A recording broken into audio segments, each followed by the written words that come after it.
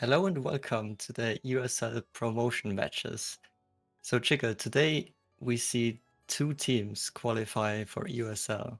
Are you hyped up for that? Oh, I am, bright and early, little tired. Can't lie, but I'm just kind of did a couple jumping jacks before this, really hyped up in that EU state of mind. Two matches we have today are Don't Ask, not two matches. Two teams we have in this moment are Don't Ask versus, they're now called AMM. We were working with outdated information between like stream start and now. They have changed their name to AMM from Work in Prayer. But all good.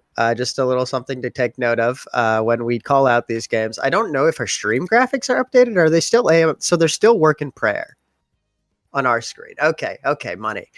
So I guess I'll just be calling them Work in Prayer. But yeah, two very strong teams looking to progress in this group for an ultimate matchup going into. I forget who's waiting for them if they win this game. But yeah, two very strong teams. Indeed, we see the Don't Ask being on the blue side right now. They're picking the map. No, sorry, the map was already picked. They're drafting right now. First map, if I'm not wrong, is Gates. Correct me if I'm wrong here. No, it is Go 100%. And I think reasonable rune band coming out with this CTL start. That's an Atlas also getting snubbed out.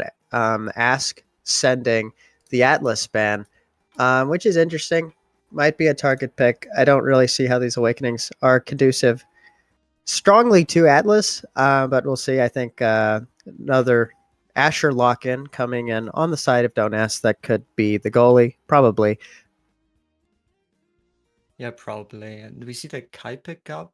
I guess he's going Orb Dancer and playing for the speeds. It's probably goalie, I'd imagine.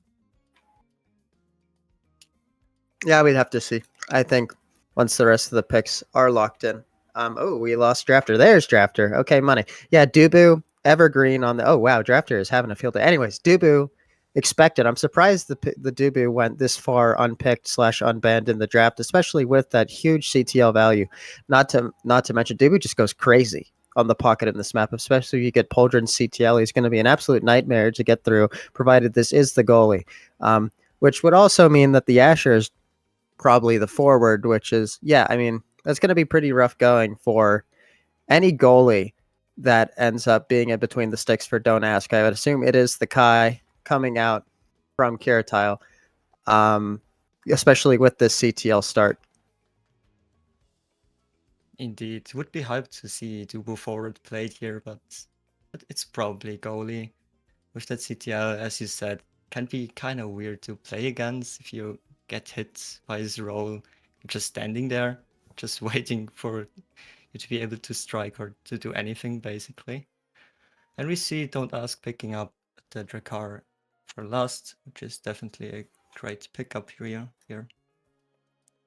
Yeah, I think Drakkar, ever troublesome. I think, yeah, I would be curious. I think he probably is the Drakkar midfield X forward. If I had to put money on it with the Kai Castellass goalie, you just get so much value being able to surge forward and affect these offenses. So I think, yeah, it's probably going to be direct midfield.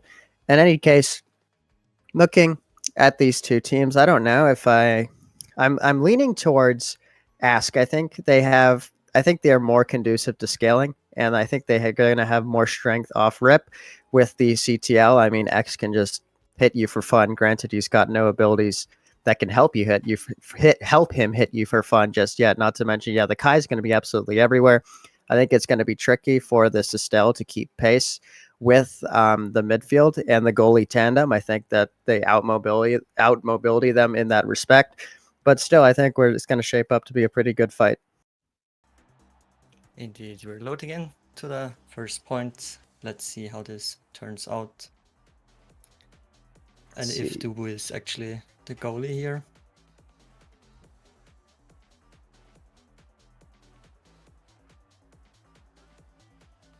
All right, 2 picks being loaded in. Kiratile is hopping on the Dubu. That means that okay, yeah, so that just means that my teams are out of order. In any case, here we go. first game of the day. We've got Work in Prayer, or AMM as they're called on Start GG, versus Don't Ask. Yeah, let's go here. The first point.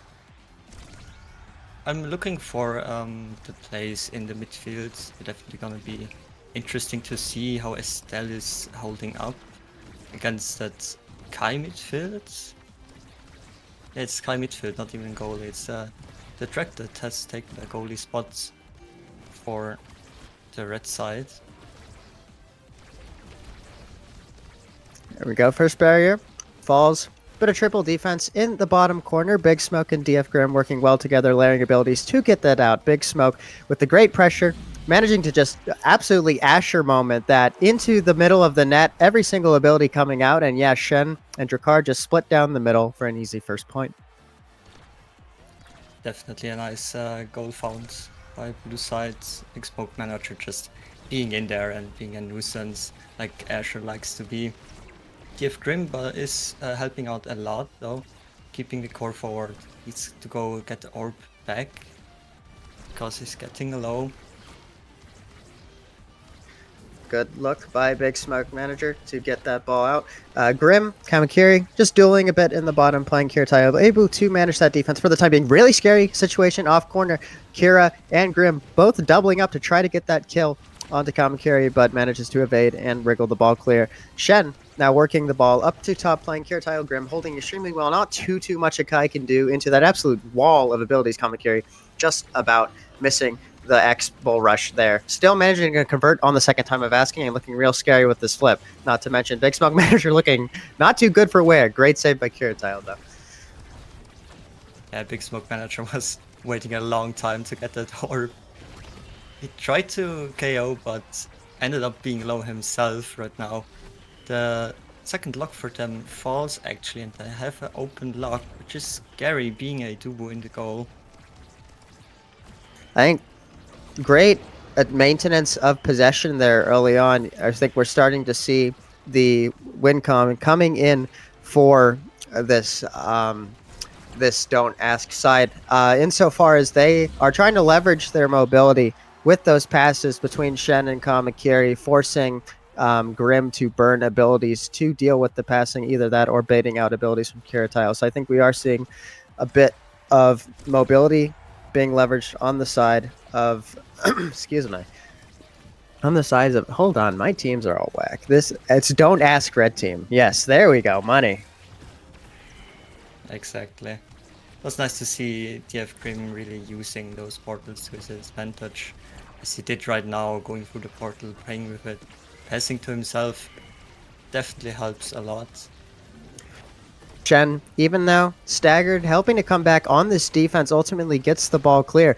But Grim just continuing to rotate the ball in his direction, not allowing him a moment's peace, just constantly being batted around, still valiantly doing his job in the midfield. Arlax timing that blink from Grim to perfection, also finding a really neat pass to split the difference between the two fielders on the side of oh wow, big explosion. And yeah, we're tuned to power play. Kamakiri just absolutely exploding off of the map. And now Shen just trying his best to put in the work and stall for his life, managing to do so quite well actually. So we're back to a 3v3, bit of a neutral state.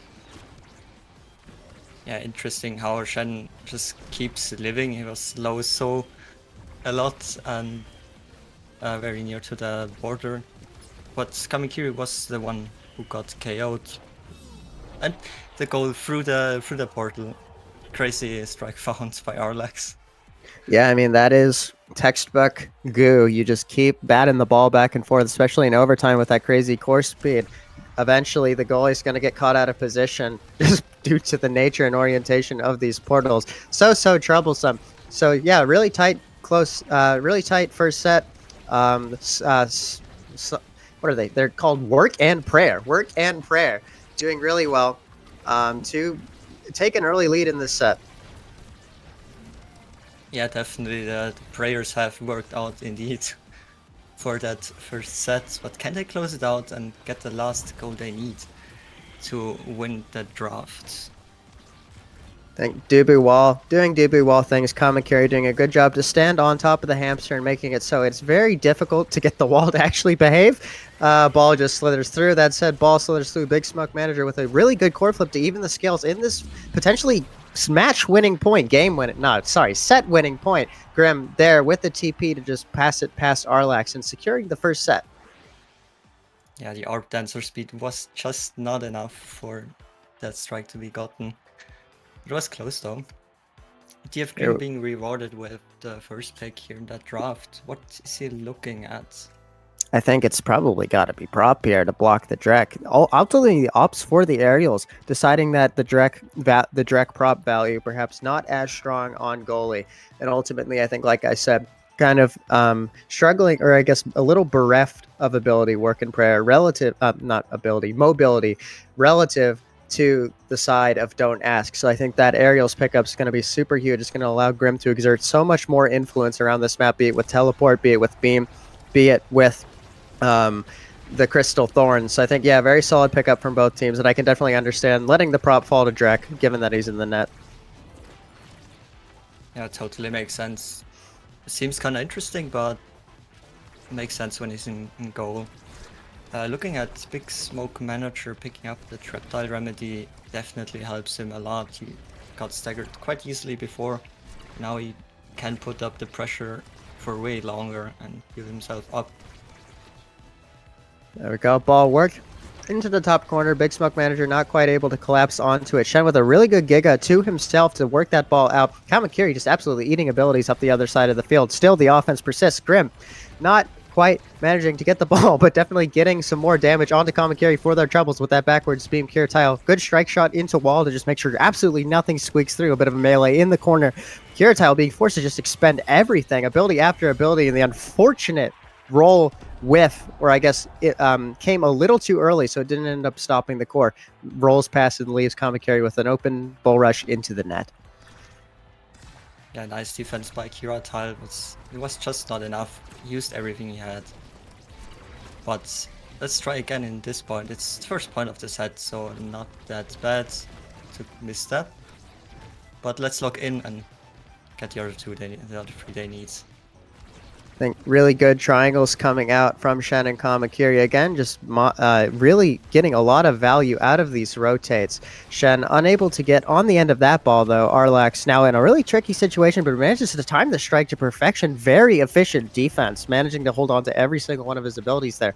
Kamakiri now just stalling up in corner, wanting to send the offense to that area. Grim and Big Smoke absolutely dominating energy economy at present. Kamakiri trying to change things. There we go. Absolutely domes Big Smoke Manager off the map for a power play. Very scary situation. Courier Tile just about whiffing the roll, meaning that Dubu is now down a very, very important ability too. Not what you want in this power play situation, but Big Smoke is back on the board, meaning back to a bit of an equal neutral state. Yeah, DF Grim using his abilities very good. He's piloting the DSL perfectly and keeping the game in check right here. Shen pushes it out. Think Kiritile getting a lot of value out of the CTL pickup. Arlax, I can't tell if that was just out of his strike box or perhaps the timing is a bit unfortunate. But yeah, Big Smoke managing to find that top corner. Really solid tap in for the goal there. Yeah, the car just snuck past him. Arlax stepping up. Kamakiri not managing to make anything happen, but does manage to get that wall out of Kiritile. I think we're seeing the X-Castellass value really coming in handy off of these ultis. I mean, Grim has just had to blow everything to get away from this big freak just punching the absolute living daylights out of him. Still Grim defending valiantly, but not, I was about to say not looking long for this world, but ultimately is securing the kill themselves onto Shen, meaning that there's a power play in favor of work and prayer. Looking like nothing ultimately comes of it, though. Shen back on the field. Shen coming back, using his abilities, his Giga Blasts very effectively right here. They can't take the barrier, it seems like. The goal is open. Amazing defense from Arlax. And they managed to push it out and attack again, getting a barrier right there. Great save by Kiritaya once again, just absolutely squeezing that roll for everything it's worth. We're seeing another attempt at securing the barrier with the rotate up, but it doesn't quite work out. Arlax, right place, right time to make that clear. Kiritaya unable to win that strike war. Now we're both two open net situations, one goalie a lot less prolific in these situations. That said, Big Smoke Manager capitalizing perfectly, seeing that the flip comes out and just keep knocking Kamakiri off the map. Now, looking for this power play goal, Kirtayo being forced to play extremely conservative, though, given the flip Arlax has and the fact that they're just doo-boo. So the power play, not as much value as you would have liked, but Kira managing to hold Kamakiri and Shen rotating between each other, calling out the roll. There we go. And then splitting the difference between the two separated fielders defending net there. Really good score coming out from Don't Ask there. Kamikiri definitely doing work in the front, getting those scores. It's what brought us to, I guess. For sure. And there we go. Kirityle managing to get it clear. Very impressive stuff. Unable to hold the rest of the barriers on the second time of asking. Grim almost getting a really nice barrier against the run of play with that Estelle beam, but ultimately nothing too much coming of it. Kirityle, good rotate down. A little bit of a brawl alongside bot plane, but no deaths. Coming out, there we go, though. Death ultimately comes out. And now we got a power play, but the two flips from Don't Ask, meaning this defense is actually not handled that well. The flip a little wayward, taking that top barrier. Now, open goal situation, but Arlax does have quite a few tools up their sleeve and not using any of them for the time being, managing to just walk up and win that strike interaction without having to expend flip. That said, Grim caught a little bit lacking, misses the strike war and misses the blink, and the ball trickles in top corner, and we're at one set apiece. Yeah, Kai winning that strike war gets the set, and Kamikiri being the MVP here. What is he looking at here, Jiggle? I think something to beat up Estelle even more. I'd like to guess, and there we go. The bulk up coming out, also really nice, conducive to a stagger build down the line, because I think Lizard has gone. Yeah, Lizard Reptile Remedy has gone, but I do believe Peak is still in the mix, which could be so scary. Such a win con if this X is able to scale and take it going into the next draft. Shen picking up the accelerator, which I can understand, because I feel like this is not a work in prayer, not really a consistent damage team. They're more of an ambush damage team. So as long as you can run around the setups, I think I can actually understand the accelerator value a ton. That said, power play taken advantage of here. Both barriers are down pretty quickly in this third set. While both locks are open right now, they got both together, and give Grim picking up that heavy impact and immediately taking value of it by killing Kamikiri. But they're again in a power play. The KOs are on the side I wouldn't have expected them to be while Kamikiri is scaling, and they get the goal. Well done by Big Smoke. Yeah, I mean, there was a lot. That might have been like 3 different deaths that point, and we didn't even go to OTs. I mean, both teams absolutely coming out swinging, trying to leverage these newfound damage capabilities. Yeah, so we'll see. I think I don't know if damage is ultimately what's going to decide this game. There is an X on the field, but it has been relatively neutered up to this point. I think Big Smoke Manager's been the more dangerous of the two brawlers. But like I said, all it takes is a little bit of scaling coming out of Kamakiri, and the dynamic of this game could completely change. Yeah, definitely. It's very even right now. They both got 2 sets. It depends on the awakenings, I guess. Good flip find by Grim. Ultimately not able to connect with a teammate. Great patience by Kirityle and great kill by Grim. I mean, the power plays are just flowing like a river, which was not on my bingo card heading into this set. But yeah, the power play demons work in prayer, kind of cruising towards a win in this set, unless Don't Ask can really turn things around and figure out what's going wrong. Yeah, Kirityle definitely is styling on them with that strike shot goal. I mean, that was classic Gates of Obscura antics right there. Kira opting to hold on to the flip, but being forced to expend it later down the line. Kamakiri accepting the trade. Quite unfortunately, might I add. Really good roll coming out from Kira to hold that barrier, but Shen is just coming in, cavalry arriving, securing that second barrier. There's not too much a Dubu can do in that situation.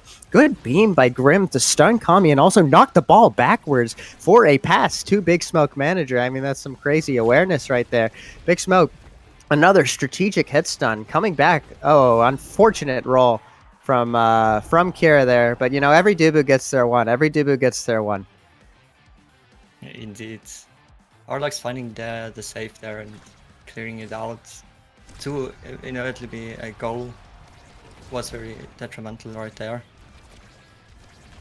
There we go. That could be deadly. Nope. Grim managing to wriggle away. Kamakiri ultimately deciding to swap targets onto Big Smoke Manager. Big Smoke Manager fighting right back, not quite getting anything out of it. But Kamakiri is now in a really precarious situation, stagger-wise, still opting to push the offense and almost getting something for their troubles. But Kirtile able to react to the strike reset. And now, yeah, Kamakiri not looking too good. They're doing a really good job of sectioning these this X out of the game, continuing to dump damage, and then also finding these opportunistic kills onto Shen, who is now even more of a sitting duck than Kai typically is, just given the accelerator pickup. That said, Shen back on the map. Again, really good roll by Kira. Yeah, definitely. The damage from blue side is not to be underestimated right here. Good opting for the walk there from Kira, managing to just snuff out the defense. All of the abilities flying out and getting stunned by the Giga, unable to let that flip rip. And yeah, I think Don't Ask heard me. They've definitely been putting in some work, leveling the scores and leveling the sets in this game. Yeah, it's still even. Both goalies having a flip. Energy-wise, it's also very even. So what's the deciding factor here? I think it's just going to be who gets more flip value, frankly. I mean, we're just seeing absolute energy economy domination from Work and Prayer. And there we go. First one secured for a good cause, might I add. That said, I don't know if this power play is going to come up their way, just given that Arlax is sitting on flipping. Kamakiri did a great job to stall out the play there. So, but I mean, as soon as Shen is back on the map, he just dies again. I feel like that's probably death number 10 on... that's a little hyperbolic. Like death number 7 on the board for Shen already, and we've still got as many as 3 sets left to play. So really just an absolute pinata. That said, Grim being forced to blow flip here could be very sketchy. Energy economy is now in shambles. All of the flips being used ultimately on the defensive. So yeah, not so much a win con anymore.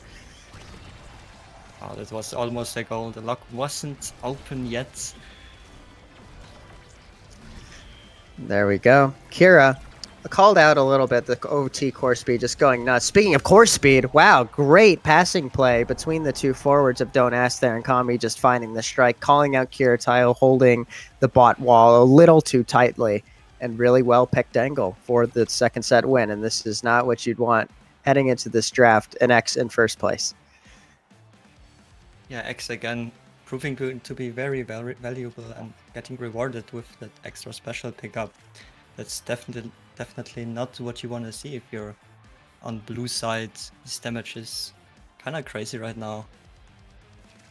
I think two very best things coming out on the side of Work and Prayer, though. I think Asher Rampage can get absolutely nuts, especially in pocket on this map. Going into a Drek, not the most lock-it-down goalie in existence. Also, team player Evergreen on Kira, hoping to hit those rotates a little more effectively, which is what you need, especially into this Kai, who's just everywhere all the time, all at once. I mean, cast to last, the accelerator, he is absolutely roaring up the field and around the field. But yeah, I mean, he's literally only got 4 bars of stagger, and he's on Omega level, so that's the strongest he's going to get, and he's still an absolute sitting duck. That said, Kami just managing to... I think it was Kami that knocked Kirtile into the goal at some point, and yeah, capitalizing on that power play by getting a really good bull rush into net there. Indeed, Shen probably thinking you don't need stagger if nobody can hit you if you're just too fast for them. There we go. Kamakiri not able to connect with the ball. Good look on the stun to get it onto Kira. Kira just has too many things. That said, Kamakiri has just one more ability up their sleeve. Really good preemptive wall. Just wow, yeah, no, the damage is flying. That was a melee if I've ever seen one. And there we go. Really good presence of mind from Kamakiri to hit that back up to Shen for the easy tap in rather than trying to force a corner interaction into Dubu. Because who knows what Kira had, frankly. I mean, had Log, so Log could have definitely snuffed that out. So good presence of mind from Kami to rotate up to Shen there. Indeed, Grim just exploding there from the damage of both Shen and Kamikiri. Big Smoke trying to rush the offense, but Grim not quite in position to build a box effectively. Kira not being called out by the redirect, managing to reposition and hold down to one barrier piece for both goalies. Wall doing its job for once.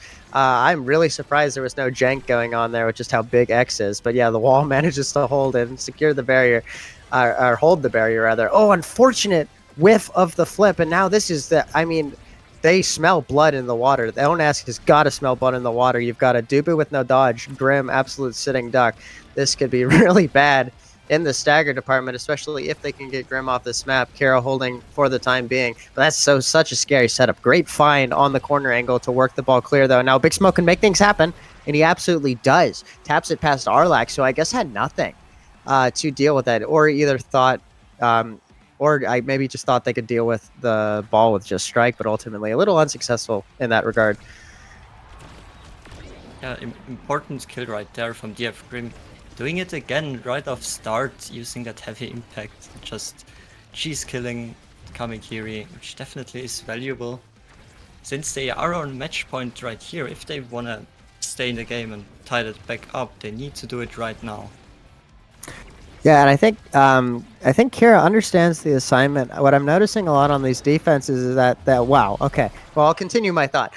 Is that they tend to, I think they're rolling a lot more, even if it's not necessarily to stop the ball. They're just rolling on Shen for fun, even if Shen's not in the direct vicinity of the ball, just to get that damage. Even though they didn't end up taking the pummies, that roll still so oppressive in corner. And I think the win con here is definitely getting Shen off the map. So I think Kira has adjusted and really doing their part in that respect. And there we go. Really good bottom barrier secure. This is a really scary situation, but back to a bit of a 50-50 in the middle of the park right now.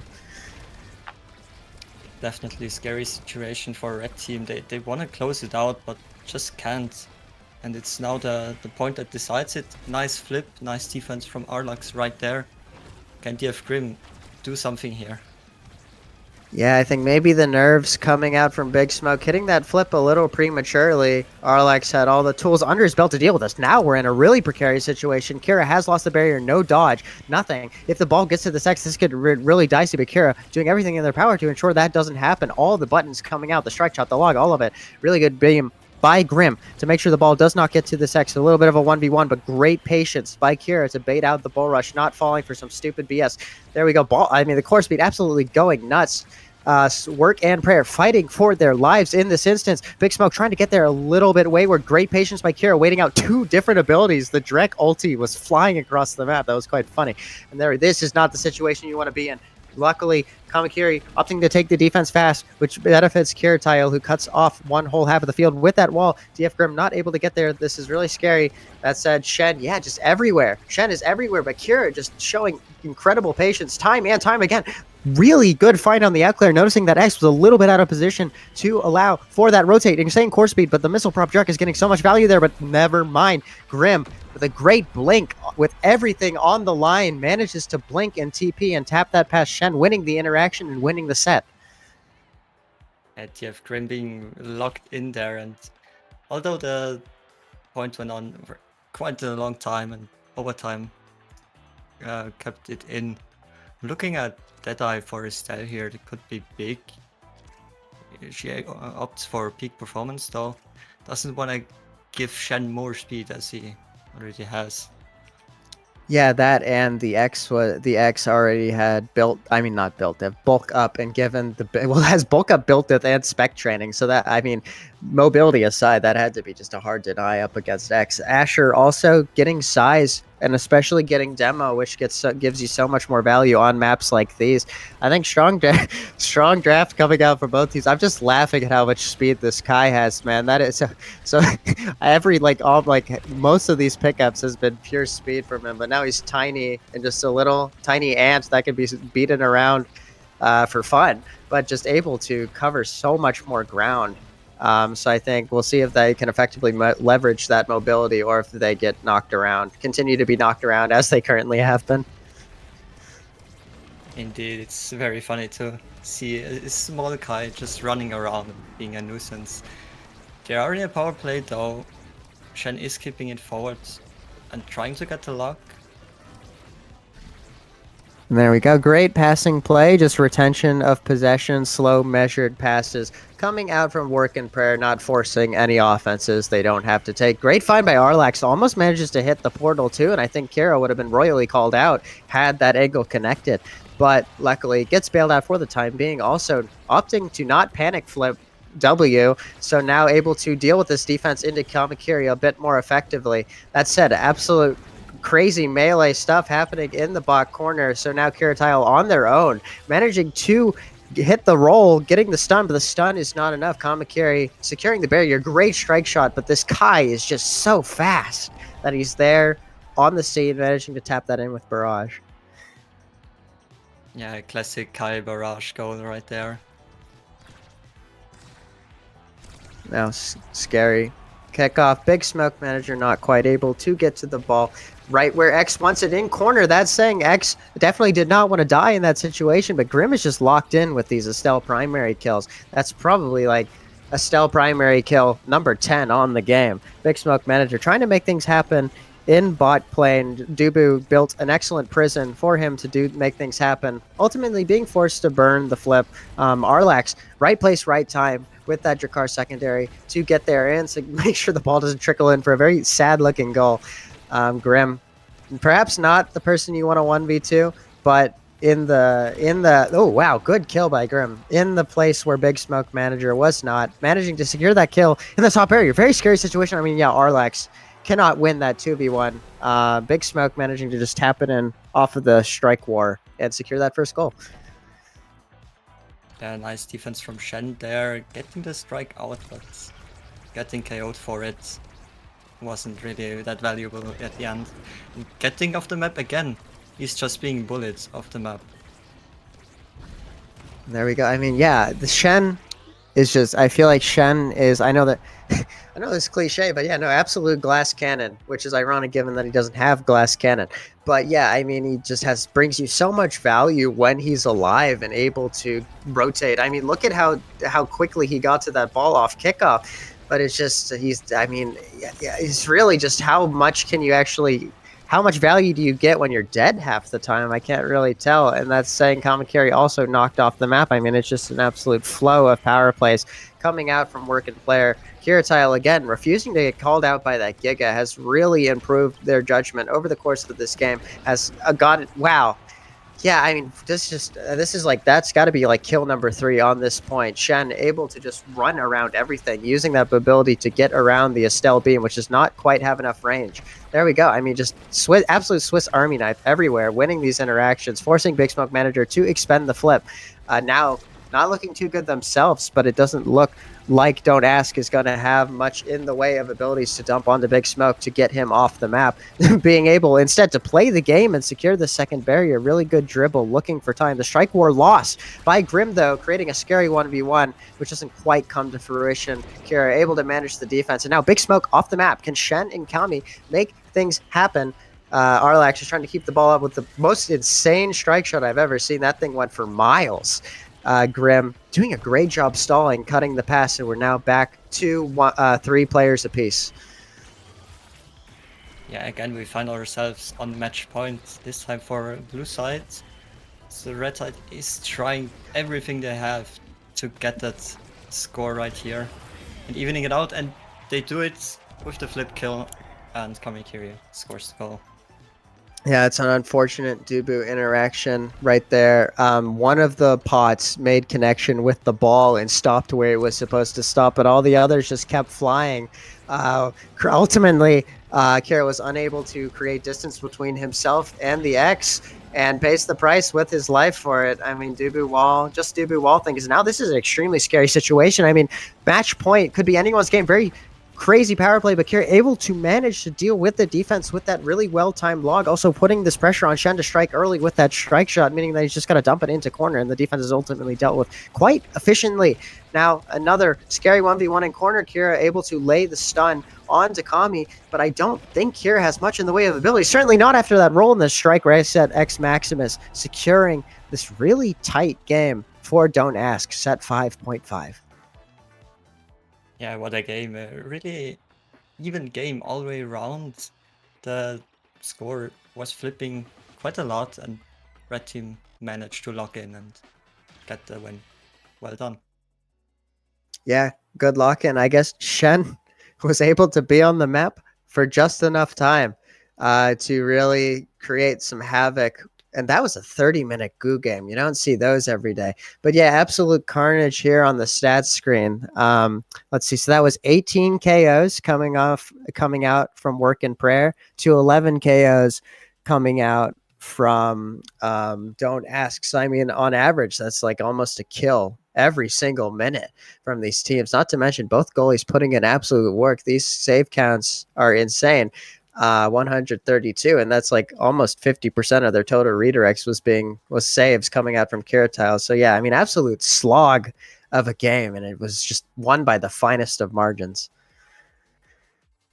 Yeah, the damage is insane. Looking at Kamikiri putting out 61,000 damage. He was the main damage dealer in that team for sure, where Big Smoke and Jeff Grim both put out a lot of damage and found those kills. Jeff Grim putting out the work and finding those KO confirms was very valuable to have. Yeah, I think the damage ultimately, even though I had estimated that we were going to see Don't Ask be doing more damage more consistently. Ultimately, the dual threat of Big Smoke Manager on the Asher and Grim just getting so much persistent chip. I mean, pretty much equal damage counts and kill counts, both the midfielder and the forward putting in work to get these kills off ledge, especially on the poor Shen. So yeah, I think shows the potency of Estelle, especially I think the Estelle picked up heavy impact at some point during that game, if I'm not mistaken. Which yeah, just very scary. Really good value, able to just absolutely dome the poor Don't Ask forwards off the map. It seemed like one of them was gone almost like presently. It was like almost a perpetual 2v3. But yeah, really good game. And we're heading into the second series here on AtLab, picked by Work and Prayer. Yes, indeed. Let's see how a game goes on AtLab, the EU map we all know and love. What do you think? Is Shen going again for the speeds build he likes to play, or what do you think? Are we going to see there? I think it's ultimately going to come down to starting Awakes. I think I think Kai is pretty evergreen on most maps. So I think if they can get something to bolster the mobility off rip, I think they were getting a lot of value in the instances where they were alive. Maybe if you don't pick up the accelerator, I think you get a lot more value without too much trade off regarding your mobility. But then you actually have 24% more of your health bar, so you're not just a pinata. Otherwise, yeah, I mean, it'd be interesting to see if Kira gets their Kai or something to that regard. Ultimately opted to pick a lockdown goalie, which perhaps they're not the most known for, still managing to put in a lot of work on that Dubu.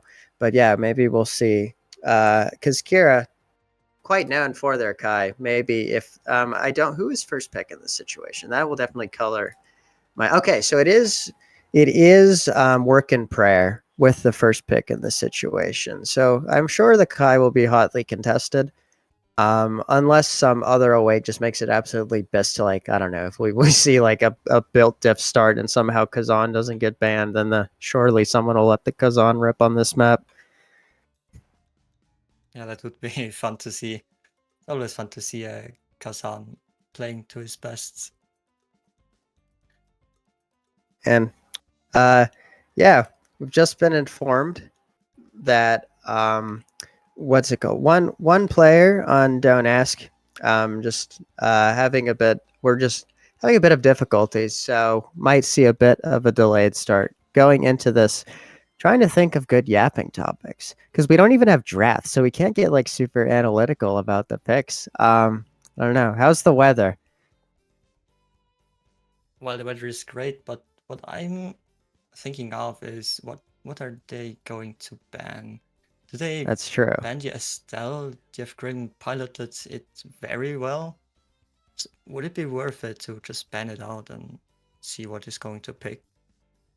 I mean, I feel like Grim is good on other characters. I think the Estelle threat, Estelle kill potency, any map with a wall, which happens to be all of them, really scary. But I'm trying to think, like, is that really your ban, so to speak? Because I feel like we said, it wasn't just a one man show when it comes to killing. Because I think what's it called? The Asher coming out from Big Smoke Manager was also quite oppressive, and Asher also really strong in pocket in this game. So I think it'll be interesting to see who the band shakes up as being. It might be Estelle. Um, it might be Kai. I think it's probably going to ultimately come down, barring some like crazy size awakening. It'll probably come down to one of the midfielders getting pick banned. Yes, definitely. And the starter awakenings are here. It's a bit different and accelerator. So what do you think? What are people looking at out of those two starter awakenings? I mean, that's. I feel like it all comes down to how much you trust your ability to position around damage. Like for me, I'd take build different every day of the week, but I think you do leave a lot of mobility on the table in that case. And like we said, yeah, the ban coming out from Don't Ask on the Estelle. So I think you were right on the money with that one, especially with the build diff. Very, very scary. We'll see what ban comes out from Work and Prayer. Atlas. Well, banning Atlas on Atlas Lab. I think that could probably be indicative of some. Well, I think Work and Prayer banned the Atlas last time, if I'm not mistaken, but it still could be indicative of a plan to play damage and trying to snuff out the healing potential of Atlas. Here we go. I assume that is. Oh wait, so that's Don't Ask locking in the pick. So that is probably. Wow, yeah. Who? I wonder who would be locking in the Asher in this situation for Don't Ask. It's probably Kami, Yeah, I think if I so. had to Yeah, take a probably. guess. Yeah, so attempt at presumably neutering Big Smoke Manager. That said, also just very strong pickup in and of itself with this built diff value. Looks like the Kai does get through this time, coming out on the side of Work and Prayer, though, meaning Shen will have to pick a different character heading into this game. Interesting to see where though the Kai goes. Is it for Kira Tile or DF Grim looking for it? I think it's Kira Tile. Yeah, Yeah, especially with that probably. rune coming out, it's probably for DF Grim. And then, yeah, I think it'll be super interesting to see if the accelerator gets picked up here by anyone. I feel like it. I feel like if I don't, I think it's a losing proposition given that you could be potentially staring down an enemy team that all takes built diff. I feel like the damage is too strong off rip and too scalable to really get much accelerator value. I don't know. I don't see the upside. Just given that you're like only 75% or I guess 76% of your health bar off rip, like that's I don't know about that, especially on the lab where it's so easy to tank damage with that black hole exploding every half a minute. Yeah, I think it's probably gonna. I would put my money on like most, if not everyone, taking build diff here. Yeah, I think so. I think you lose too much if you don't take the different and everybody is taking it. Not only the damage you put out, but also the size you get. It makes it very or much easier to play the midfield and the goalie position. I'm wondering because we're seeing don't ask lock in the Dubu. So either I would assume they've got the direct midfield. Yeah, I would assume they've got the direct midfield, and that means that Arlax has dropped to Dubu, who they are very strong on, and then work and prayer, rounding out the back with an X, which interestingly goes all the way to the back of the Congo line, managing to be locked in on this built diff start. So, I mean, that could be really scary with this kill pressure. I think the Rune, Banish, and X everything combo, I mean, that could be absolutely laying on pain. That said, you've got an Asher, a Dubu, and a Drek coming out the other end. So I think damage is going to be pretty evenly traded between these two teams. I think it's just going to be who's more clinical with converting and establishing these power plays and also scoring on these power plays. I think that's what it's going to come down to. Yes, definitely. But looking at Dubu and Asher in the same team, it's gonna be hard to get the core through, especially when you flip in front of Asher, you're most likely not getting it through, and having a Dubu in the back definitely helps to just keep those locks open and the net closed. For sure. That said, Work and Prayer almost making that combination happen on Goo last game. I mean, came down to set 5.5, so it shows it can be done so long as you've got an absolutely locked midfielder, which definitely was the case in that last game. But I think Drek a little less mobile than Kai, granted. I think much better stuffing value.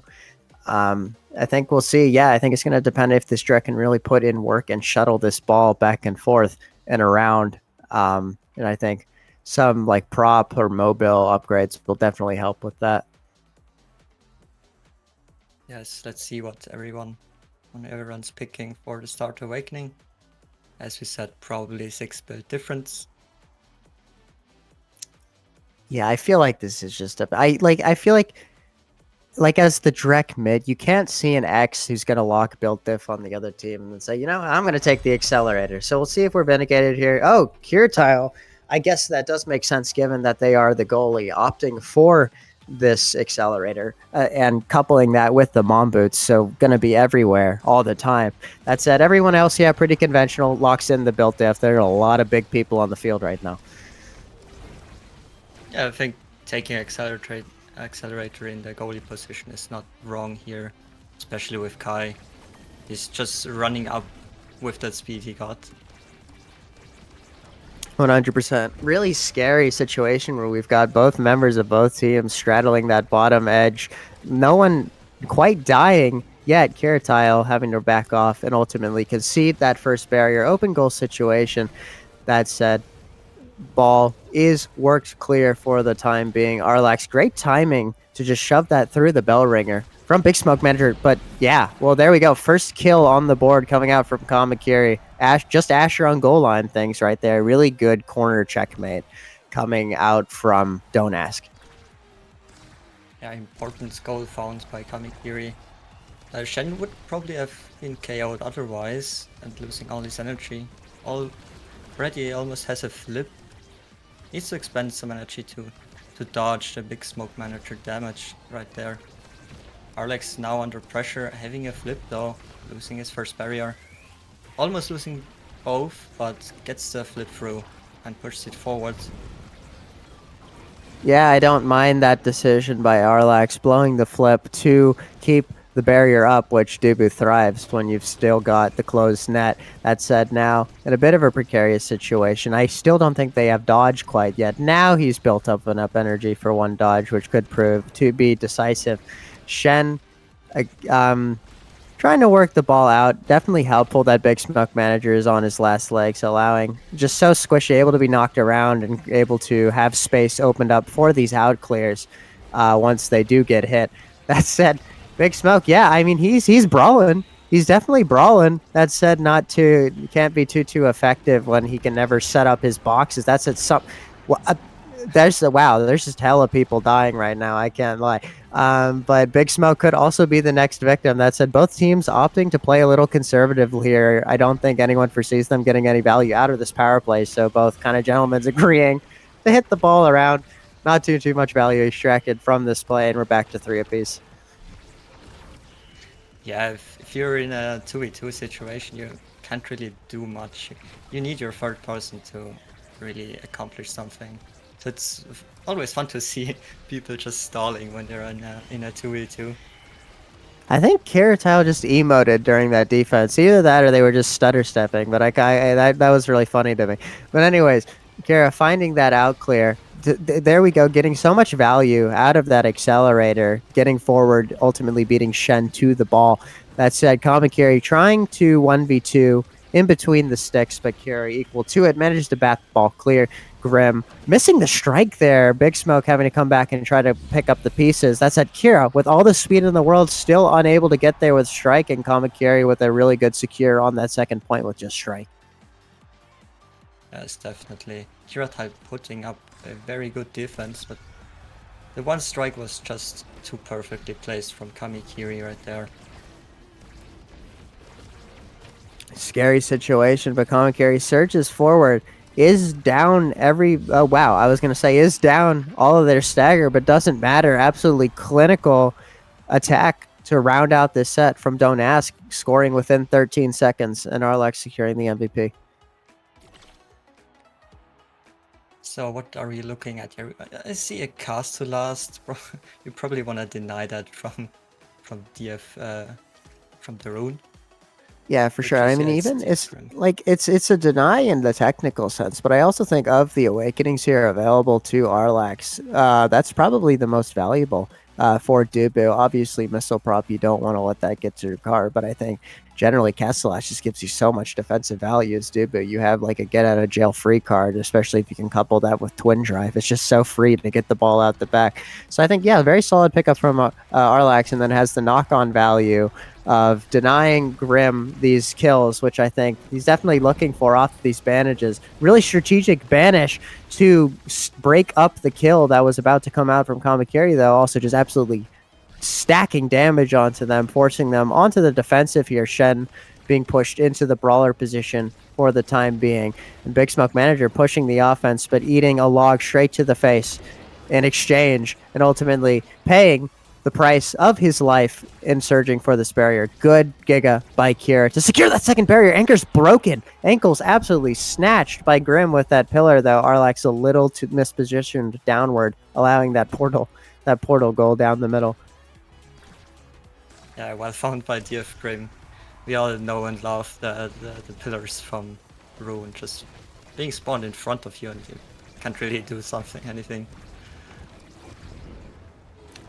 And yeah, Kamakiri just putting a big ult in the face of Don't Ask, managing to almost get a second barrier there, but not quite. Big Smoke Manager not having the mobility to his name at this moment in time to secure the barrier, but does secure the kill onto that poor hapless Jakar. That said, two flips on the enemy team in the mixer. Arlax holding heroically with a really well-timed log, though, to beat out the X-Strike War. That said, both members of Don't Ask being very conservative with flip, just waiting for their opportunity, biding their time. There comes the first one, though. Kira forcing the issue, ultimately to little success. I don't know if that was the flip there. If that should have been a flip there. In any case, Big Smoke Manager now the next to probably have to blow it soon. That said, heals back. He's slowly healing back to full health. Gets the kill. There we go. Oh wow. Yeah, this is a scary situation. Kiritile just not Kiritile. Kamakiri absolutely eating that portal explosion. And Arlax, yeah, I mean, Dubu open net against Rune with a flip 3v1. Yeah, I don't like your odds there, boss. Yeah, Big Smoke Manager looking kind of difficult to play against with 2 stacks already on that prize fighter. He's low though. They're looking to KO them and get the stacks off of him, which is so important when you wanna get that set back to an even state. Yeah, I think probably Big Smoke Manager, public enemy #1. As far as don't ask are concerned, I think if he can continue to get value for these stacks, that's going to be an absolute game changer, especially in situations like this where Shen is low and being forced to defend into this X. All it takes is a slight misposition or miscalculation about where you're standing, and you get absolutely rocked, and you just contribute to this X's scaling, which you do not want happening. Believe me. That said, play little slow to start out this third point. Just trying to set up some corner offense here, but nothing much coming of it. Yeah, they're trying to just chip away at that X, but they're just lacking that confirmation of KO to get that stacks off of them. They're both low again and probably KO'd here. Shen gets his health back.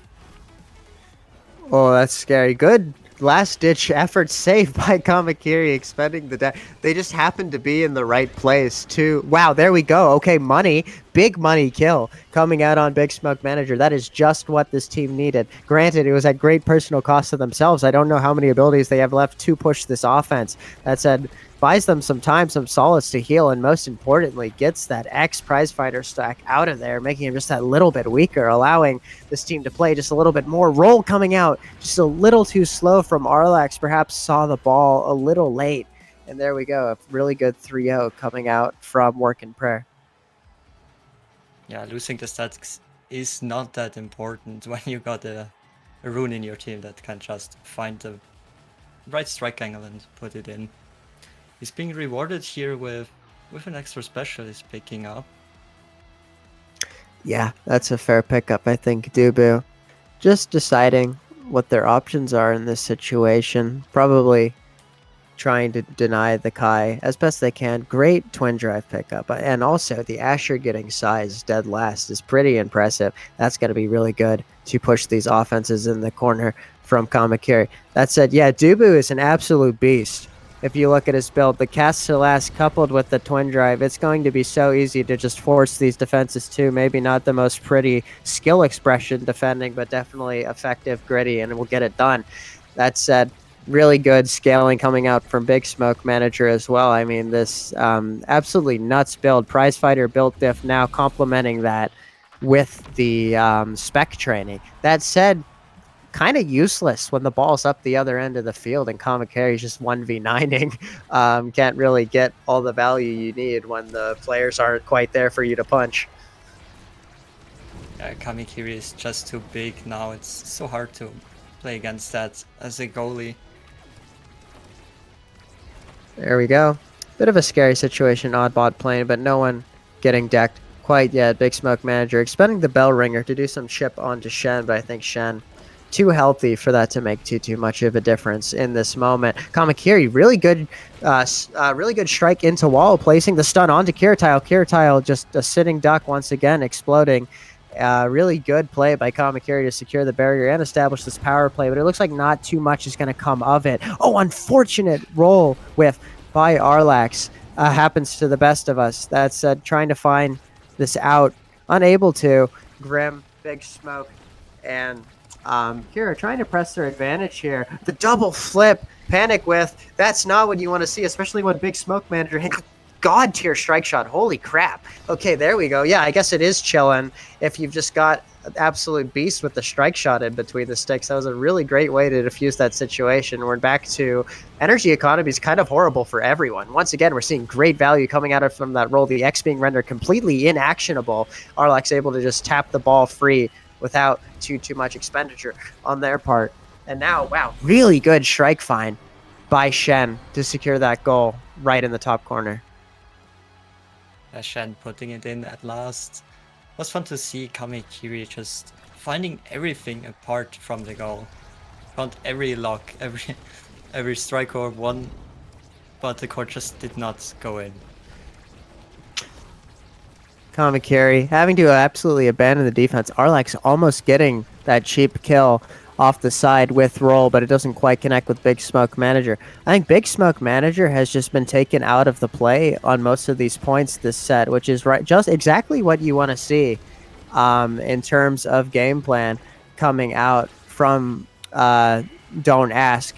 That said, Shen also not looking too good himself, stagger-wise. Surging up to take that interaction, even though the Dubu wall was in the way. Maybe that was just to let the wall do its work type moment, but still continuing to play bravely into the fray and absolutely eating these abilities.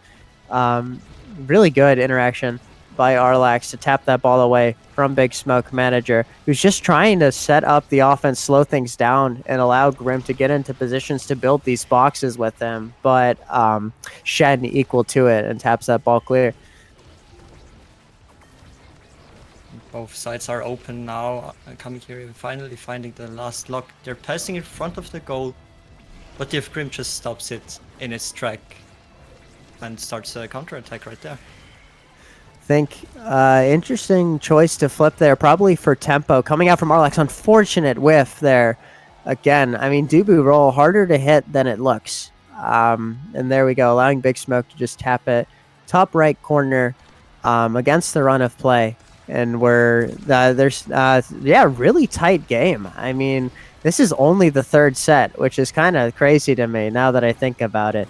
But yeah, really good dodge by Shen. That had to be predictive. There was no way he reacted to that banish. Or maybe I'm just old.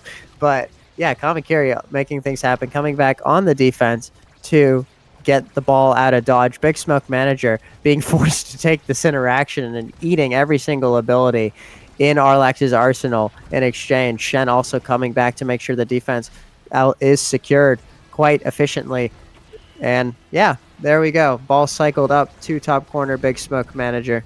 He's trying to make things happen, but it's hard solo into this Dubu. He's got to, I think, slow the offense down and allow Grim to get into good places.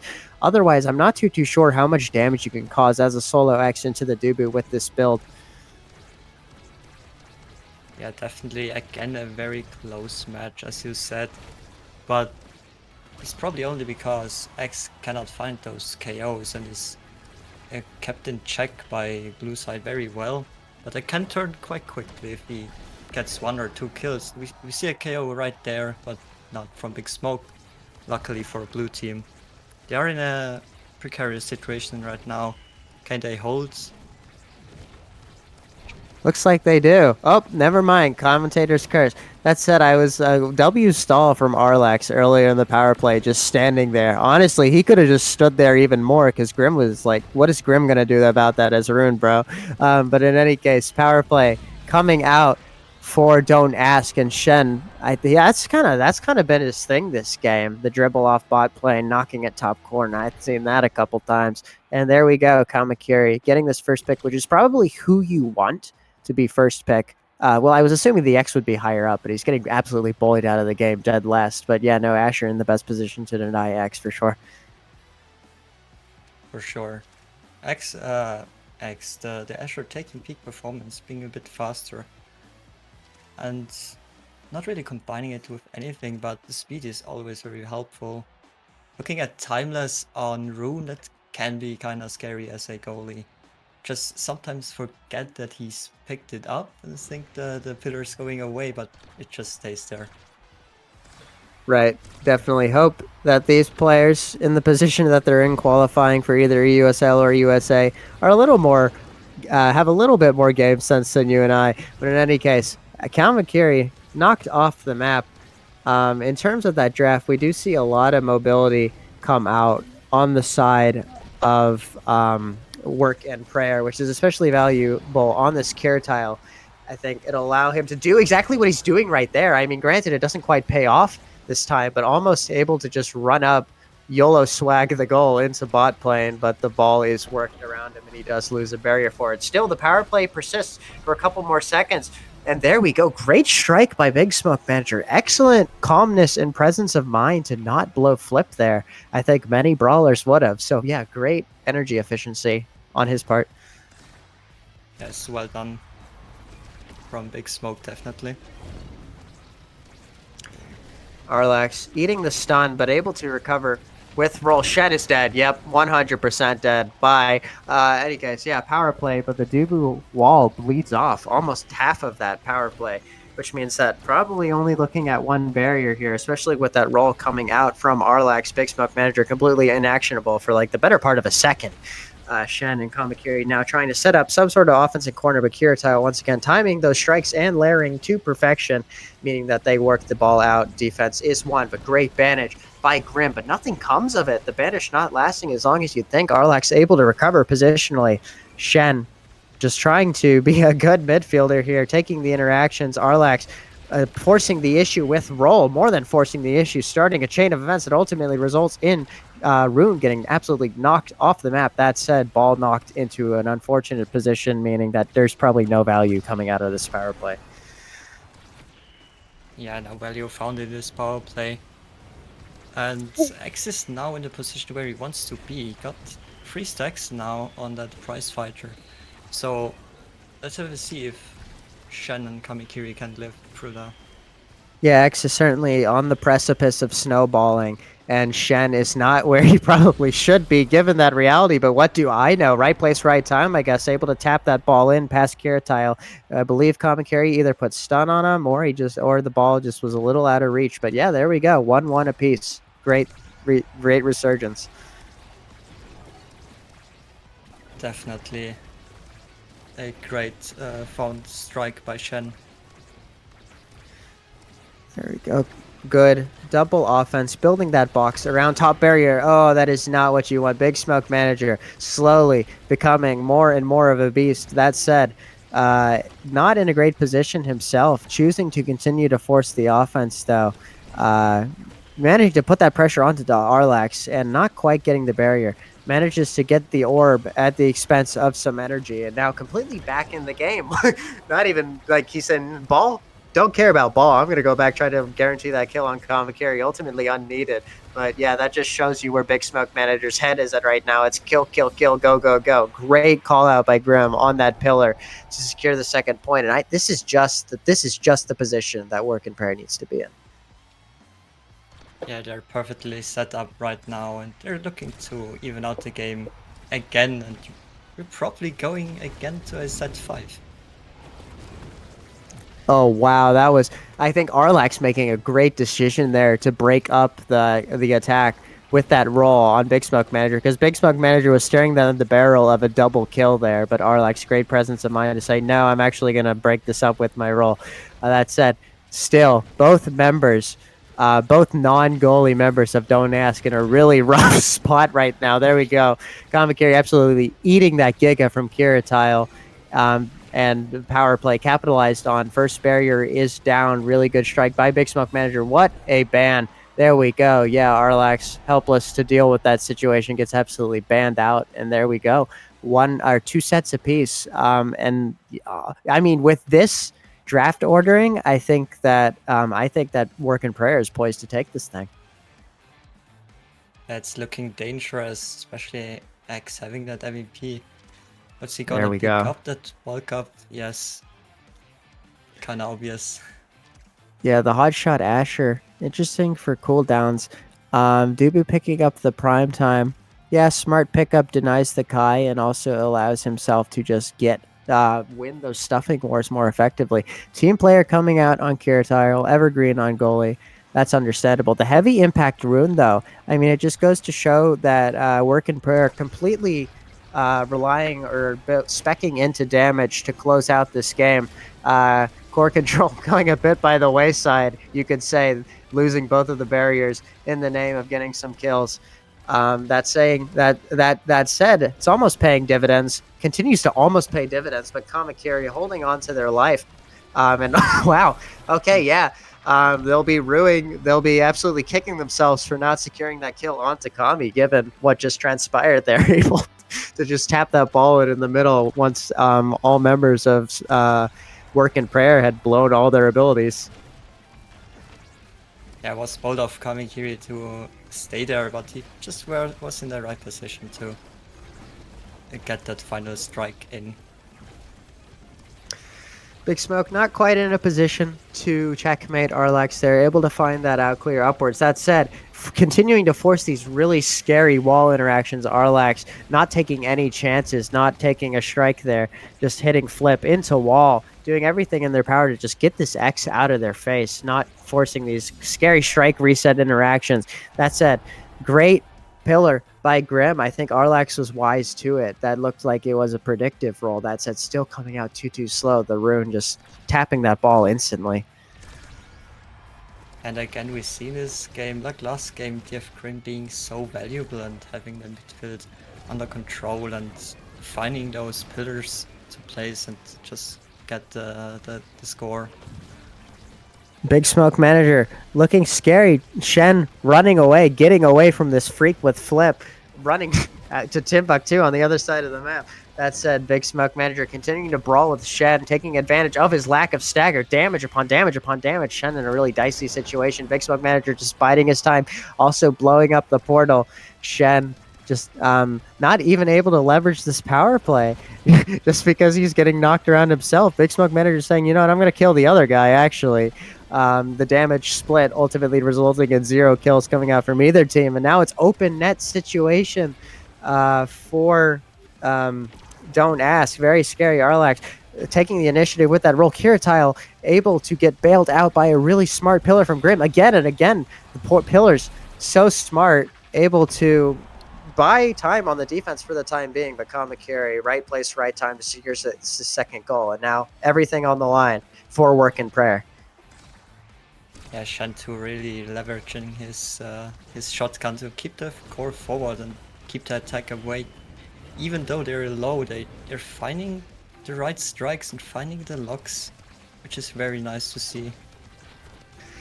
Oh, Kiritile and Co. unable to hold there. This is really dicey. Oh my god. Wow. Wow. Oh, that was almost a sick defense. I can't lie. But yeah, Kamakiri doing Asher things on that goal line, securing that second win on the bounce for Don't Ask. Yeah, well found goal by Kamikiri and winning the game. So if I'm right, we're 1-on-1 and going to game 3. I'm pretty sure that was a 2-0 because I think it was Work and Prayer lost both of those. I'm pretty sure. Am I tripping?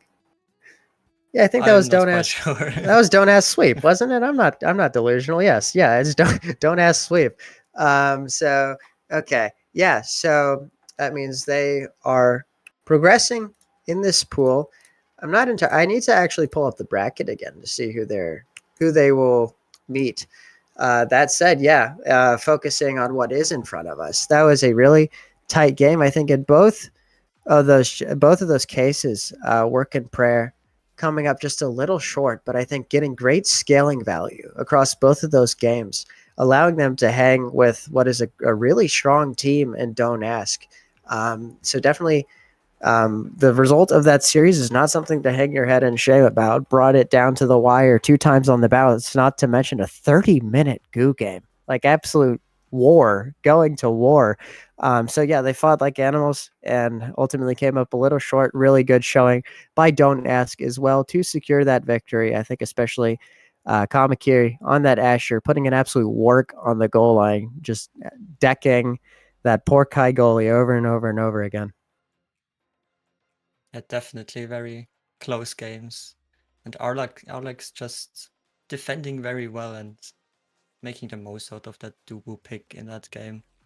But also not bad played from both teams. As we said, it's a bunch. It was very close and fun to watch, definitely. Yeah, a game of margins in both cases. Means that the vocal cords a little shot after calling 2 very long series back to back. But yeah, congratulations to the victors. Don't Ask. Yeah, with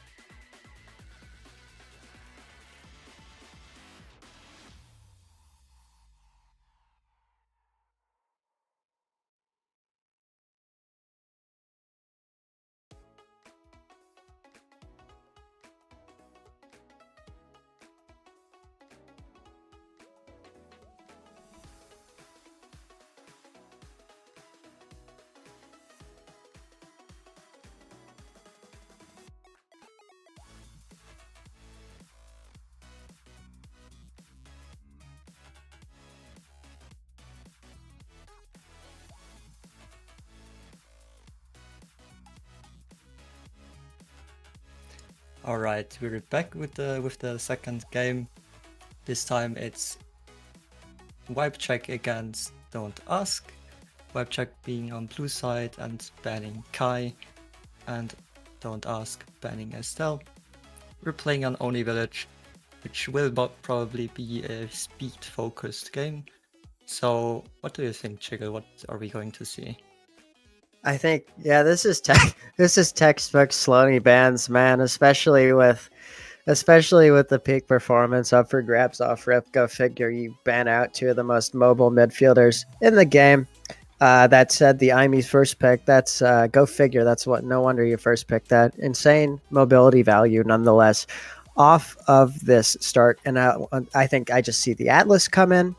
That's Atlas Juno tandem. Yeah, I mean, that's definitely great for the timeless value. That said, I could see this Juno realistically picking up the peak performance, but Atlas Timeless Creator, yeah, that's straight money, especially on this map where you can so effectively just control, like sit on top of one of the barriers and just set up camp and defend for days, especially with that Timeless Creator utility. Yeah, let's see.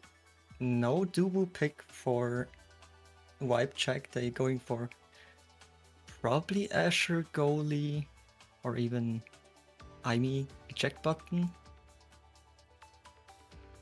I guess, yeah, we'll see. I think, yeah, it could. I mean, could realistically be Asher Brawler coming out from Vibe Check.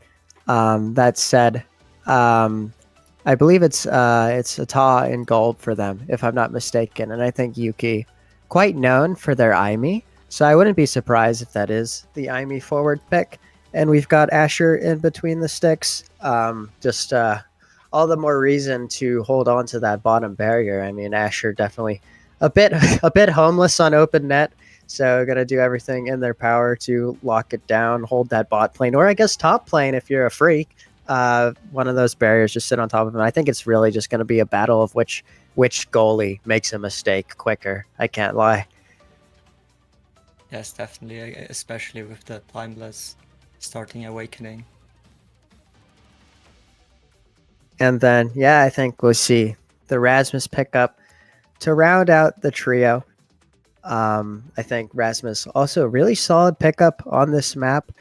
Generally, probably the brawler that thrives.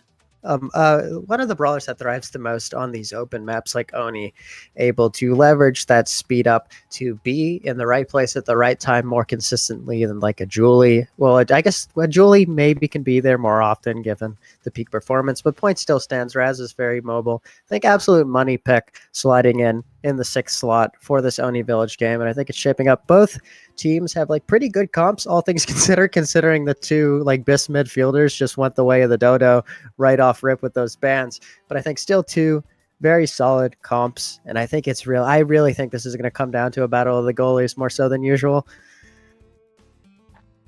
Yeah, we tend to see that a lot on Oni Village, that's for sure. But let's see if Wipe Check has something in store that to beat Don't Ask. Yeah, I think both of these teams, no slouches for sure. I mean, they're both coming off 2-0 wins in their first round in this Group A winners bracket. So two very strong teams. Granted, we were calling the Don't Ask game. I mean, sure, on paper it's a 2-0 win, but it was an absolute fight. But just shows they have that grit, they have that mental staying power, and if they can keep their wits about them going into this game, they can definitely put in some work. That said, Vibe Check very strong in themselves. I think I would hope that this is a very tightly contested series, and it's really hard to pick a winner just based off of these awakes and starting picks alone. I think it's probably going to come down to scaling. Yes, probably. Yeah. Little bit of a delay heading into match here. Not entirely sure why, but in any case, words English. I don't like what. I mean, I guess we could. What angle could we prod here?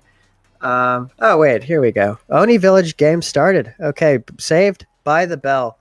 exposing my lack of game knowledge. But in any case, see the picks locked in. Ata on that rune goalie. So that means we are seeing the Asher Brawler in the SMG midfield on the IME.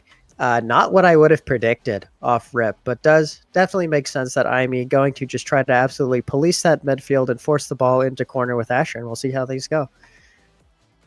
Yeah, let's see how Atar can pilot that rune, and he can shut down the goal quite well with the timeless for sure. But let's see how it works out for them. There we go. Kickoff won by Kamakiri on that Rasmus, secures that first barrier, but really of no importance for this 5-check team who have chosen to bunker down on their bot barrier. And likewise, Atlas not too upset to lose that barrier, and we have the goalies across from each other. This is shaping up to be a very slow first point. Yes, indeed. Arlex just giving up the second barrier because he knows just defending the one is way easier, and he can do a very good job of that as Atlas. Good secure by Yuki, though. Looking to go all the way. SMG just there for insurance, but ultimately it is the Yuki show to secure that first goal. Very well done. Also holding on to Flip, which is setting themselves up for good success heading into the second point. Yes, exactly. Kamikiri finding the first barrier immediately. And Yuki flipping. Arlex is there though. Yeah, unfortunate flip expenditure there. Arlax equal to it. Opts to sack the bottom barrier there, go figure. Kamakiri trying to make things happen, but SMG is back, able to help Ata work that ball clear. Very good layering coming out in these initial defenses from the side of Vibe Check. Not too much Kamakiri can do unless Shen is there to set up box, but catching that ban, meaning they can't make too much happen. Arlax, very scary situation, almost managing to hold there, but not quite. And yeah, scary flip situation. Yeah, SMG using that flip, not really finding something. Shen using flip as well, but finds the barrier right there. Both nets are open and the core goes in by Yuki. Well done.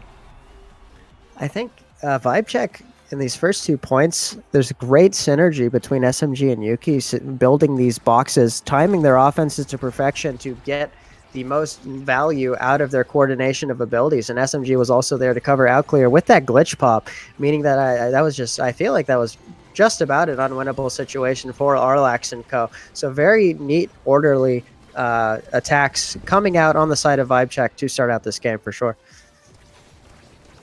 Yes, for sure. SMG doing a lot in that midfield, keeping the core forwards and enabling Yuki to get those locks and bait out Arlax's abilities. Kamakiri down the ulti, using it to put some stun down in midfield, but meaning that it's just going to be all the much harder to assail this barrier. SMG there with the cyber swipe to get the ball out. Arlax between a rock and a hard place there, unable to get there with Flip to secure the second barrier or to keep the second barrier. I mean, it's a very scary situation for Vibe Check in this third point. Open goal against an Atlas with no flip, no dodge, might I add. Very scary situation. Yeah, Arlax with the read, incredible read. Great, just about getting it with the lingering primary. That said, Yuki there, right place, right time to just smack that bot plane. And very decisive first set coming out from Vibe Check here. Yeah, well played by Ata. SMG getting rewarded with the first pick here. Looking for that twin drive here, especially to deny for the Atlas. We know how good that item can be on Atlas. Yeah, Atlas still getting the inner focus value. Okay, I was putting my money on Siege Machine, but you know, fair enough. Asher being forced to deny the 1-2 from Juno. Juno getting Siege, which is still an okay pickup, but definitely not 1-2. And Rasmus just getting left with the dregs, opting for Deadeye. Does Deadeye? I don't even know if Deadeye procs on Rasmus primary. Maybe if he picks up some size, it might proc. But in any case, yeah, making the best of a pretty shabby draft situation. SMG is looking to be in good shape heading into this. That said, there was a lot of denial going on from the part of Vibe Check in this draft, so maybe not BIS pickups on them, but definitely preventing a lot of BIS coming out from Don't Ask, which is and arguably just as good. Nice kill found by Yuki. to getting the power play and probably scoring here right now. No, Arlax just defends it, and as I speak, the core goes in.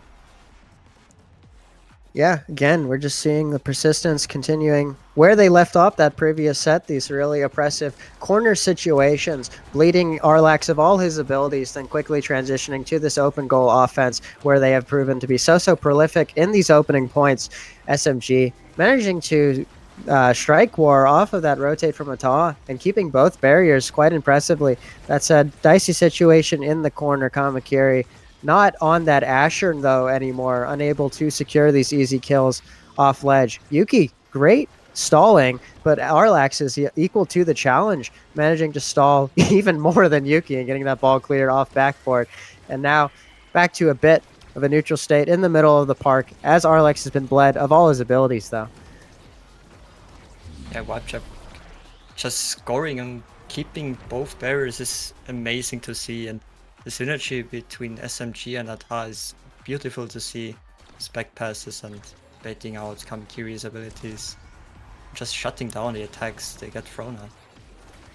Yeah, I think at least initially it just seems like the vibe check game plan is a little more concrete and they're executing a little more consistently, a lot more opportunistic offenses coming out from Don't Ask for the time being. That said, they do secure the two barriers. So for the first time in a while, it's actually Ata who is in the disadvantage state relative to Arlax on this Atlas, but the unforced error with the barrier loss means that all that value now completely dissipated as we're into an open goal situation for both goalies. Arlax being able to use the secondary to deal with it for the time being, but now absolutely down. Should be down every ability. Great evade clear, though, but SMG delaying the IME cyber swipe just enough to actually get Arlax with the kill there. And there we go. Another decisive 3-0 coming out from Vibecheck.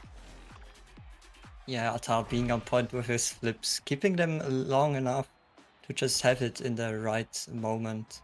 But Asher's getting the first pick in this draft. What are we looking at here, Jekyll? I mean, probably just the no-brain rampage, low-key. I mean, I feel like nothing else here is like particularly good. They might be trying to structure some sort of blocking scheme. That's why they delay the pick. But yeah, I think Atlas, yeah, opting for the aerials, getting robbed of the missile prop by that rune, meaning that Arlax's primary is going to be a little less good, but still a solid pickup. SMG managing to still get another Dash and Awakening to their name, meaning this IME is going to be all over the place with that twin drive, that super surge, and that peak performance. I mean, that's about as good of a midfield build as you could want on this character. And proving it right there, coming in from the other side of the map to help secure that pressure onto Arlax's bottom barrier, ultimately securing it. And now back to a barrier apiece for each goalie. Yeah, we find ourselves in a situation that can be kind of awkward when the only one lock is open but on the same side. Ooh, good hold by Ata. Really timing that rune teleport to perfection to win the interaction against Kamakiri there, who's just been consistently thwarted playing into this rune over and over. It seems like Ata, for the time being, has their number.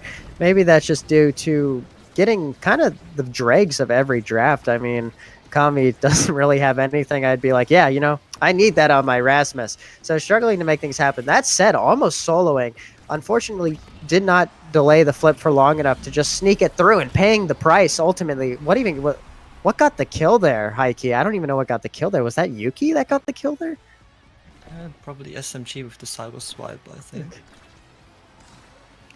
In any case, yeah, there we go. Another decisive point, and it's looking really, really grim. The prospects of Don't Ask in this first match. Vibe check, just the dominant team through and through. SMG again exerting crazy influence with that glitch pop into the ulti, securing both barriers, and Yuki just tapping it in for free against the helpless Arlax.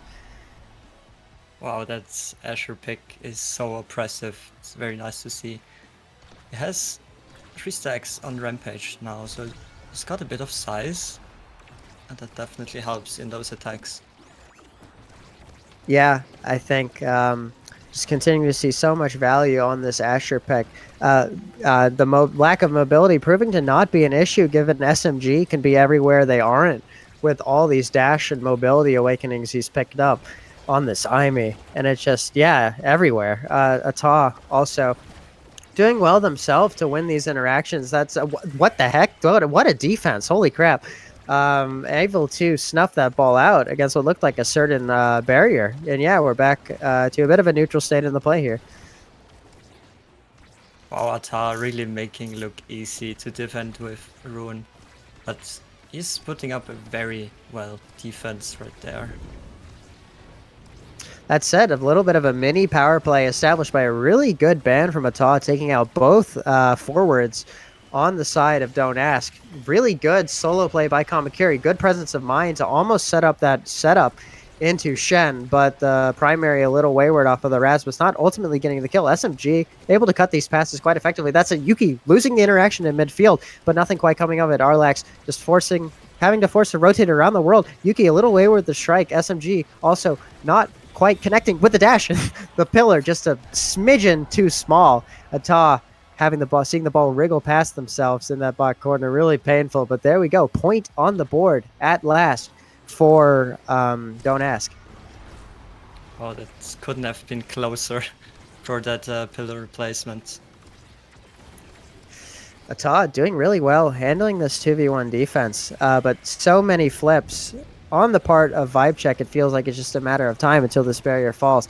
There we go. Yuki securing it. No flip, no problem. SMG looking in a very scary situation to capitalize on this newfound open goal. But Kamakiri 1v9ing. Holy crap. There we go. Okay, money. So now the scales have been shifted just a bit. If Arlax and Co can hold for just long enough and feed Kamakiri the core, this could be a really good tempo reversal.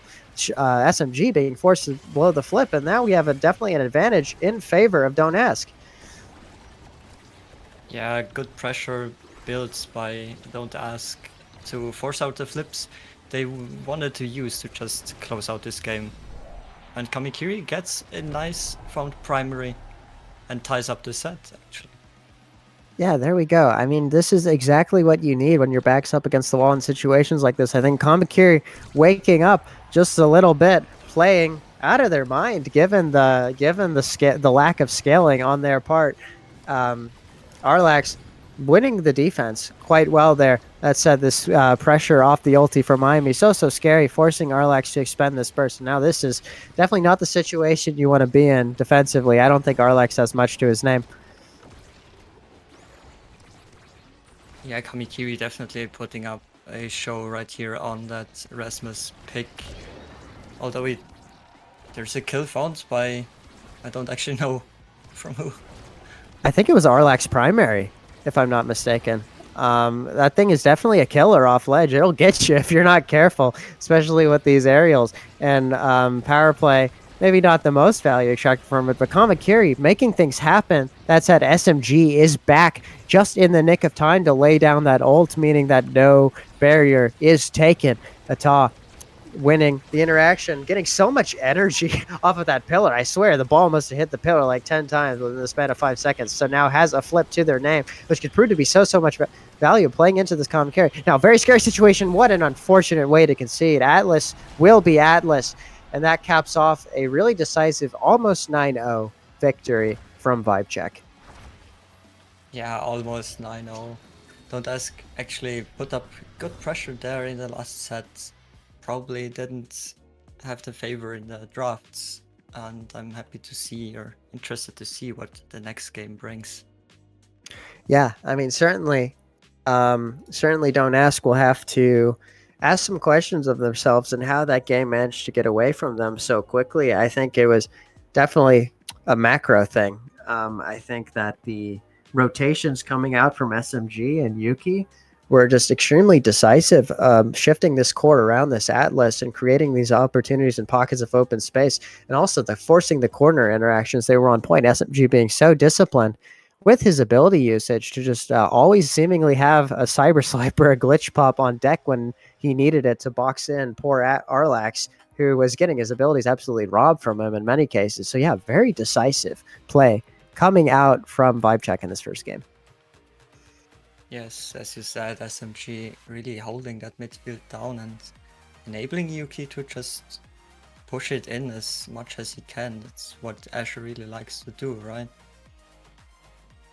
for sure, especially on Selenia Village. And now we're seeing classic at lab to potentially round out this set, unless Don't Ask can mount some sort of resurgence. But I think definitely a lot more potential for damage here, which we saw Don't Ask leverage very effectively on at lab last game, especially with that Kamakiri. Oh wait, no, it wasn't Kamakiri X. That was Big Smoke Manager X. It was Kamakiri Asher, but yeah, same thing, same principle. Kamakiri was picking up kills on that Asher, so maybe we can see a repeat there, and a bit of a tempo reversal, because they definitely need to change up the game plan here. Things could get ugly.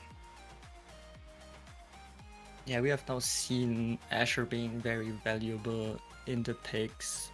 What do you think? Does Wipecheck opt to ban it or actually pick it? I think it depends on their positioning. I do believe their second pick heading into this game, if I'm not mistaken. So I mean, I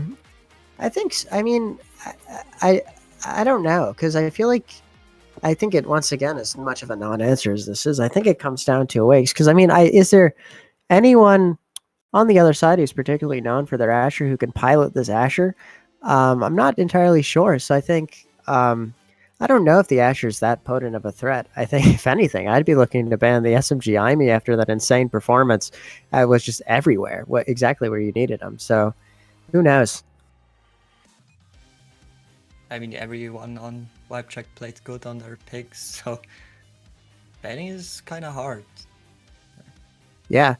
Speaking of bans, though, we do see the Atlas ban come out from Vibecheck, I guess, targeting on Arlax. We'll probably see him drop to that Dubu, unless the Dubu is sniped. But go figure, the Kai locked in, evergreen on this map. The Luna ban, quite interestingly, coming out from Don't Ask. I guess probably just trying to stop the damage from snowballing. But yeah, valuable Kai pick coming in from Don't Ask. And we'll see how the rest of this draft shapes out. Yes, banning Atlas. Probably, yeah, on the Orlac side. Of the bans, I think seeing X being picked here for a wipe check. Yeah, the X, I mean, X, Quicks, or even he could take Bulk Up, frankly. I mean, there's no losing here for an X on this map with these two starting Awakes. Yeah, go figure, that's locked in early on the side of Vibe Check. And then, yeah, the SMG IME. Again, being allowed through, we'll see if we can see another really strong performance. Arlax taking that Dubu, and also Julie coming out on the side of Don't Ask, which could prove to be really good, especially with this bulk off rip. If Julie can eke out the first set, get MVP, and then stack that with peak performance, you've got a really scary forward to deal with. Even on this side, what I presume is an Asher goalie. I mean, yeah, Julie can be a whole bundle of fun to deal with. So I think it's gonna definitely come down to scaling for sure. Which brawler can become more of a beast quicker? Yeah, I hope we see a prize fighter pickup in this game. It's gonna be interesting. Both teams have great KO potential, and having the Dubu probably in net also helps to just bunker down that one lock. Oh yeah, for sure. And Arlax showing their worth on this Dubu in the previous set we casted today. Generally, especially being really wise with roll, getting stun where stun needed to be laid down, and also helping Chip do a lot of chip damage. I believe in that Goo game had over half the damage of his two forwards. So I think, yeah, no slouch on Dubu whatsoever. I think valuable pickup and definitely good alternative to the Atlas. That said, not being able to play the Atlas does open up the field for a bit more damage than you'd see otherwise, especially with this bulk up X off rip. I mean, that's probably the rationale for this Atlas ban. I think if this X can scale, heads will really start to roll. Yeah, I'm interested who is picking which starter awakening here. We see that shortly as we load into the game. Does look to be bulk up on Kamakiri, Shen, Yuki, and SMG, while both goalies opt for strike shot and quick strike. I don't see anything wrong with how the pickup shook out to start this game, and almost a really early kill with Kamakiri on Yuki, but not quite working out. Well, this had started fast with a double barrier and almost a KO in the first 10 seconds. That's quite a speedy game. Yeah, a really scary situation. Arlax able to recover from a bit of a misplaced strike. Initially, good wall, just shutting down that offense before Yuki can create any weird setups. That said, no ulti yet, no X Maximus to deal with for the time being. So Shen able to have a bit more liberty in pushing wall on this first point, but that's not going to last for long, especially as Yuki nears this very coveted level 2. That said, Arlax able to get the ball up and out, and now we're seeing bit of a force in the corner, but SMG with the glitch pop from downtown. That was like a midfield glitch pop, but I guess that's just the bulk up difference right there.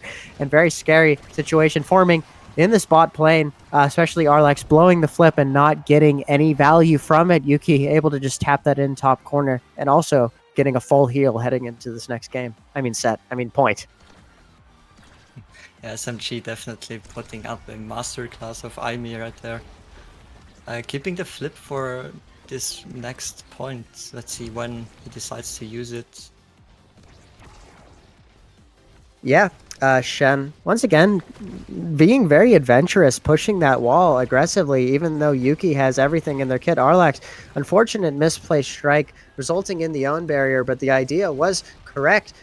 Good roll application of the stun on Yuki, able to set themselves up for that down clear. Kamakiri also making things happen in bot lane, securing that bottom barrier, but SMG there equal to it. Yuki also coming back to pitch into the defensive cause. This thing's get really dicey here. Every single member of every team, bar Arlax, in that top corner, really close to wall. Very scary situation, but nobody ultimately ends up dying. But Shen's looking real close. Ata was surging out of goal, I think, to get some damage on Shen, but not quite able to secure the kill, and Shen lives to fight another day. Vibecheck are holding very well, even keeping 2 flips, while 2 flips from Don't Ask are expanded. SMG using it to get it forward, and Yuki just putting it in with a well-found dash. Yeah, I think your only way out of that might have been an evade clear, but still, yeah, really tough situation, especially with that wall kind of inadvertently forcing X exactly where he wants to go in that corner, covering out that middle, snubbing out that middle clear that Arlax might have been able to hit otherwise. That said, good holding by Ata. That barrier does ultimately fall, so we're down to 1 apiece. Arlax and co opting to let that top barrier fall without any contest, allowing Yuki to just take it with strike. Good timing of the roll to snuff out that bull rush. Also great reposition by Arlax to secure that out clear. But now both forwards of the team in just such bad condition as a price of that defense. Shen not looking long for this world, having to sort of just loosely cover out clear and hover around the enemy team to not get hit directly, still eating so much damage. And in the meantime, up the other end of the field, Arlax unable to hold barrier, does hold on to his flip though, which, you know, could be worse. Yeah, Kamikiri looking to get the core forward. Being in the midfield as truly is not really what you want to see, but sometimes it's just needed, I guess. Arlax with a really well-timed burst to get it out the back in spite of that pressure from SMG. I think definitely dealing with those situations better than what we were seeing in the last game. So W Arlax, W learning learner. That's an off the other end of the field. Kamakiri managing to tap that strike in for the goal against the run of play. Ata a little out of position. Yeah, Arlax seeming to be comfortable on that duo pick, as we saw earlier as well. Kamikiri now with a flip, dash punches it in, and doesn't quite find the goal right there. Vibe check again on the offense. Yeah, unfortunate from Shen to just hit the lip of that barrier as it was opening. Otherwise, it would have been a really good goal. Arlax again exercising great judgment here to win that interaction early with Roll, getting the ball up to the rest of his team. Shen trying to make things happen, stalling for time in top lane as Kamakiri is not in position to press any sort of offense. Good just delay coming out from Arlax and Shen as they manage to find that clear. And now Vibe Check in a good position to hold this point, though, given SMG and Ata both have flips to their name. Neither opting to expend them quite yet. Otherwise, Kamakiri just buying time with the back pass to Arlax, who ultimately loses the ball in the defensive situation, pivots in favor of Vibe Check this time. Interesting flip, trying to rotate for momentum down to Yuki, but barrier remains unsecured. Yeah, Ata really holding on to the flip and being very comfortable in the goal with Asher. Just be able to defend it. Kamikiri is throwing everything he has at Ata, but it's just not enough. Oh, wow. Great reaction from Shen to just divert that into bottom corner. Yeah, I guess that was probably nigh unreactable, especially if Ata was anticipating a different angle. I guess on the bright side, they do hold on to flip heading into this point, which is good considering the stagger state of the rest of their teammates on Vibe Check, neither being too close to flip. On the contrary, all members of Don't Ask approaching flip, doing really well in the energy department. I guess Julie had to expend some early on in this point, but yeah, looking a little dicey if this point is allowed to develop. Exactly, Ata still having the flip, still haven't needed it.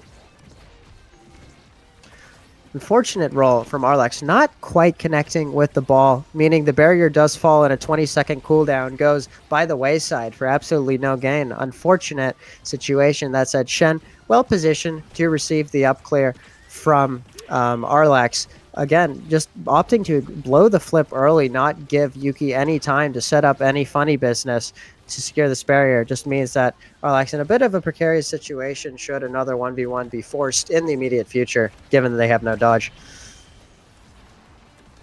Arlax just making sure that on this set point, it's important to just not give the core to Yuki and let him flip like he just did, but he's defended that and Yuki is being punished for that. Yeah, I mean, what a hold by Arlax there. Really good layering of their own abilities in sequence to get that ball free in spite of the double pressure coming out from SMG and Yuki. And I think all things considered, this is a much more even game than what we were seeing on that night market, I think. Don't Ask, able to find their bearings and perhaps their picks heading into this game. And now, yeah, I mean, they're definitely hanging with a team which looked to have their number early on. So it'll be interesting to see who takes this first set and what will come of it in the scaling department. Definitely, this first set seems so important. Who will get the advantage in the draft, and it seems like Vibe Check do get that advantage. Let's see what the draft brings here. SMG, known toucher of the core, is able to secure this first pick of the set. I think has to pick up the peak here, certainly. Like, unless I'm tripping, but like certainly has to. Goes for the extra special, opts to allow the peak to fall to Julie, meaning Kamakiri is going to be all over the place, especially with these slick kicks. Go figure. Team player heading to one of the goalies. Interesting pickup of Prize Fighter on Shen, probably just looking for opportunistic gigas off ledge, missile prop, evidently going to Dubu. Strongest for him of the remaining picks. Going to be so good for shutting down those offenses that Yuki and SMG try to set up where they build boxes. I think Arlax is a great tool to deal with that now, given that he can throw the wall halfway across the map and prevent them from building box in the first place by just shutting things down early. Also, so much value right there, able to just chuck the wall and secure that second barrier. Great clear found as well. We're seeing a pretty strong start from Kamakiri and Co. to lead off this set. That was an interesting interaction with that Dubu wall and Kamakiri just not dying, being saved from the Tofu Fortress right there. Good hold in bot lane by Shen and Arlax. Shen steering the ball clear. Yuki on X, unable to cover that out clear. That said, Arlax expending roll and wow, really good defense with the strike shot. That said, yeah, double barrier taken. Yuki doesn't need any invitation to secure that double barrier given the situation. There we go. Good pass from SMG to Yuki. He wins the interaction against Shen for the easy tap in bot lane. Yeah, again, we see SMG really having the control over that midfield and finding those important passes and enabling Yuki. Sadly losing both barriers at once. Kamakiri doing Julie things in corner, getting that value out of the peak performance bulk up tandem. Able to take the dribbles a little looser off of wall, having to be less tight with their positioning and able to just get in this Asher's face more effectively. I think securing that goal, and we are definitely seeing the Julie mobility begin to pay dividends. And if they can pick up the Lizard heading into this next draft, things could get super scary. Yeah, Kamikiri being very scary. And SMG holding on to his flip for quite a time now. He's looking to use it now that the net is open. Let's see, can he get it? Arlax again blowing wall early to just get Yuki all out of his face. There we go. Kamakiri even back on defense in that situation, getting the ball clear with the Julie primary in midfield, a little unorthodox, but we love the spirit. There we go. Good back pass to just get the ball, keep the ball in their possession of Don't Ask. And we're seeing scary corner situation. Shen bravely surging forward, getting that barrier. Scary situation. Arlex having to expend flip. Unfortunately, ball a little out of his reach of his plain old strike, but meaning, yeah, not the place you want to be in. SMG did not need the invitation to set up that ulti, but ultimately not able to capitalize off of it. Gets knocked off the map, and now we have a power play in favor of Don't Ask. Yeah, important kill found by Kamikiri. They couldn't really profit from that power play they created. Shen flipping in front of the net, but doesn't get anything from it. Ata is there still having a flip, not needing to expand that. And this is holding.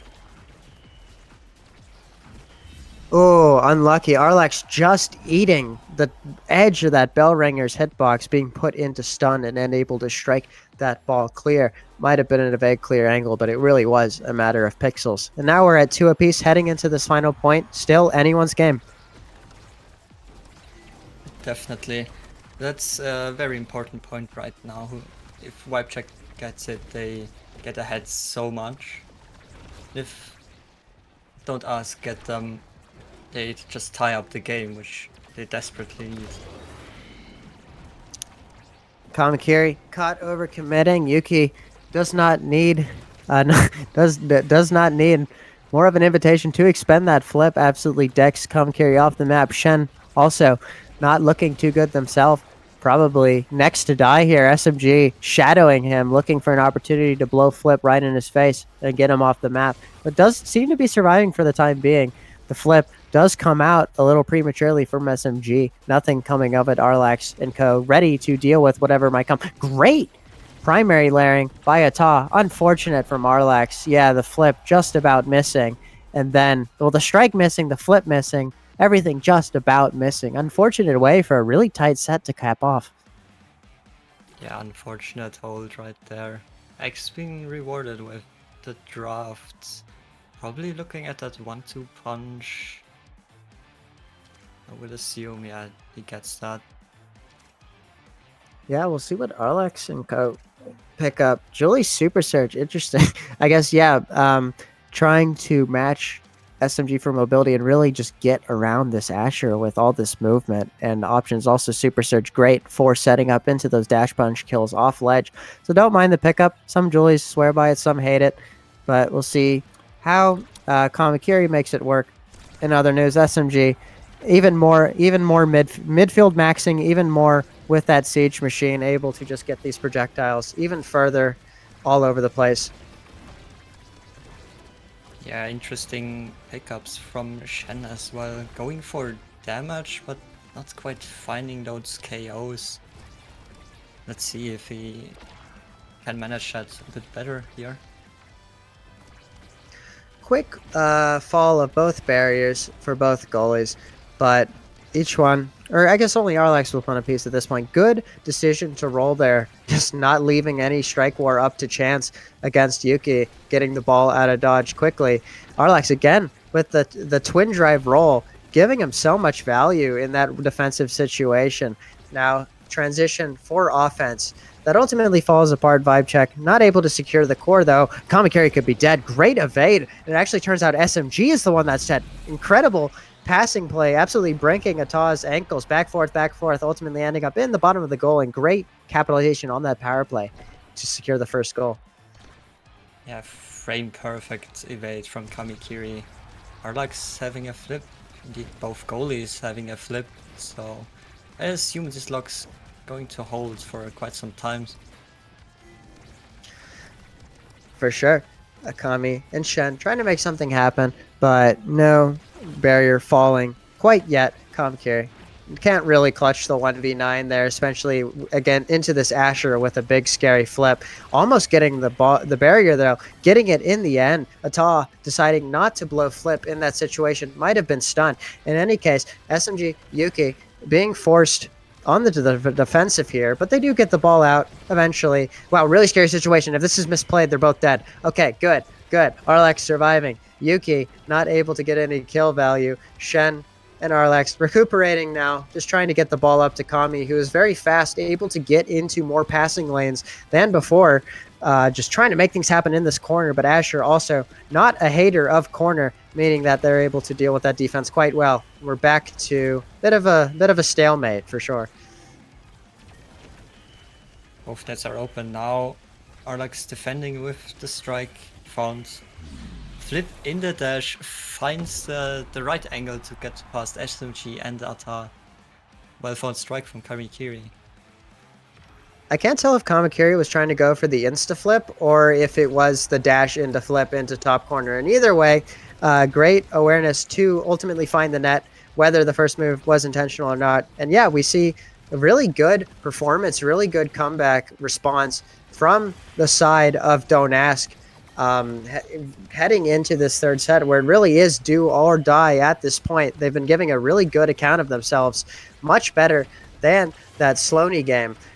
Great timing of the flip by Arlax again to get that ball out of dodge. Offense stalls a little bit. An unfortunate roll with means that Yuki is there to pick up the pieces and tap it middle. Vibe check is not getting a set for free. They're putting up pressure and finding that goal. Really nice. They're actually looking to close out the game as fast as they can, but Don't Ask just put out too much pressure now. Good defense ultimately. Oh, double barrier coming out from Yuki. Yuki biding their time, holding on to that bull rush until the time was right. That said, Ata caught on the overextension, losing that first barrier, but not all is lost because the second one is still up. SMG and Yuki trying their best to force this corner interaction, forcing the issue for sure, forcing Arlax to burn flip. Now, not a good situation. I'm not sure what this hamster has up his sleeve. Manages to pull out the log just in time to hold the defense for the time being, but now absolutely decked by Yuki, who's very opportunistic, notices Arlax hugging the goal line and capitalizes. And great possession of the core there from Vibe Check to ultimately work the angle, work the space, and find that goal. Now match point. Beautiful passing play from Vibe Check there. Here we go. On to this final point with everything on the line. A corner pressure situation does secure the first barrier, but first one falls on both sides now. Kamakiri trying to make things happen in this top corner, but not quite successful. That said, SMG off the field. This could be huge. Kamakiri putting in work, securing that second barrier. This is so pivotal. They need to confirm right here. Confirm, convert. Arlax even stepping into the fray, stepping up to midfield, just trying to maintain the possession for his team. And there we go. Kamakiri finding the dash punch into the goal. Ata unable to evade in time. And that is just what Don't Ask needed. Definitely. They got one set, which is also a benefit for the mental. They now know they can win the game, and they just need to lock in and get the right awakenings here. Judy getting that reptile and now is really fast and has a lot of damage. Very scary for Vibe Check there. Yeah, well, it'll be interesting to see. Asher goalie prime time. Oh, that is straight money. Ata is going to be able to hold so much more. X still indecisive about what he wants. I think ultimately coming to the decision with the rest of his team to spec into damage, taking the stinger, And conversely, allowing that CTL to fall to Shen, who is licking his lips at the prospect, now going to be able to be so many more places at once, which is a huge pickup. Arlax picking up the hot shot. Also, wow, okay, interesting goalie trade there. But anyways, Arlax picking up the hot shot. That's really huge on this Dubu, especially the way Arlax has been playing. I think he's been an ability first, strike second mentality this entire game. So being able to have those abilities more frequently on deck is definitely going to be huge in terms of holding against this big scary X. Definitely. Scary double goalie KO right there. There we go. Arlax, man, what?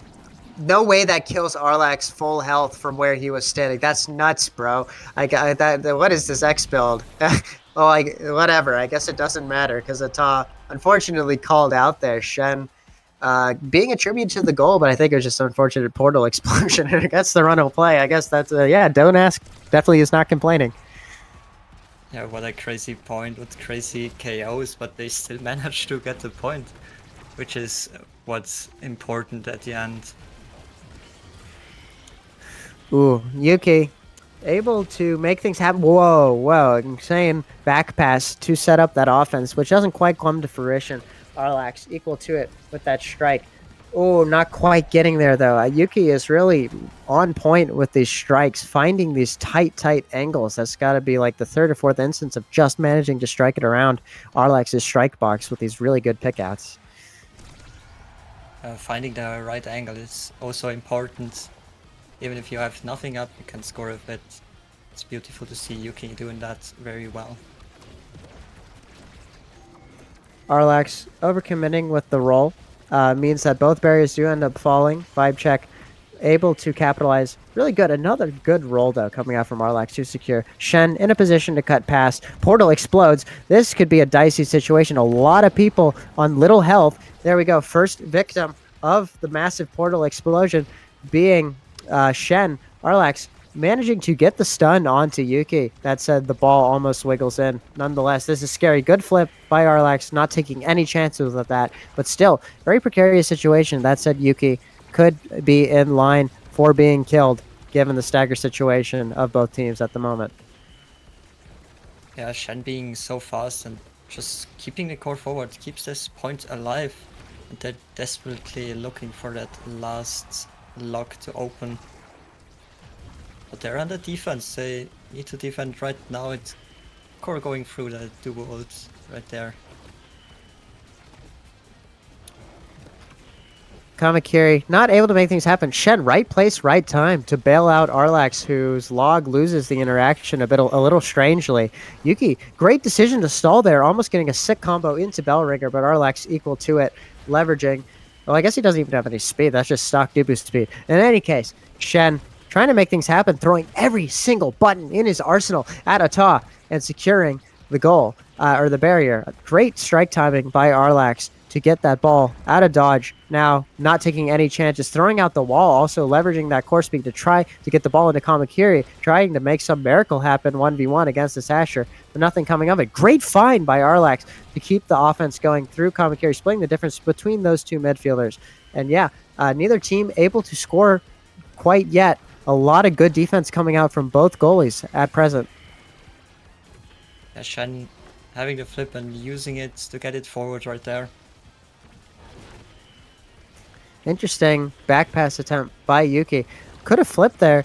Ata just about holding there. Kamakiri in a scary situation, but Ata once again getting an insane Asher primetime value. Primary after primary after primary. This Jolie is dead. Yep, 100%. Yuki again securing a kill, setting up another power play. Arlax, I'm not too much sure what kit he has to his name. Almost a great setup. Yuki just about whiffing the bull rush, though. This could be scary. Shen trying to make things happen. Kamakiri back on the board, just trying to keep forcing the ball into corner where they want it so much. Arlax caught a little out of position, mistiming the strike shot just a smidge, and a really tough point comes to an end. Yeah, SMG finding the perfect primary to throw out there and getting Arlax a strike out.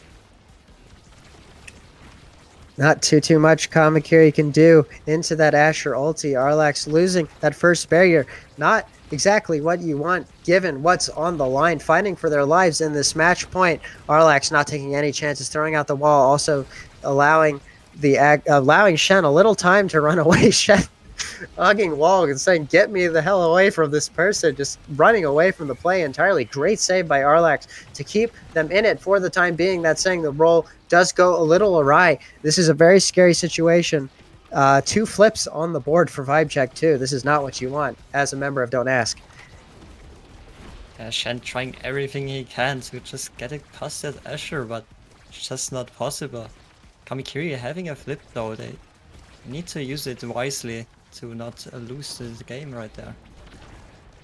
Ooh, good strike reset by Yuki, but Arlax equal to it. Not getting called out. Insta flip from Ata for speed. Able to get the ball out the back. Ata, once again, finding a smart rotate around Shen, but Shen gets the rebound. Kamakiri securing the open barrier situation for both teams. This is so scary. The ulti setup, the whiff roll from Arlax, meaning he was caught out of position, but nothing coming of a great step up to win. But ultimately, the strike war reset into the X Maximus. Yuki securing this 2-0 for Vibe Check, and they have a date in, I guess you'd call it, grand finals of this Group A. Definitely very well played by Vibe Check. And Don't Ask held up very well against them, but just the synergy was a bit better, I guess, from Vibe Check. How do you feel about that? Yeah, I think Vibe Check on the macro level, very strong. That said, the first game, I'll point out the first game was 13 minutes. The second game was 26 minutes, meaning this was twice as long as the last game. So, I mean, very good fight coming out from Don't Ask. I think that was just about as good of a bounce back as you could have asked for. I'm sure a losing so decisively in that first game would have been not good for the mental. So I think really good showing coming out from them and just coming up a little short. On the other end, yeah, SMG, Yuki Ata just executing, especially their offenses over and over and over again, just consistent setups, putting Arlax into these very precarious situations that even as a Dubu couldn't necessarily deal with solo, especially if they bled out his abilities earlier in the point. So yes, very clinical play from Vibe Check and ultimately going through as deserved winners. Indeed, and they're going up next against Turkin's Cats, if I'm not wrong there. Let's see if they can win against them as well. But that's it for us two casters, as we were throwing you to a short break.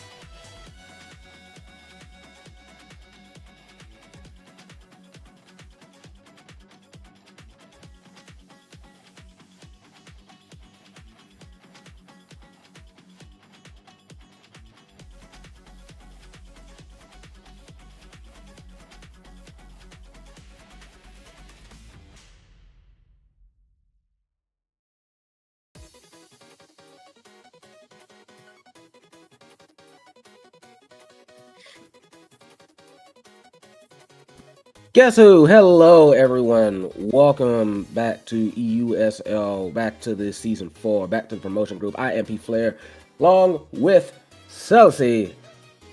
How are we doing today? Doing pretty good, you know. We've made it to the qualification series now. Winner of this series makes EUSL. Loser has one more chance to make it, but obviously you want to make it right away. This is the first we're seeing of Turkey's Cats. This is their first series of the day, so we'll see if they can come in strong in this first game on AtLab with Twin Drive World Cup here. Yeah, like we kind of like all know Turkey's Cats. They've had a little bit of a roster shake up in the last couple last season or so, but they're still Turkey's Cats for the most part. We know and love, hopefully.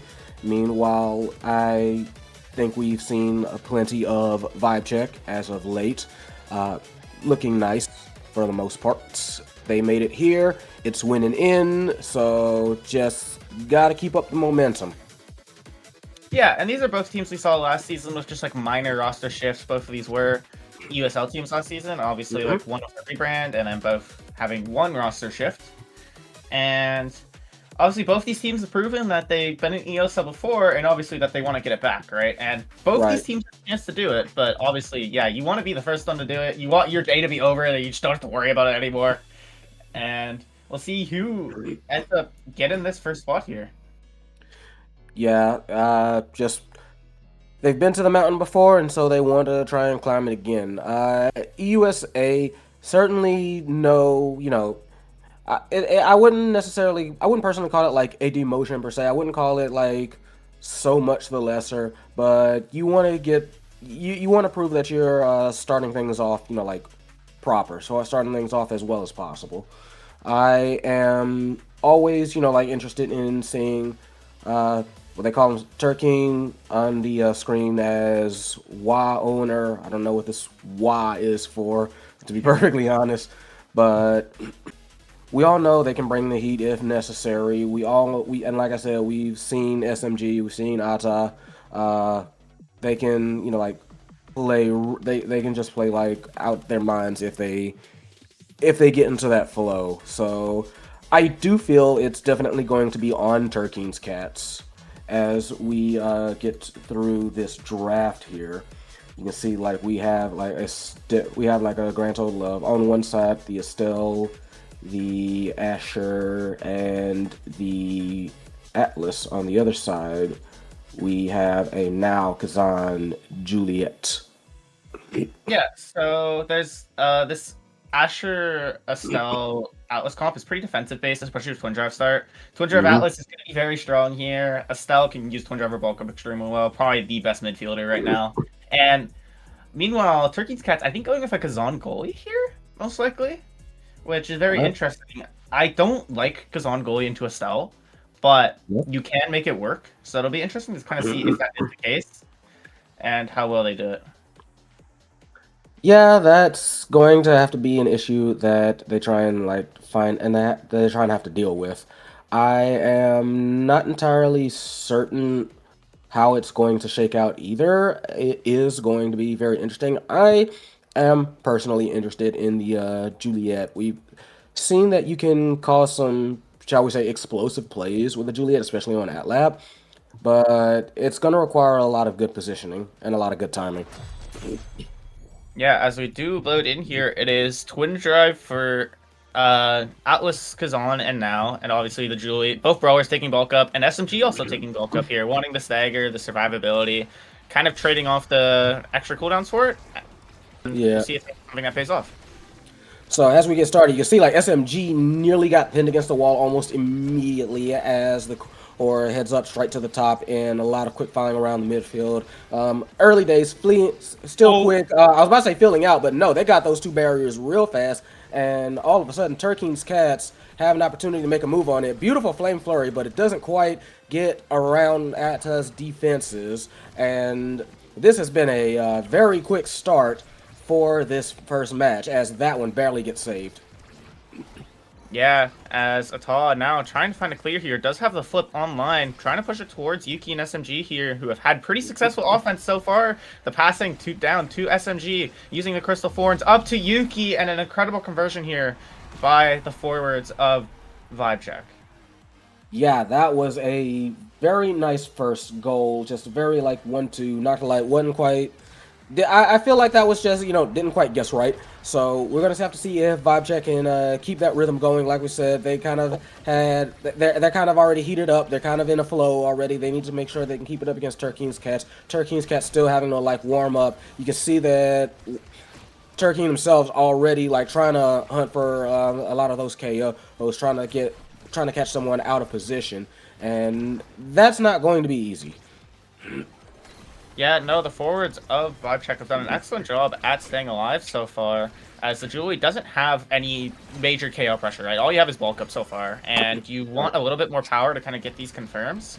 And as long as you position well, you should be able to avoid it, but Yuki is forced to burn the flip, but it does just go up to Atal, who just cleared away, but what a clear by Noctilite to hold on to the barrier, multiple forwards being taken low, as the res doesn't save Yuki in time, as Noctilite finds the KO here.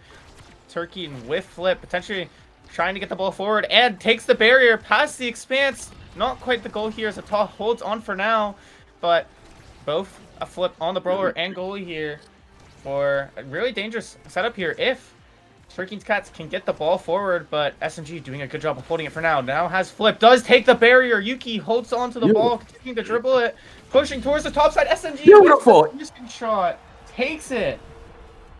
Sick interception on the attempted grab from Noctilite, on the attempted save. Just said, no, that one's going in, whether you like it or not. So we have 2 up on VibeCheck. VibeCheck definitely feeling good about this start already. It is going to be on Turkey's Cast to try and like answer that. They have been getting these barriers, but so far they haven't been able to finish on them. So they need to find a way to. They need to figure out like how to get past Atas defenses. I mean, that's Atlas. This is their home turf. It's gonna be hard, but this team does have the redirection in order to do it. In my opinion, they do have the redirection and a bit of bully as well. Although they're the ones getting bullied right now. Good gracious! Power play on the side of VibeCheck. Gates open. Everything's going their way right now. They try a 3-man front. Power play is dead though. Has to burst to like save themselves. Does Yuki? That was a close call as the Corey heads up into VibeCheck territory for a brief period of time. Yeah, and Yuki doing an excellent job of surviving, but it might be short-lived as the res does come online, heals Yuki up a little bit. SMG trying to push forward, but Noctilite does save it, takes the barrier as Atal in kind of a dangerous situation, forced to use the primary to clear it out. SMG just puts it straight through as Noctilite guesses wrong, and VibeCheck takes the first set. 3 and out. VibeCheck with a convincing first set. MVP going to Estelle, going to SMG. And there's a few things here on the board that could be that could cause a bit of a nasty avalanche. I forget the term. Yeah, and the prize fighter going to SMG, who has found a lot of KOs, right? So that is pretty valuable here as a rampage deny from Spring, I guess, on Yuki, but Yuki was hovering Reptile anyways. So I'm kind of surprised by this deny. Now Yuki does have bulk up Reptile Remedy, tons of stagger and power on this Asher, going to be something to watch out for. Oh my god. Oh, good. Okay. All right. Okay. VibeCheck feeling themselves. I don't know what that. I got nothing for you there. Yeah, that is quite the early KO. SMG getting a prize stack, and it feels like Noctilite has been caught overextending multiple times now on this Kazan pick, and that's just something that this VibeCheck comp is going to counter, right? And that's what makes Kazan goalie really hard to play into this. Even with Twin Drive, you're just gonna get punished for your mistakes extremely heavily. Yeah, no, I actually fully agree with that, because I do agree that I can definitely see why Noctilite was doing it. Because normally, like, especially like you said, with this Twin Drive start, Kazan, yeah, you can play kind of like a bit cheeky, you can play up, kind of play that 3rd man front. But with the kind of like speed and redirection and just everything that this team has, like you said, it's almost like a direct counter to that. You can get around that kind of play and, you know, like sink it in, hit a barrier, hit a goal before Kazan can, you know, like reposition again, rather. Yeah, as Yuki pushing towards this bottom barrier with the help from SMG. Does take the barrier, multiple flips used. Atala also flipped, surprisingly, as Bit two of a flips scramble burned. there. Good. Tur- This is just getting nasty. Yeah. Oh my god, the barrier taken by the now primary here is SMG pushing the ball forward. Has enough power to red court on strike in overtime as the free prize stacks are online. As Yuki trying to push his horses topside with SMG as Noctolite holding on for now as the ball getting up to Turkey, but it's just easily cleared away. SMG can't quite reach the core, but there's a Atlas cooldown for everything right now as everything's being cleared away excellently. Yuki and SMG now pushing up. The Rose Warp used, not able to find it as the strike from Noctolite clearing it away, but you're always in a dangerous situation when the Estelle has this much power, this much core speed, almost holds it, but almost, but just a little bit too fast. Just SMG was rocketing that core, and that was just like, what's your reflexes look like? Let's test them. And unfortunately, Noctolite was found wanting. yeah, as Yuki fights another KO, this bulk up reptile remedy showing so much value, showing why maybe you should have denied it instead of the rampage. As the now primary almost takes both barriers, but only one for now. As Noctolite and Atala doing a great job of holding on, but I cast their cursor as the barrier is taken. Yuki is also taken off the map though, and hopefully Turkey's Cats can convert on this power play here. Yeah, this is their moment. This is something they can use. Power play is dead, but they do have some offensive push. They do have some offensive momentum. And right now, all three members of Vibe Check, well, are still fortunately three. Unfortunately, one member of Turkey's Cats going down. They do manage to take the barrier. A bit of a reverse power play. Rockets it up. Unable to save it on the response flip, though. Vibe Check just kind of running away with it. 6 and out for Vibe Check. SMG still the MVP. Yeah, and it just feels like Karos mistakes. I mean, Noctolite was in a pretty well set up position, flips early, and Atala is just going to punish that every time. And SMG did an excellent job of stunning Noctolite on the way back to make sure that that was a guaranteed goal. As speaking of hit stun, Estelle has even more of it now. Yeah, that prime time is gonna be nasty with the way SMG has been playing. Just being able to just been hunting for like a lot of like pass interceptions and whatnot, and been fairly good at it too. I'm seeing built different aerials on Estelle and on Juliet, and now those might help. In fact, I even like the Demolitionist. I think Turkey's Cats got a solid draft, but right now, I think with the way that Vibe Check has been playing, that may not be enough. We're going to see, though. Yeah, and I mean, obviously, they got some immediate scaling, of course, the size on both of the people who want it, and some movement speed. Very, very good things to pick up, but you have to do it now. You can't really worry about scaling anymore, because your life is on the line, and Vibe Check have proven that they are playing better and winning more so far. Yeah, that's a start right there. Turkey, Y owner, whatever you want to call him, found the shot, found the punch. They have another chance to force offense on this power play, but they have to do something with it. Just was not able to. Gets it saved. In fact, they're looking kind of worse for wear. They get their second barrier taken, and as overtime hits, this could possibly be the beginning of the end. Turkey has to flip for their life with the path splitter coming at them. They do, and oh good gracious, there goes Turkey. We have a power play on the side of Vibe Check, and it seems to me like it's all that Turkey's Cats can do to just survive these points, let alone score. Yeah, but SMG does end up whiffing the flip here. Atala in a kind of dangerous situation, but holds on to it as Yuki gets the kill. Another kill found. Atala is just doing such a good job at stalling the forwards of Turkey's Cats on the ledge, and Yuki and SMG are punishing perfectly here as Spring is now taken low, goes down, and SMG now with free prize stacks will be red coring with these strikes, and it's not quite enough yet as Turkey holding on, and the barrier is taken, but Noctolite does whiff the flip, which you might need for this defense here. as Yuki can't find the conversion yet. SMG passing up to Yuki, who does have flip, but unable to find anything yet. Ata clearing it around to Yuki again. The flip is used, but Noctilite calls it out. The dash punch not quite enough, as SMG now with the ball misses the piercing shot. Noctilite clearing away from everything right now. Yuki dribbling on this top side, but it's just hooked away by Noctilite, who's just doing such a good job at holding on. All you need is one offense for Turkey, but Ata does still have that football line in the Rose Lord calls out Noctilite's option. SMG has just been so good at reading Noctilite this game. And another conversion for the Estelle.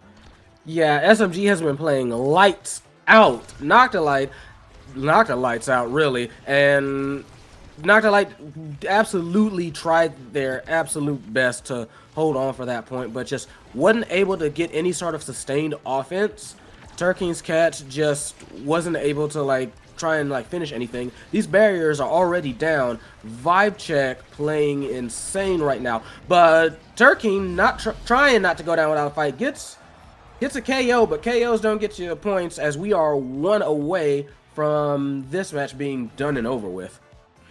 Yeah, it just feels like SMG is just running away with the game. 195 power with Prime Time. This Estelle is so dangerous and can legitimately just 1v for your team at times. And it's so hard to take out SMG. He's just playing his life because that's all he has to do. He literally just has to sit in the middle of the field and press his buttons. And he's doing a really good job at that, as 2 flips burned for only 1 barrier for Turkey's Cats. The offense is lost, but the Kirkwood leverage kind of holding on to things for now here, as Turkey trying to find something, but there's just so many cooldowns being thrown at him. Noctilite with the call out at least gets the barrier, but you need this conversion now, as Noctilite does have this flip to kind of do something, as 1 barrier taken, the flip, damn it! It's so unfortunate. You really need that as an excellent clear, but it seems like a matter of time here. SMG does use the flip and doesn't really get much out of it, so Turkey's Cat's still kind of alive for now. For now, Flame Flurry does manage to stun Atta as the core slips by them. Unfortunately, that was their first goal. That was their first point for the whole game. But it's something. It's the start of something. It is a brief reprieve, and who knows? Maybe that can be the start of what they need. We don't know. We're gonna see. They do get 1 goal. They do get 1 barrier. 1 barrier is taken in recompense, though. Yuki, pass splitter goes out, has that flip ready and waiting whenever needed. Pass plays going out. Turkeen and Lewa, we trying to do something about this. But Yuki has just been a monster, just been making sandwiches all day, squeezing folks between that shield and that wall. Just nasty, nasty work on the side of Yuki. Very quick power play. They just batting it around right now. I think they're just waiting for that 1 good clear moment. That barrier does go down. This could be it for this one. Trying to snipe him through, trying to squeeze Turkey 1 last time for the road maybe. Turkey saying no thank you. Flip goes out, counter flip. And right now, Turkey trying to do something. That they are trying to have some sort of hero play happen to Turkey. And oh dear, I think my game crashed. Turkey does find the KO on SMG. That is such a big deal. SMG down to 1 prize stack here, as Spring and Turkey trying to push forward, trying to get a barrier, but Ata has cooldowns ready for any moment, as Turkey gets taken down by Yuki yet again. As now there's a power play for Vibe Check. SMG might not even need these prize stacks, as Noctilite and Spring having to hold on here. As Noctilite able to clear things away with these strikes. Turkey is back online. The dash punch used, unable to find anything. As the secondary from Ata is burned. Noctilite pushing the core forward. Yuki though, SMG trying to find something. Turkey and dribbling, but of course the expanse is there. The Twin Drive Atlas is so hard to get by, as Spring is taken to 0 stagger. Noctilite does have flip to potentially hold on for 1 more defense here, but it is such a dangerous situation. The forwards of Vibe Check are lurking. Forward, Yuki, SMG, trying to find something here. The flip is burnt on air. Not quite enough is found, as Ata is trying to get the core up 1 more time. Yuki does have flip, and Noctilite with no evade can't get it through everything, as a coordinated offense from Vibe Check gets the game. An incredible first game from Vibe Check here, just looking so dominant. A little bit of weakness at the end, but they were able to close it out in an extremely confident Furio fashion. Yeah, even if part of that last point wasn't quite there for it, was just it was very clear Vibe Check had basically everything well in hand for the most part. Vibe check, I feel like their passing was good. They knew when to kind of lean back and defend their goal. They often went to like that 3-man on defense, and were just and SMG was just really able to absolutely pinpoint their shots and be able to be there when it mattered for interceptions and for just shots on goal. Yeah, an SMG with 6 goals. As who was the true goal scorer here? Yuki was just finding picks, putting pressure on Noctoite, and SMG literally, I think, was over 50% for calling out Noctoite's options. As Noctoite didn't do a bad job of playing this Guzan pick, but it's just so hard to play into Asher Estelle. As you can't sit on your goal line and do like closer plays, as both of them punish you super heavily for it. And if you play aggressive, well, like Estelle's gonna punish you for that, or Asher's gonna kill you, and it makes it really hard to play this Guzan. And that's kind of the issue, right? I mean, obviously, the main meta midfielders right now are Estelle and Kai, and those are the best two into that Guzan goalie. So Guzan goalie is just kind of struggling by proxy of the meta. So it's hard to play the pick right now. It's rough, but they're going to have to probably take that in mind, think about it, and come into this next game with something probably a bit different, just to try and answer what, Vibe Check had going on. Yeah, and obviously, Turkey's Cats are a good team. They can bounce back. They did well in EUSL, obviously, for a reason, and you don't get like 6 in EUSL without having to make hard comebacks like this. And obviously, you just get the mental reset. It's a new game. It's your map pick now, I'm pretty sure, so it should be a bit more comfortable here on the gates of Obscura. Yeah, we're going to see if, like, what they can do, what they can kind of like mount as a recovery. See if anything particular changes in the game plan. Like I said, I can understand the Kazan pick as well. It just was a bit rough with what they had to go against. So, character select is just... Character draft is very, very important. It's a mini game within the game, and sometimes you win it, sometimes you lose it. Yeah, and I mean, it's kind of hard to do. It's kind of hard because obviously, like I said, Estelle and Kai are so strong, and you have to, a lot of the times, you have to pick a lot of your comp just to deal with them. And obviously, Vibe Check is banning the Kai, and they seem to really want this Estelle. So we'll see if Turkey's Cats here end up either end up banning it, or if they leave it through and it just doesn't get taken. Because I mean, it's built different tempo swing start. This is the brawler start of all time, and obviously X getting banned, Asher getting picked, it just makes sense. Yeah, that's not surprising whatsoever. So I'm curious to see. Like I said, it's a very brawler start. I want to see if any particular surprises come out of the woodwork. I mean, we are seeing Kazan and Aimi as well. Neither of those like too unexpected. Yeah, obviously you want people who benefit from size, or you're taking tempo swing, but I think size overall is a bit more powerful here. Tempo swing is pretty solid right now, but it's nothing game changing. At least not until a bunch of damage is on the board. As the Estelle is taken again for Vibe Check, except for paired with a Dubu instead of an Atlas, which obviously makes sense. Dubu benefits a lot more from size than Atlas does, and is incredibly strong on this map. So not much really changing for the side of Vibe Check. They're kind of going with the same thing, just mixing up their melee.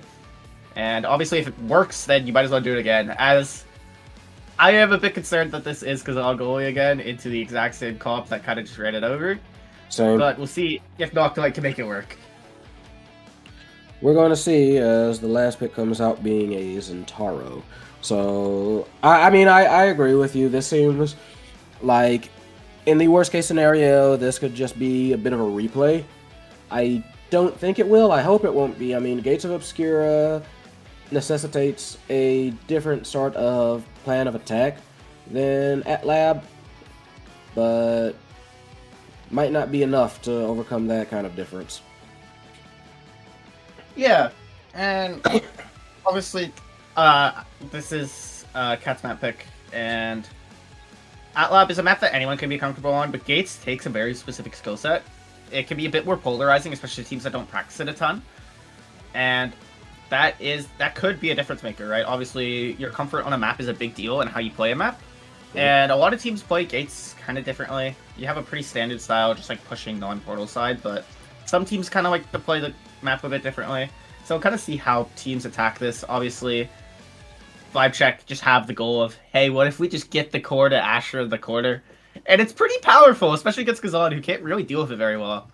Oh, yeah. So we'll see if Turkey's Cats have a plan to kind of deal with that. Yeah, we're going to see as the players get set here. I am looking forward to seeing if SMG can kind of take the game over like they did the last one. But slightly different team setup, I feel like, again, roughly the same goals as literally everyone takes built different. So we're going to see if anything changes here. Yeah, as everyone now has size, so obviously Strike Wars are going to be a bit more differently played, right? A lot of people are going to be able to actually react to things instead of having to play predictably. And we'll kind of see how that ends up playing out here. Yep, as we already have like one barrier taken, as we get Turkey's Cats portal. Turkey's Cats are definitely going to be looking for a bit of redemption here as they play through. And regardless, they are going to want to... I feel like they're going to want to start this off hot. Yeah, obviously you want to have a good bounce back game, and so far they're doing a good job at that. They're doing a really good job of pushing forward, but as I say that, look who's pushing forward now. It is Vibe Check with Ata right behind SMG to confirm this barrier. The Tofu Fortress is used. Yuki is in a very dangerous situation here. SMG also pushing forward. I knew able to find anything, but an excellent evade to keep the offense going from SMG, but it's just cleared away by Noctilite.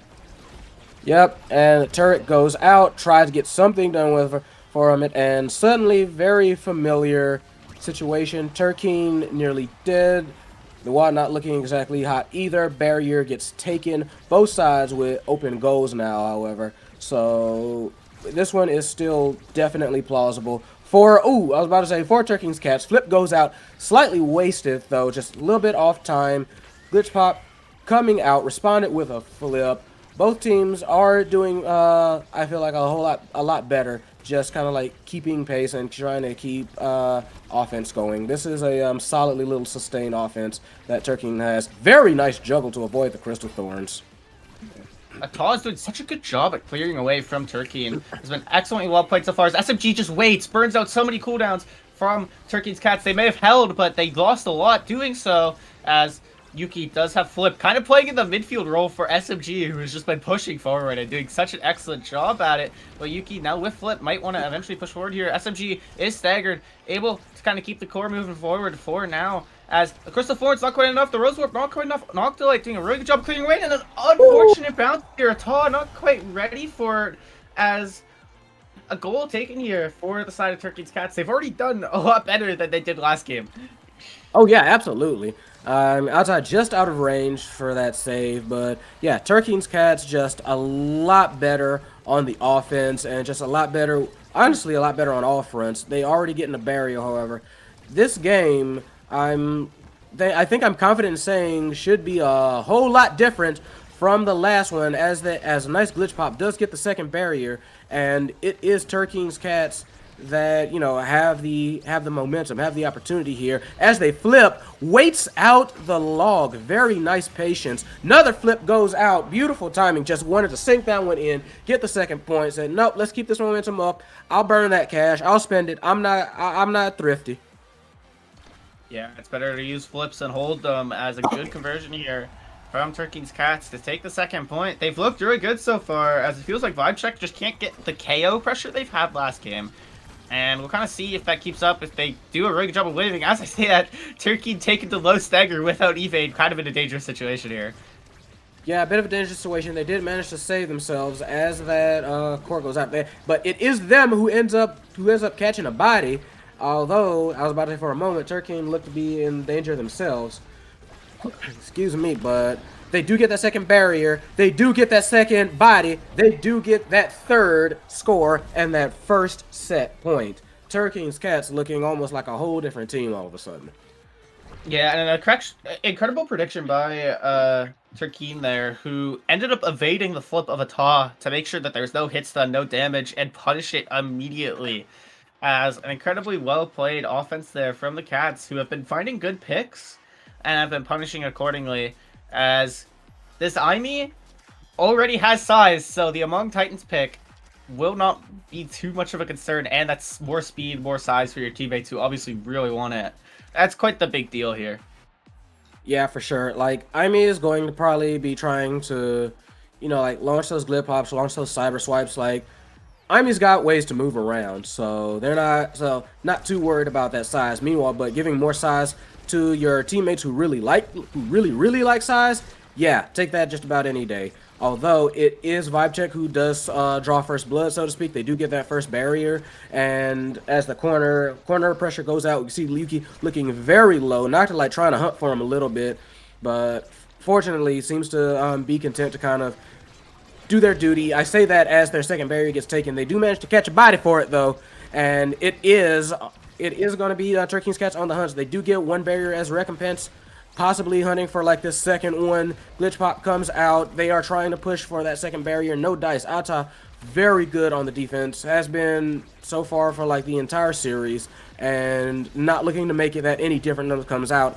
Barrier does go down, however. Defense can only hold for so long. And yeah, Turkey's Cats on the hunt. Turkey's Cats trying to get something going here that, you know, can help them, that can just help extend their lead as overtime hits. Yeah, Octalis did such a good job holding, and now the team player is online, and this is really just your win con if your Vibe Check, but Turkeen does an excellent job of just converting a Taw. Didn't want to expend the flip, tried to catch it with the log, but it was just not quite enough here. As they got to overtime, their win con was online, but Turkeen still was able to punish perfectly and take their this first point here. Yeah, so as this second point starts, we do have a flip on either side, both for the goalies. Several flips going to be built up very soon. I feel like it's going to be a burst of motion right there. One flip goes down, second flip goes down, gets stuffed out, but barrier is taken, goal is open. Third flip goes out in a very awkward position thanks to that tofu, or should I say bamboo fortress in this case. But a nice cyber swipe. Leroy knocks it through. Ata can't get to it. Second point for Turkeen's Cats for this second set. Yeah, and they're just doing so well at setting up their offense. Turkey with an excellent pass off the bumper to kind of set up that cyber swipe, and they are just doing such a good job of punishing everything. But you got to keep in mind, both forwards have 0 energy. Both actually almost getting taken off the map by Yuki, but excellent job of surviving so far. Is Nocco like camping this portal here with this flip, and a glitch pop takes the second barrier. Vibe Check in a dangerous spot here, already down 2-0. You don't want to lose this set. No, you don't. Had a great first set. Second set, though, not going their way. Nice stuff, though, on the side. Nice Oni's blade. Nice dash. Wow. They take that third goal in fairly quick, decisive fashion. It is Turkey, though, with the MVP for the set, and we're going to see what they can get out for it. Tempo swing is back, it seems, as this is literally the polar opposite of last game. Like, it's insane. Absolutely. As the Twin Drive taken, obviously, Twin Drive Dubu, especially with size, is pretty dangerous. So it's good to take that. And obviously, Zentaro absolutely loves having more buttons to press. I mean, who doesn't? Yeah, Zentaro's not going to be mad about that by any means. Twofer. Yeah, as something to look at is SMG does have another stagger build going. Peak Performance and Reptile Remedy. This Estelle has a bit more mobility, which is good because, I mean, obviously this Aimee is very fast. And it's pretty hard to deal with. So we'll see if that is a good difference maker here for the side of Vibe Check. Yeah, they've been an issue, and right now they already have, like, first barriers being traded. Turkey going in, getting that second barrier very fast. Like you said, they just love being able to hit button, do thing, do good thing. And that's gonna help them a great deal, although not enough to stop that second barrier getting taken. Yeah, as Yuki now fighting for her life. Does have an evade, kind of maybe deal with things here, but is forced out of the play, and the offense of Turkey's Cats has been strong so far in these 2v2 situations, especially this flip online, as speaking of, the conversion is there, just waits out the strike from SMG, calls out a Tog going low, and an incredible punish here to take another point. Yeah, Turkey's Cats showing a lot of poise from what was a pretty rough first game, and making the second game they're pretty much saying, yo, okay, cool, yeah, you got that first game, but guess what, we can do that too. Don't get it twisted. Yeah, and they're doing an excellent job at it. The flip is burned by a Taw. It doesn't end up getting the barrier. Turkey taken kind of low, but so is Yuki, forced to kind of stay in the play to help out on this defense, as the piercing shot does push Turkey away, forced to retreat, but the core just goes harmlessly through the portal right to them, and the offense has continued, but Yuki able to strike away. Actually try to take this first barrier, does an excellent job at evading all these cooldowns being thrown out, as it just feels like every time 5-check get an offense, there's cooldowns ready for it. Yeah, but again, defense can only last so long. Barrier does go out. Yuki does manage to intercept the core pass attempt, so that's good on them, but that only lasts for so long. Nice little stutter step. Ata, a little bit stunned, can't quite get the fortress out in time, and we are already on match point for the side of Turkey's Cats, looking to tie this series up 1-1. Yeah, and I mean, this Kazan going matchup really doesn't matter if you're always on offense, huh? As Noctua just did an excellent job of pushing forward with the forwards here of Turkey's Cats, as there's flips on the back line of the Cats, and you've got to feel like that they are very confident and that this should be a win for them here.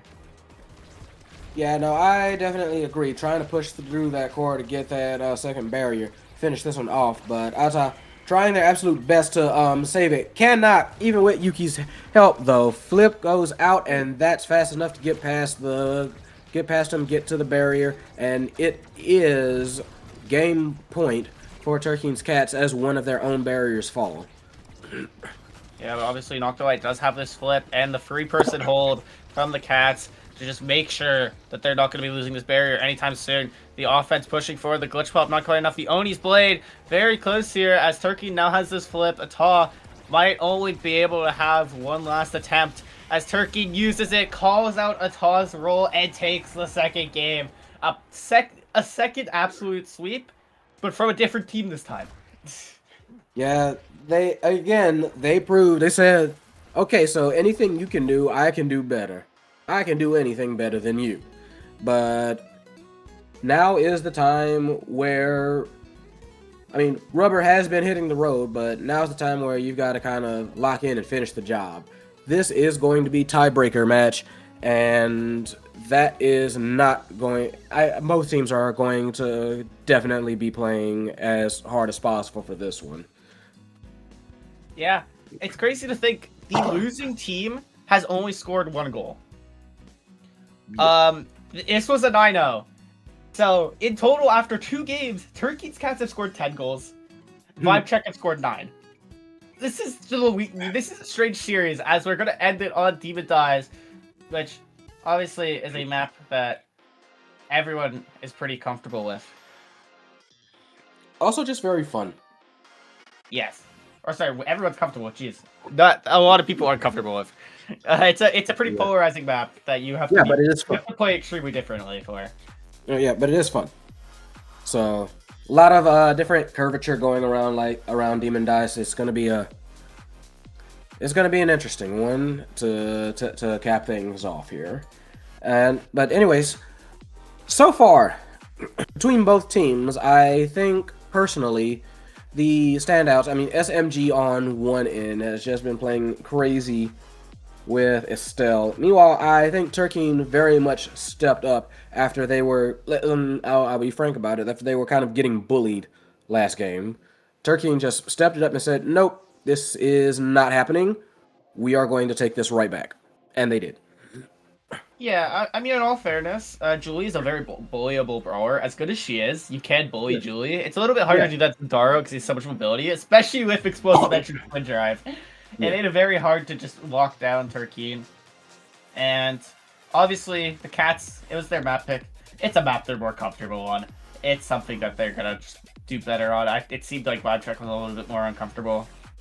And Demon Dies being the last pick. It'll be interesting to see how things end up going down as getting into map draft shortly here.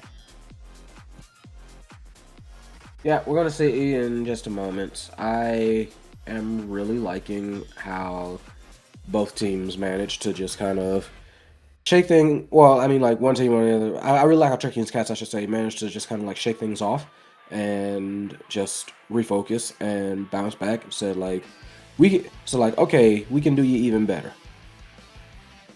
Yeah, and they literally did even better. They did as good as you can. I mean, Yeah, going from getting like 9-1 to 9-0ing somebody, that's the bounce back you expect from an EUSL bound team.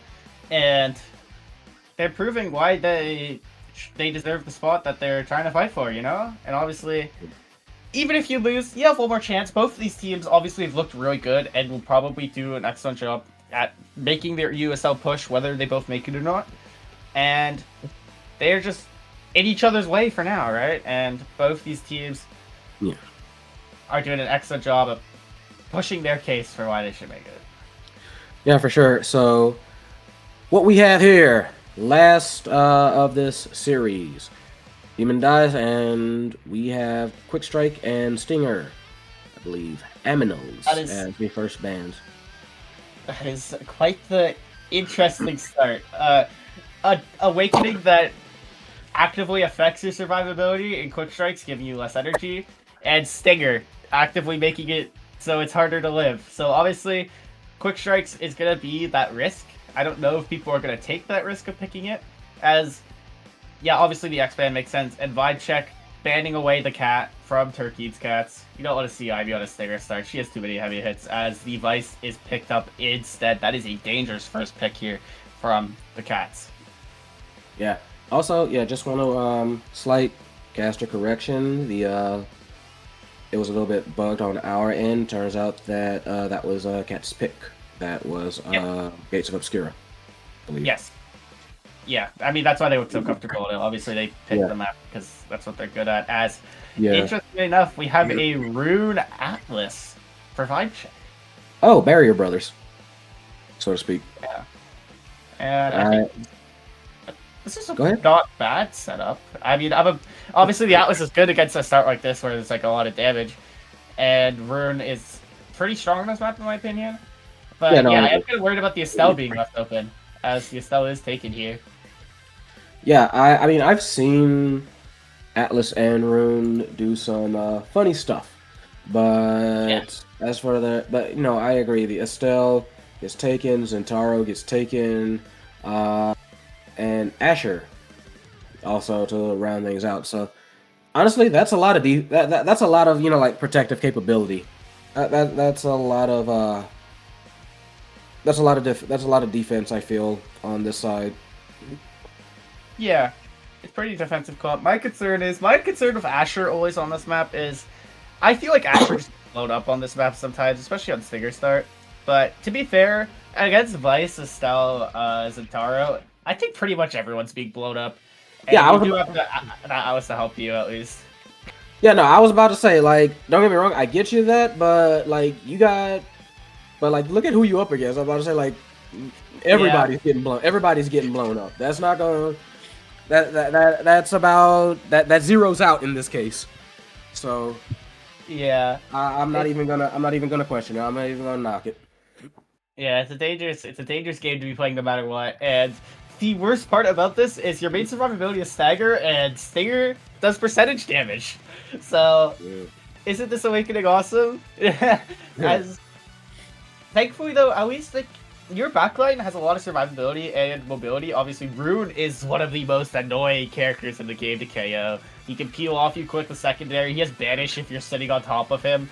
Like, he can just reverse kill you. He can just move around. He's so annoying to try to get a KO on. So, hopefully, Vibecheck can leverage that. Yep, we're going to have to see about it. I am kind of... I mean... What I was about to say, like, I was trying to figure out something to say about Vice, just because I like Vice. I'm gonna be real with you, but I am curious what is going to be going on here, like with Vice goalie. I am wondering, is are they going to be playing, kind of the drop in, drop out kind of goalie vice that I've seen sometimes? Like they just kind of pop in with stuff like Thunderstruck. They got eject button going and they try in front. Or are they going to be playing a little bit more defensively here? That eject button, obviously, like, yep, getting picked, unsurprising. So we'll see if that does turn out to be the case. And everyone took Stinger but SMG, which honestly kind of makes sense. Like I said, Rune has a lot of mobility and survivability, so you don't really need to worry about that less energy gain. And you don't really benefit too much from Stinger, so we'll see if SMG can leverage these extra strikes to potentially take points that they otherwise wouldn't be able to get. Yep, as first shell of the barrier goes down, Noctilite wasn't quite able to save that. With almost everybody having Stinger, I expect there to be like a lot of KOs for this match. Already, SMG is on death's door pretty much, so I feel like that's just going to be very continuous. As first goal open, and we have a chance for Turking's Cat, not Turking's Cats. We have a chance for Vibe Check to cause some damage, even though there's been a lot of damage already being caused. Good gracious. Yeah, three people are staggered right now, all trying to heal back up, and they are able to successfully, as the damage was on pause because Noctilite actually had to defend. And the banish is used, Yuki converts with the flip, an excellent banish by SMG and an excellent punish here for the side of Vibe Check. Yeah, just like a very nice setup, almost academic when you have Rune on your team like that, but it's academic for a reason. It works real nice. Meanwhile, they do not want Yuki here, and Yuki is not here anymore. Good gracious, power play on the side of Turking's Cats, and they need to try and make something happen with it. I have noticed that Noctilite is having some difficulties defending this barrier though. Oh, but they got rid of the problem, as the quick strikes Rune is off the table. It's a lot easier to defend when somebody isn't actively striking faster than you when you don't have cooldowns. So they do end up getting the first barrier because of that KO, as the chain lightning on barrier is unfortunate miscoordination, and Yuki punishes immediately, as chain lightning for once chain lightning's just gonna punish you sometimes, as a pretty dangerous pass ends up getting unbarriered, and that's not what you want to see if you're the Cats. No, that was going fairly well up until that point, but now Cats have to like do something in order to kind of just like shake that off and get some recompense for that. They do not want. I feel like they really don't want to like in this first set behind like they may be. Yuki though looking very low. Oh god, body's already starting to fly. And this, fortunately, is an opportunity for the side of Turking's Cats. Nearly had a bit of a breakaway. Do manage to get it. Oni's blade gets the core moving a little bit too fast for SMG to respond to. And they do have a point on the board. A little bit of a reprieve for Turking's Cats. Let's see if they can use this momentum and kind of like flip the situation around. Yeah, but the scary thing is both your forwards don't have an evade right now. Obviously, Zentaro can build up energy pretty fast, as we just saw. Yuki is taking low, the flip forced to be used by Noctilite here, as Yuki in such a dangerous spot. Able to stay alive for now as SMG and ETOS now pushing forward, as SMG trying to get the core to Yuki, who does end up staggering Turkey. And now it is the brawler of the Cats who is in danger, as obviously you can tell when this Vice has to defend. As Yuki punishing it. It feels like, oh my god, Turkey's Cats are doing like such a good job of getting damage on the board, but then Noctilite has to start defending, and then all of a sudden all the damage pressure is gone. And exactly. You notice it every time. Yeah, as soon as those barriers fall, suddenly Noctilite is behind the 8-ball, and it's just too easy to score at that point. So like they need to find a way to keep those barriers up as best as possible. And whether it is like, like trying to go for like the speed, going for maybe even just go for even more KO pressure. I'm not quite sure quite so early, but this is second set. Vibe Check up 1, and they are looking very dangerous. I fear that extra special. Extra special is certainly dangerous here. Something else to note is, Lord. as long as, although you're not seeing it as the 70 KOs found, the Reptile Remedy might be a big deal on Spring, but the issue is, it doesn't matter if Yuki and SMG just nuke your entire team anyways. That is insane damage output as a really strong first point That for was just Blackjack. nasty, yeah. Very strong first point, like you said, and trying to see if that continues. You can already see kind of the damage game is very much in play for this one. Yeah, and a barrier barely being held onto from Vibe Check, but Cats do end up punishing. Turkey Okay. takes the barrier. Kind of seems like a defensive collapse from the side of Vibe Check, but all three back, just not able to win the sequence. And the Cats punishing before they could get taken off the board, but you have to be worried because Rune Banish is most certainly back online now. Yeah, that's going to be deadly. That's going to be scary. Yuki looking very, very low. Had to dodge, save their own skin, retreat from the play. Give a chance to Turkeen's Cats to kind of push up there. Nearly get one barrier. Flip saves it. Then they get one barrier of their own. Do vibe check. There we go. Barriers are equalized now. And it is going to be a bit of a slugfest. Supernova goes out. No catch on that. No joy on it. Turkeen does come up with a flip. Nearly gets it, but not quite enough. Pays for it with their life. And it is Vibe Check that have put on like a great defense so far, keeping their barriers up by a measure of inches. Yeah, as Spring now in a danger spot does have his flip. Hopefully he's able to use it in time. Does, as SMG misses the pillar, and an incredible collapse from the Cats. A three-person push forward to get the punish and the goal. And yeah, I mean, we didn't really talk about it too much, but this draft from Cats was really good, right? Obviously, they got a damage and survivability. And they can just counter KO so much now, as they don't have as much chip damage or like as much output as like Rune Banish. But as you can see, they can do a lot of damage back. As so much damage is traded. Everyone is low. The barriers are down. This is such a dangerous looking situation. This is a slugfest, and that was a risky pass. Yuki could have intercepted that, but nothing doing on that. SMG very low, very dead. Nearly his own goals, I think. Dr. Light does manage to save it though, so we let it ride, we let it rock. Meanwhile, you have Turkeen, you have Lewa on the two-person approach. They do manage to get the stun, get it through, and get the set for the tie-up. Very nice bounce back on there. SMG was so close to being the hero, sacrificing his life to try to get the point, but Noctilite is just barely able to hold on. As a really good set from the Cats, and the Centauro might scale out of control with this tempo swing stinger siphoning wand. This is so much chip and drain damage. Yeah, it's kind of insane. And woke up? Oh my god.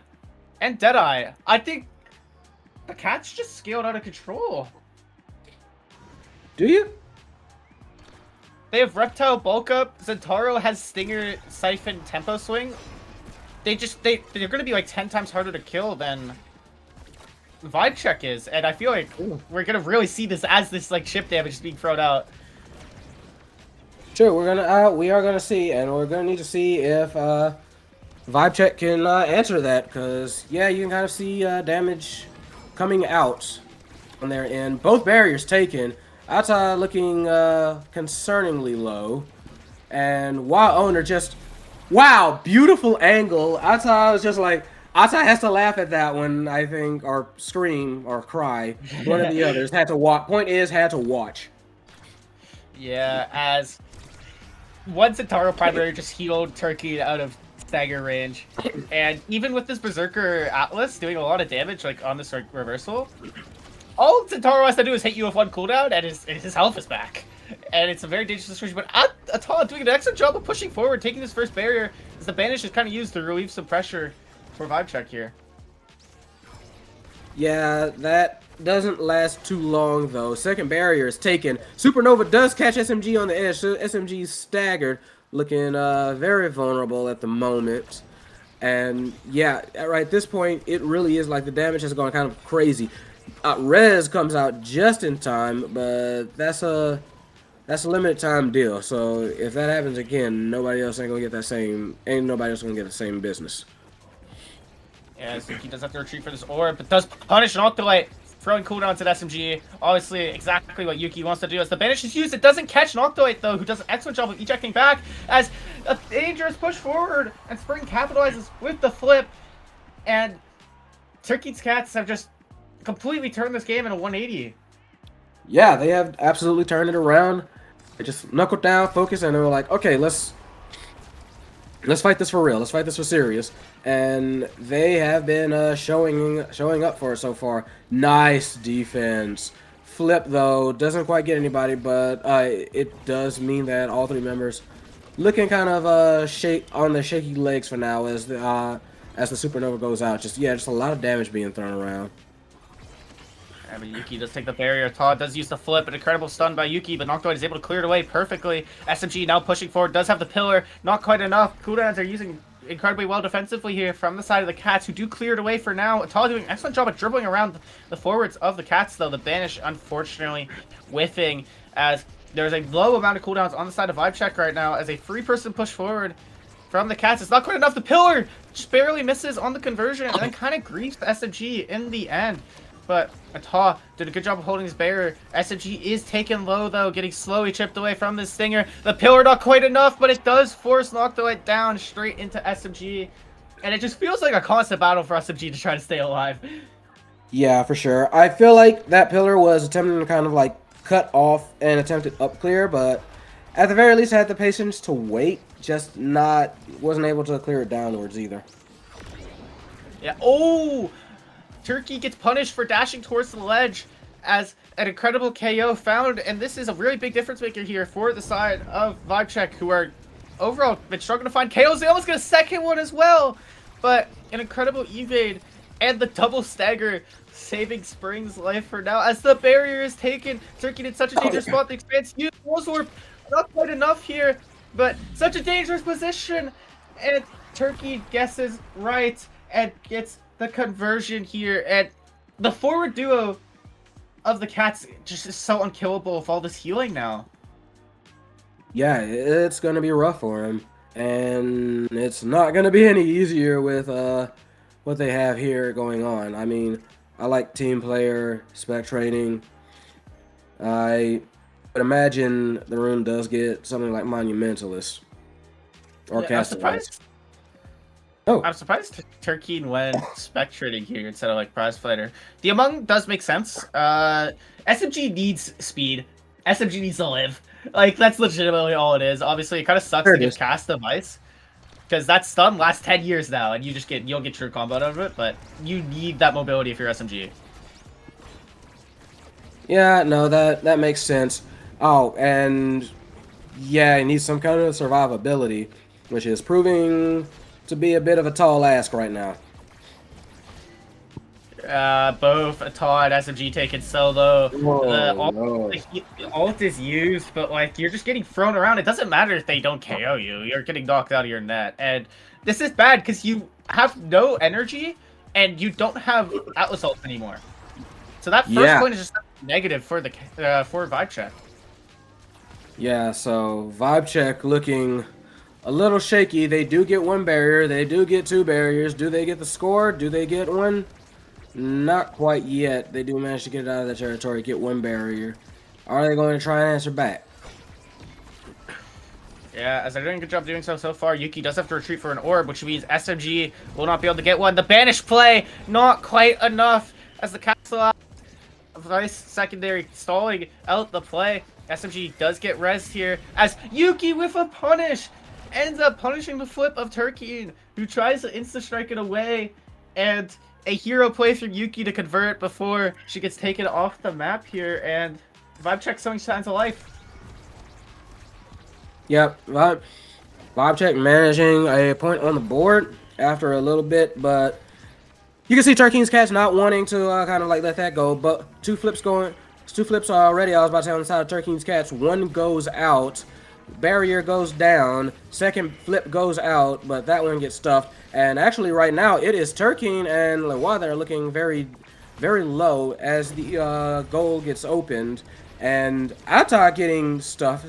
Ata not only getting stuffed out, Ata is looking very dangerously low, and both goals open now. it is anyone's points. Turkey's Cats looking to try and finish with their buttons, not quite able to get. SMG just barely misses the read with the pillar. Not quite enough as the Supernova is used. An incredible clear by Ata to hold on for now, but Yuki taken low does have energy to her name, but it might not be enough as the flip is burned. An incredible conversion by Yuki. Yuki's just making incredible hero plays on Zero Sagger.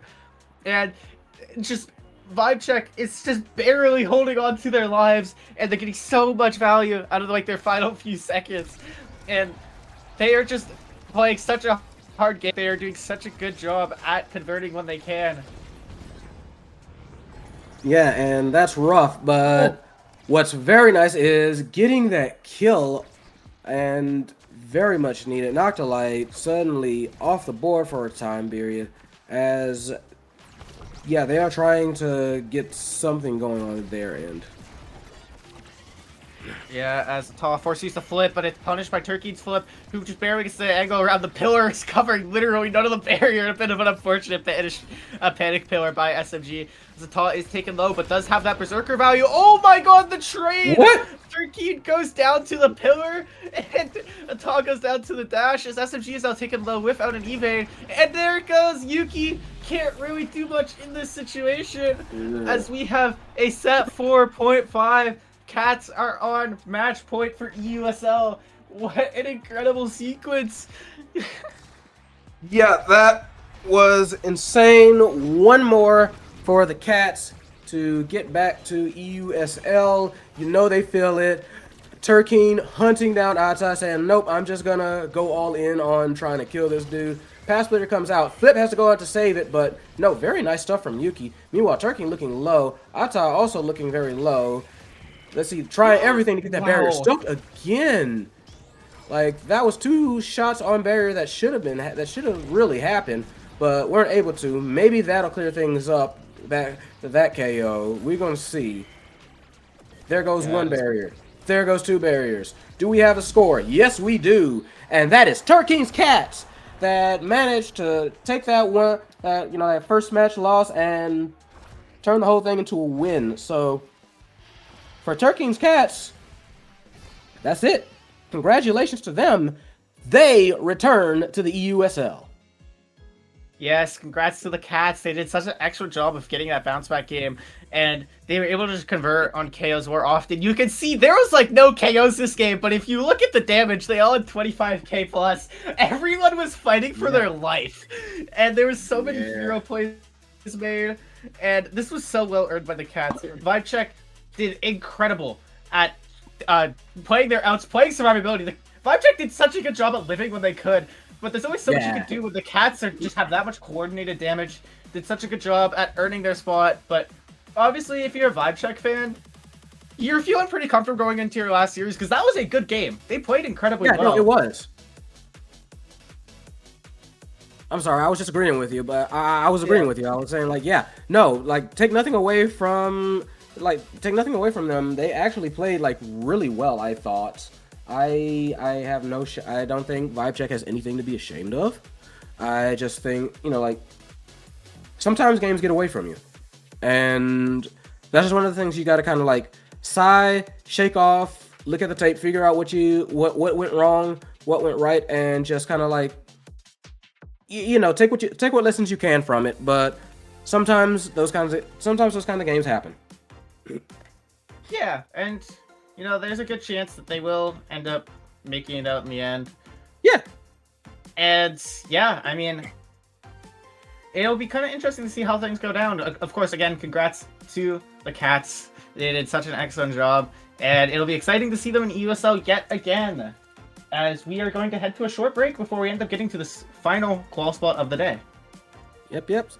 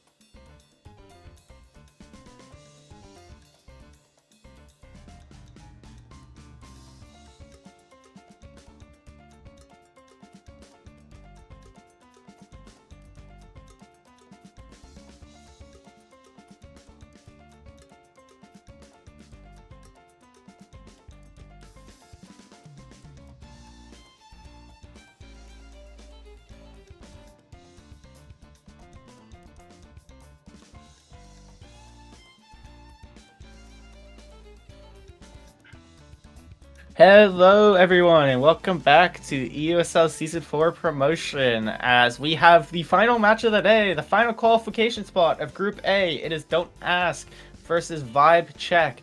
Vibe Check coming from winners, and Don't Ask coming from a pretty close 2-0 against Jammy Circus. I'm here with P-Flare. What are your thoughts coming into this series?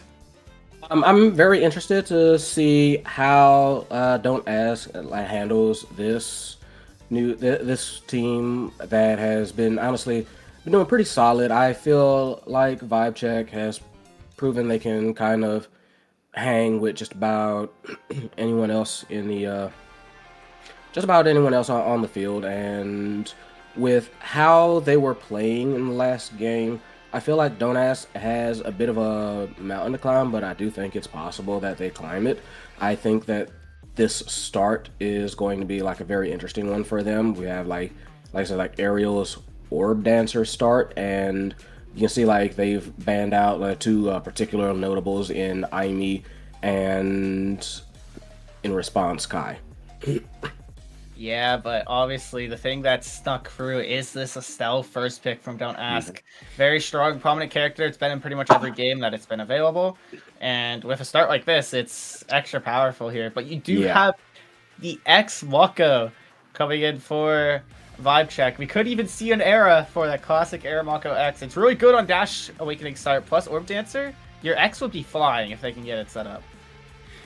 Yeah, it is plausible. Drakkar is, however, coming out for the opposition. That is a lot of projectiles, like completely expectedly, but still, they are going to have to watch their heads.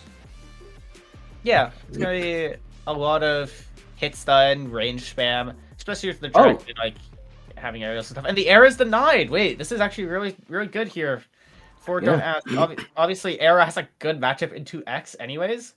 Of course, Era also like benefits a lot from playing with X, but Era is one of the best X hard counters, and that is a good pickup. I Don't Ask, and the Juno picked up instead for Vibe Check.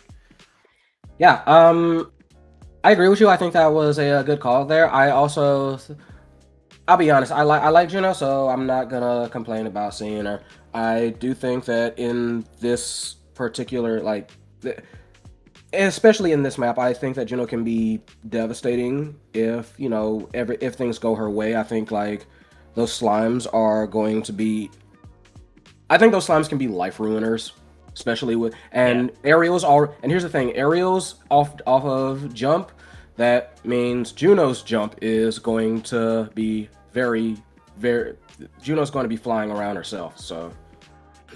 Yeah, that is if the Aerials is taken. Obviously, Orb Dancer is very strong here too, but having dash range on Juno is so valuable. I'm personally a projectile range hater on this character, but I know I'm one of the few.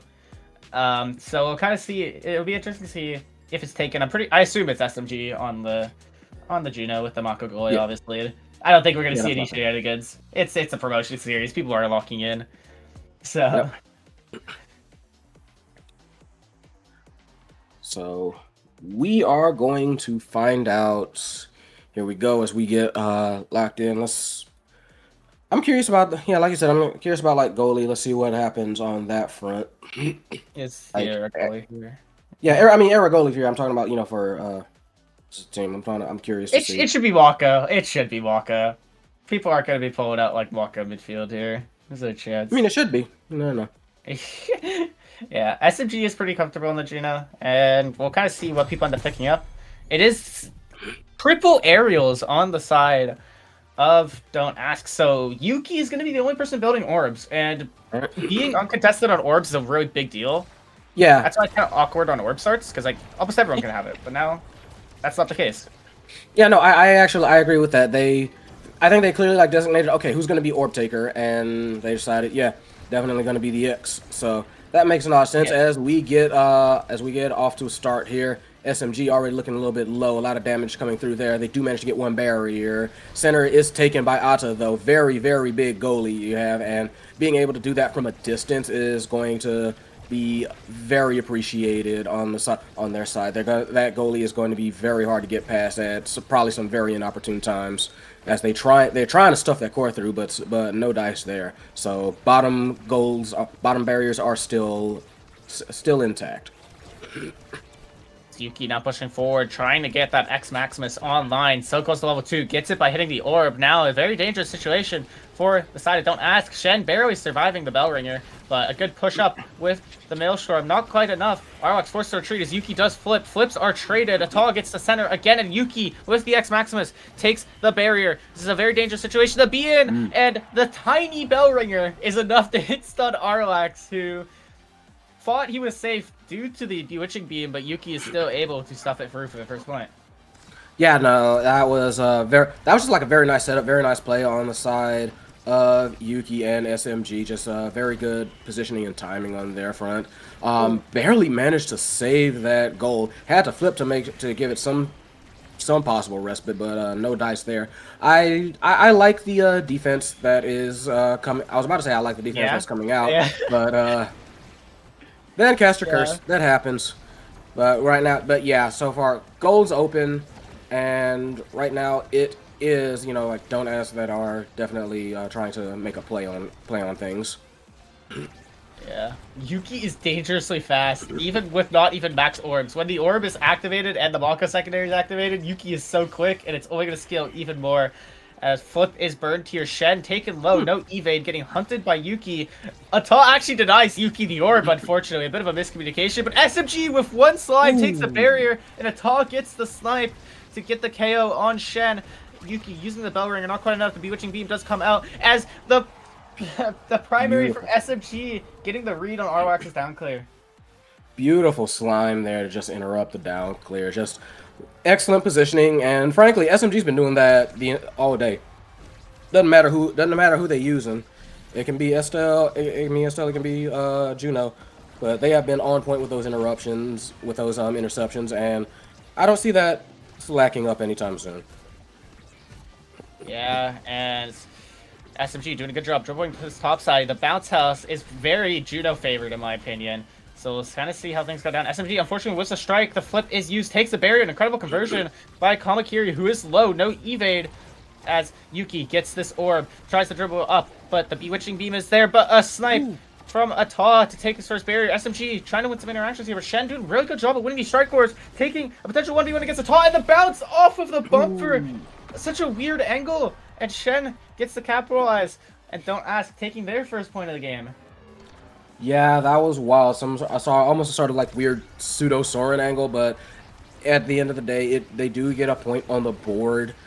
And right now, Don't Ask needing this to tie things up, and they seem to be working towards it fairly effectively. One barrier goes down.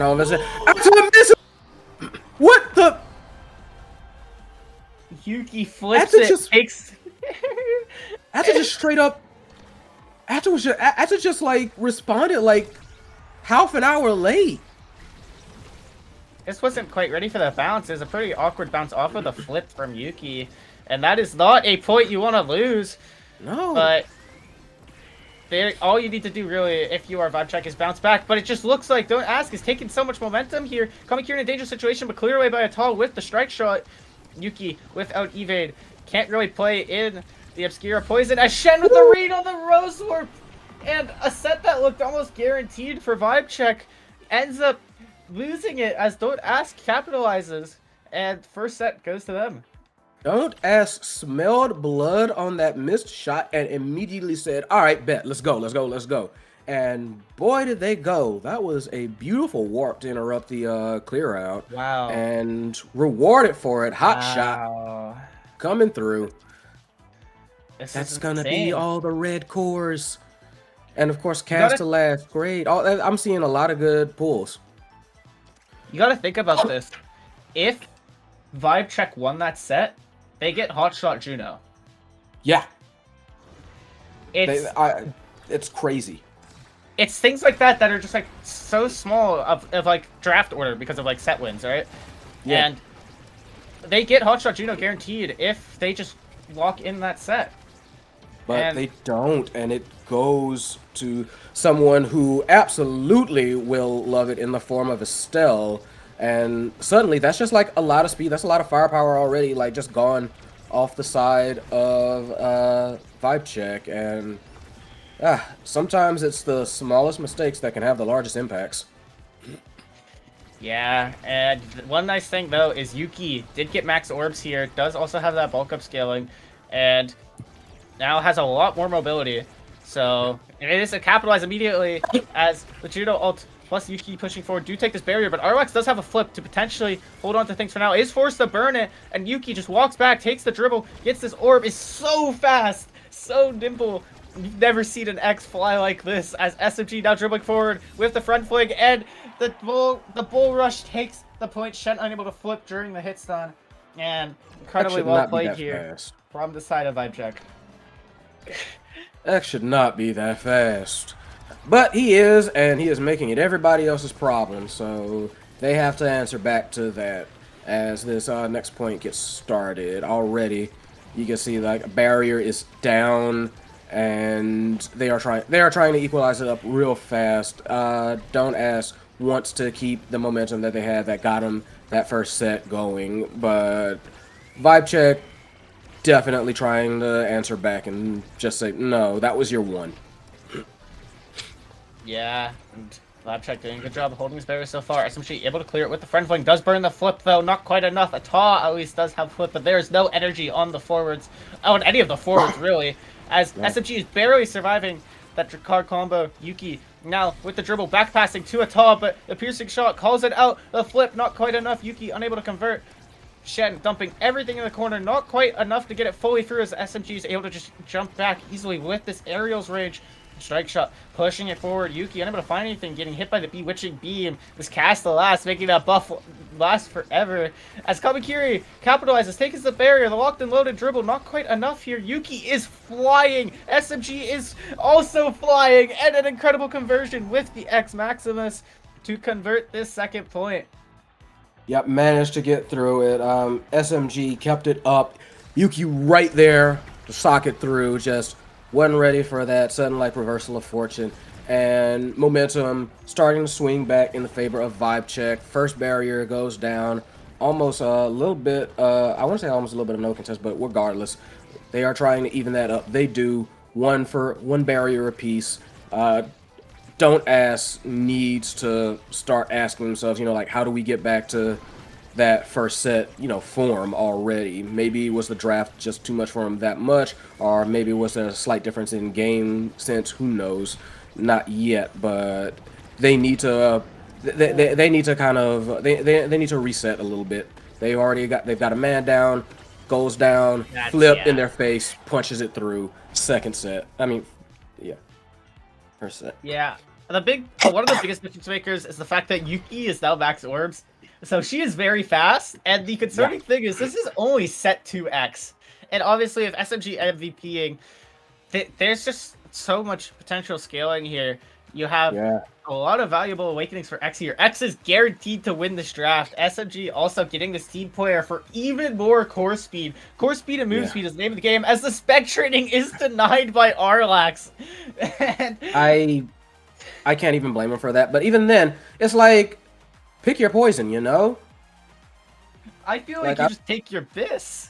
I'm so surprised by this take. No, I agree with that. Like, there's no way X could have lost that draft. Like, it was going to be 6 of one, half dozen of the other.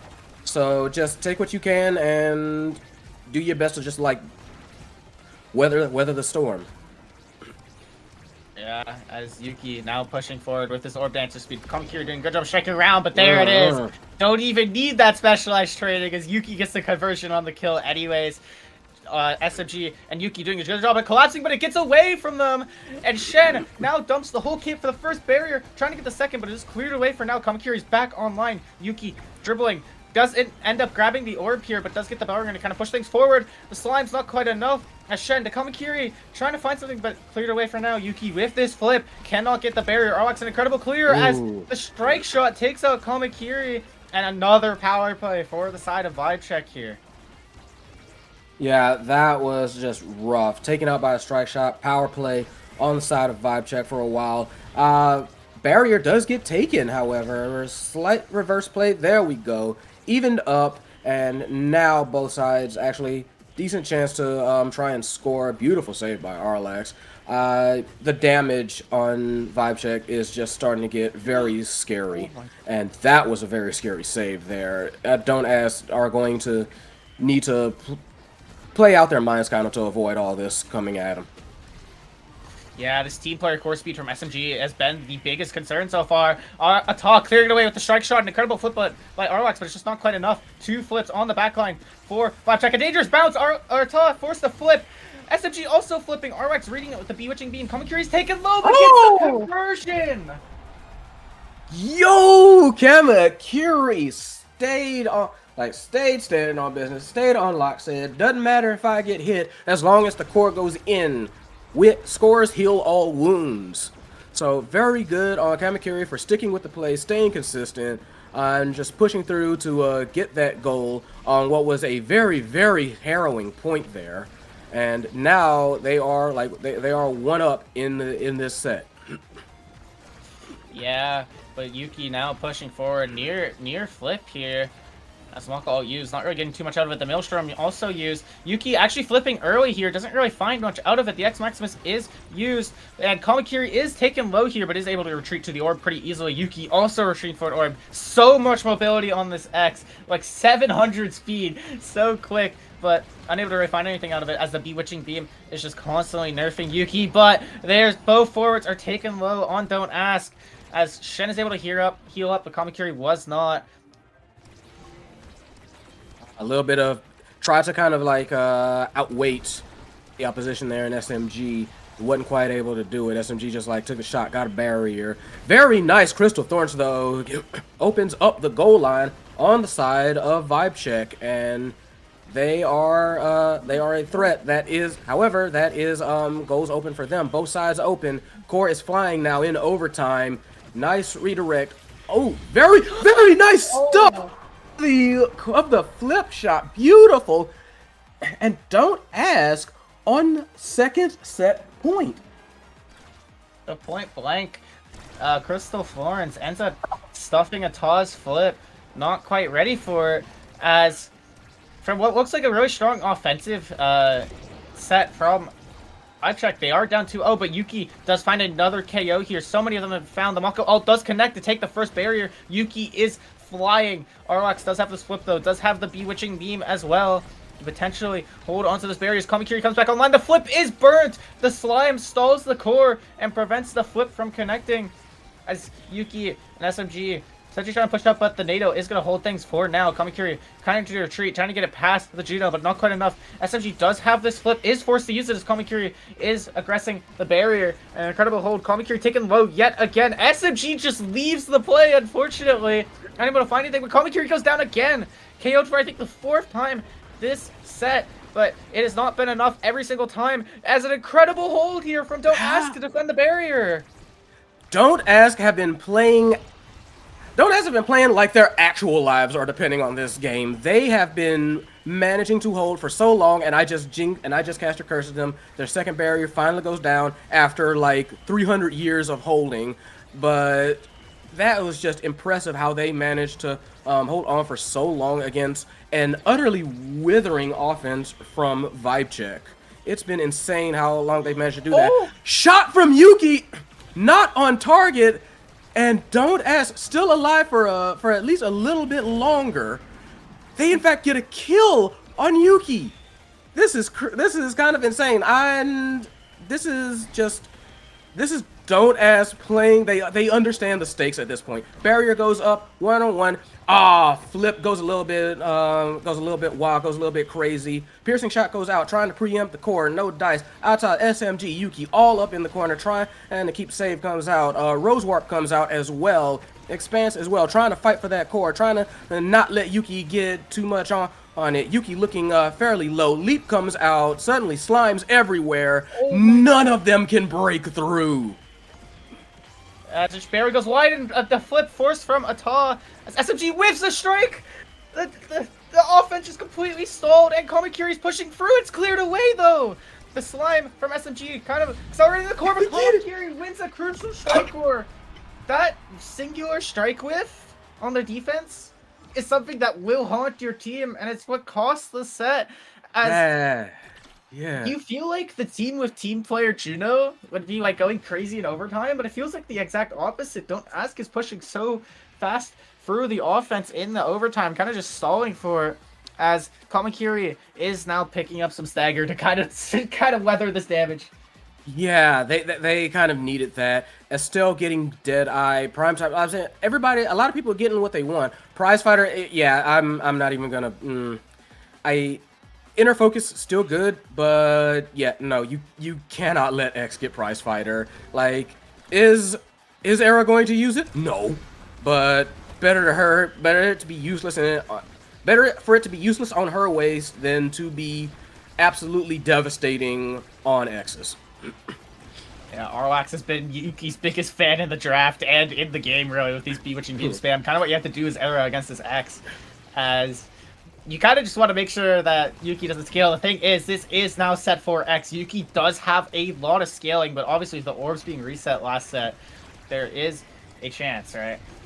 Yeah, there is a chance. Both barriers going down for Vibe Check, and almost and trying to get in a scoring position are Don't Ask. They nearly had a shot on goal. Yuki with the intercept though. Arlax missed the clear. Slime goes through, manages to take a barrier, and now it is Vibe Check on offense as Slimes go out. Yuki comes out, tries to push things ahead, but they do manage to clear the core. Kamakiri, Flip goes out, waits until a perfect pitch goes out as well, and they are on offense. Flip goes out, flipped in their face! And that is the first point for this potential last set. Yeah, the Bewitching Beam pushing it past Yuki, and Shen is able to capitalize on the aggression from Ata, as Don't Ask, his offense have been incredible, but as I say that, Yuki takes out the offense as Shen goes down. Yuki also able to dodge the Bewitching Beam, dodge the flip of Arlax, and this offensive role from Vibe Check has been excellent, but they can never get that final barrier. Arlax has just done an excellent job at holding this last barrier whenever needed, as Shen does get the middle orb, but gets taken off the map! Oh, that size. Not good for you. Gotta stay healthy, gotta think healthy, gotta think thin in this case, unfortunately. And that is a power play on the side of Vibe Check. They take advantage of it. They get the barrier. Shen back online. They are trying to make up for that unfortunate. Arenado comes out, has to flip through it, gets it clear to the other side. Yuki still on the prowl, still hanging around Kamakiri. They've been best friends on the pitch for this whole game, it feels like. But it is Don't Ask that are technically threatening at the moment. Beautiful denial of the stuff. Doesn't last for very long. And nearly gets past them. Still nothing to do. Everything getting thrown out, trying to get past this incredible goalie performance that is Arlax, and it's been such a tough time for Vibe Check in order to pull that off. Oh my, and Kamakiri is taken off the map by the giant X with so much power, literally died from midfield, as Yuki in a dangerous situation does get beamed, and the snipe from Ata! What a call out! Ata with the long range, got the extended barrel, says, "Nuh-uh, I see that." Boom! Beautiful shot. And it is Vibe Check that are potentially still in this. Crystal Thorns missed on the kickoff. That could have been an easy first barrier. There's the first barrier, and possibly like the second one. Kamakiri trying to make something happen. Goes down to Shen, back and forth. Some nice passing going on between the members of Don't Ask, but it's not enough to prevent that barrier take. Flip goes out, trying to prevent the onslaught. Yuki, though, is an avalanche outright. Avalanche versus Tornado. I don't know which one wins, but right now, Yuki is looking the better for it. Arlax looking Arlax looking in a bit of dire straits here. Yeah, SMG has just been winning so many crucial start cores to get Yuki the ball, and that's all you really want out of the Juno, as Ata, unfortunately, unable to get the clear with the secondary, but does have Flip, potentially hold on to an offense, but doesn't use it!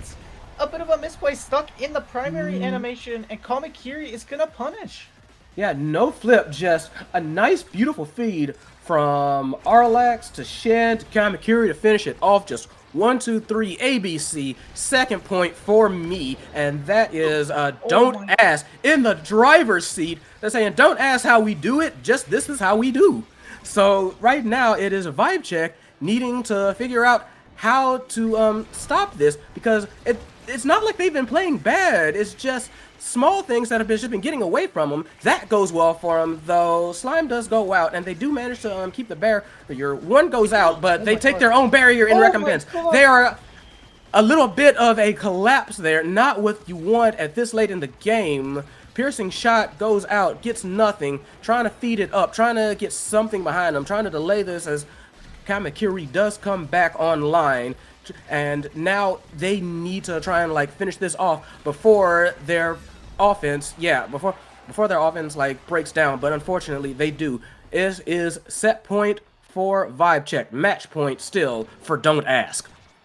Yeah, the front throwing and the bull rush combo. But something to realize is Yuki lost all of her scaling. No more inner focus, no more orb dancer. You need to prove that you don't need awakenings to win this point, as they do end up taking this first barrier here. SMG is in an advantageous position. Unfortunately, misses the Blobo bounce, but Ata holding on, an incredible hold as Yuki, now with the X Maximus, trying to push the core away, as well as the Bell Ringer, kind of throwing everything at the wall, able to kind of clear it for now, but Shen doing such a good job of striking around Yuki. Yuki does have this flip though, the friend fling, pushing it forward, catching it with the flip is Yuki, as SMG is taken extremely low here, but Ata is able to flip for the clear. Shen is also low, both midfielders about to have to play for their life here, as Yuki pushing forward, trying to dribble it up to SMG, who gets staggered, pushed back nearly off the map. Kamakiri takes the first barrier, but SMG wins 2 crucial strike wars in a row, gets the orb as well, and is able to heal up. SMG just doing so many hero plays here. Shen taken low, trying to help from range,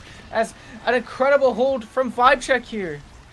Yeah, incredible hold. Flip goes out, and speed's too much for Ata. Does manage to get the second barrier, but both goals are just open now. Either team can win this.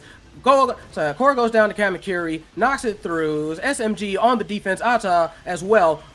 Rose Warp goes out. All the abilities are getting thrown out at the wall. Everything and the kitchen sink getting tossed at this point, because it is do or die for this game. It feeds back in! What was that? Kamakiri with the shot, with the poise, with the score, with the win. Don't ask. Say we do not vibe with Vibe Check. Take the first game. An incredible first game here from Don't Ask.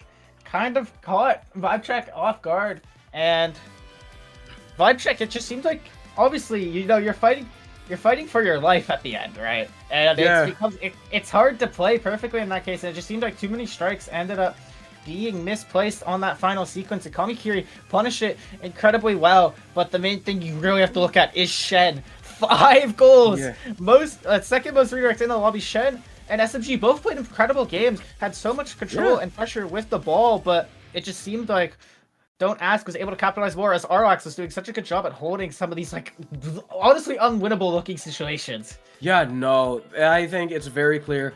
Don't Ask understand the assignment, and they know that, like, no. This is it. This is live or die. This is do or die. And they have been playing absurdly, like they were playing absurdly for like that whole game. And they still got more to climb. They still got some trials and tribulations to go through as we move on to this next map in Atlas Lab. Yeah, and I mean, obviously, it is Don't Ask's map pick, but Clarion, Atlab, both of these maps are big maps anyone can be comfortable on. And now, if you Don't Ask, you have to be feeling good. You know, you're 1 game away from EUSL. The Vibe Check has looked really good so far today. So obviously, you can never count them out. You can never count any team out. I mean, all of these teams have just been playing so incredibly, and they both obviously want to prove that they deserve this EUSL spot. Loser goes back down to EUSA, which is nothing to complain about. Another incredible EU league that we'll be enjoying. That'll be a joy to watch and cast as well. So obviously, both these teams, they know they're good enough for EUSL. They just need to prove it to everyone else. Yeah, and now is the time. Now is the place. It's gonna be a bit of a. Some tells me it's gonna be a bit of a wild ride. I will be completely honest. Be completely forthright. I was not expecting that out of Don't Ask. I genuinely wasn't. I am pleasantly surprised, but don't ask. Definitely showing some fire, showing some fight, and you know, if you want to make a fool out of me, go ahead. That just make for some more exciting. That'll just make for some more exciting games. Yeah, and obviously, LiveCheck's got a good shot here on the lab. It's just, it'll be interesting to kind of see how things shape up, because it looked like, I mean, LiveCheck was getting a lot of KOs on Kami, and if that's something that we can replicate, then all it is like capitalizing on that offense. It's just, Shen and Arlax are doing such a good job at holding down really hard to win offenses, and also like, especially like this cast the last era, kind of just like shrinking Yuki perma. Even with all the speed and mobility, like, Beam kind of gets rid of all of that. As we get into Among Titans extra special start. Okay, so everyone's gonna be fast. Alright. So, we are definitely going to... We're gonna have some fun with this one. Estelle is also off the board. Estelle and Amy. I mean, it makes sense. The Estelle was so valuable for Shen last game, like, so strong. I was surprised to see it go through in the first place, as that character is top 1 midfield. The second one being Kai, which LiveCheck pick. I mean, is the midfield meta solved or what? Like, I mean, considering what people like, I don't want to say yes, but I'll think it loudly. yeah, as we have the Estelle into Kai match, the Estelle ban into Kai pick, as per usual, with this kind of setup. And Kai, with Among Titans, gonna be very fast. Gonna be so extremely fast. As Don't Ask ends up picking the Juno here. Yeah, Juno, I feel like was very. I like I said, I enjoy seeing Juno. I think it was solid last game. I can definitely see why they wanted this game. Just a lot of extra coverage on a map like this, I feel, and like potential core speed. Right behind her being surprise, Atlas. Yeah, and this is Don't Ask picking the Juno this time. My big concern is we did just pick Juno into Kai. We did just pick Juno into Kai, Asher, Dubu. Arguably the 3 characters she is worse against, besides like Atlas, in my opinion. So like, I think this is like 3 of the hardest Juno matchups. So it'll be kind of interesting to see how much value Don't Ask can get out of this Juno, who does seem very, very heavily counterpicked here. Yeah, it is going to be a bit of a rough road. But yeah, this team is going to be a bit monstrous. I mean, X is X. No. Yeah, so the X is being picked up, and this will be an interesting matchup. I do like the comp of LiveCheck a little bit more. I do really think that the Kai is going to be super crucial in winning them this game. So much mobility, has such a good matchup into Don't Ask here. So it'll be kind of interesting to see how much value SMG can get out of this Kai. Yeah, we're gonna have to see about that, Major. This is probably me showing like inexperience with Juno. I feel like, can't you just like place a whole bunch of mines and make it so perilous to even step around in? I mean, like, it's gonna be hard to, do a whole lot, but I feel like there's ways to make the Juno work. Oh, definitely. There's ways to make Juno work. The big concern is the fact that the Kai is so fast that SMG can kind of just maneuver around most of what Juno wants to do, and if there is ever a dangerous situation, you can just use Barrage. And Barrage beats pretty much all of Juno's kit, as long as you're not directly facing Juno. And, like, the big concern is, like, SMG is going to be really fast. And that is, like, literally what everyone on the side of Don't Ask has to deal with. So we'll see if they're going to be able to contain the SMG. Literally everyone takes Among Titans, which, unsurprising. As we kick off here, let's see how this one starts up. As SMG is pushing forward here, waits out the strike of Shen. Almost actually goes down to the bell ringer here, but Yuki now pushing forward against Arlax. Forced to use the secondary here, but some strike war wins by Shen is able to hold the first barrier for now, as Tata is forced to use the Summer Assault to kind of hold on to things for now, as everyone is flying. I mean, everyone is so quick. You're just able to defend both barriers with ease. So, Tata pushing the log out as Kamakiri wins a crucial strike war versus SMG to take this first barrier here. ETOS in kind of a dangerous situation as the Juno ult is online, but Yuki is able to strike away past both the blobs. The Giga Blast takes both barriers. Shen and Arlox not ready for it. As SMG now dribbling towards this bottom side, does have Barrage online and wins a crucial strike war here. Yuki in a dangerous situation, but the dash ends up hitting Shen as the Tofu Fortress behind Yuki, and there is just Yuki gets an incredible capitalization. It's so hard to deal with that. Even if you get the out clear, SMG is lurking with that Barrage. An incredibly sequenced offense from VibeCheck. Yeah, just very scary situation, and eventually, you know, like it was proving something untenable. But very quick vengeance on that, gets a quick KO and a quick barrier. SMG, as this whole SMG like out sitting on the sidelines for a little bit, as they do manage to open one. Core does get away from it a little bit, unfortunately, and that proves to be very undesirable. But they do manage to... Oh, I was about to say they do manage to score, but boo on me for counting chickens before they hatch. That said, Don't Ask still mostly, I would say, in control at this point, although offense is coming from VibeCheck, and that was a scary moment right there. Yeah, SMG almost gets taken off by Kamakiri, and Kamakiri scared of Yuki. Yuki insta-flips, but it's stuffed away by the primary by Arwax. The Giga Blast not quite enough, unable to connect. The ETOS now pushing forward with this flip. Pretty dangerous to see, but the X-Maximus is going to stuff things around, down for now as the ETOS is forced to retreat. SMG pushing towards the top side, gets weighted by Kamakiri, but an incredible sequence of offense here. Yuki ends up taking the bottom barrier here. Open net for both sides, but ETOS guesses wrong.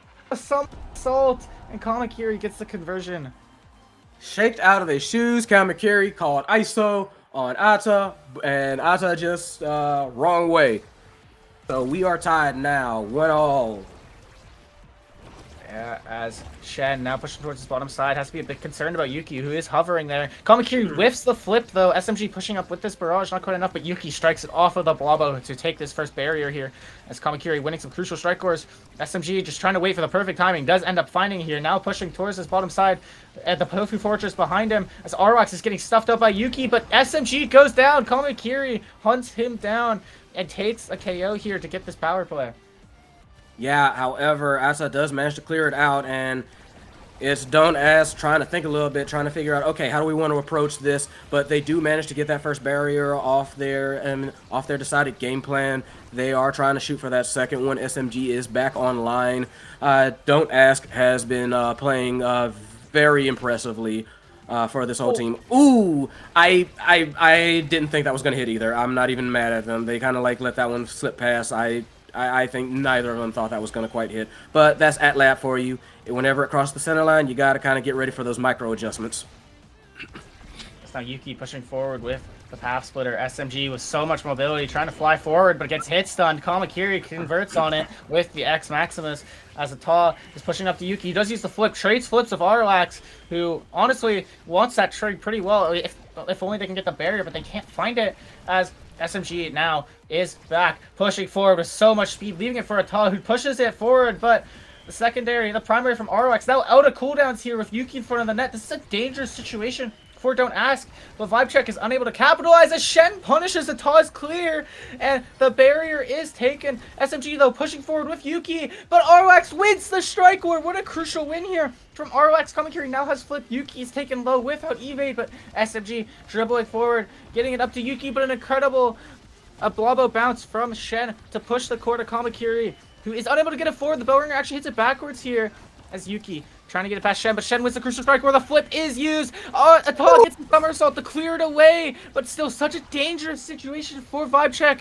who are able to clear this away for now, but Shen still pushing forward with the front fling, trying to get this in for the top side, but it's cleared away by SMG, and Yuki dribbling can't find it quite yet, though.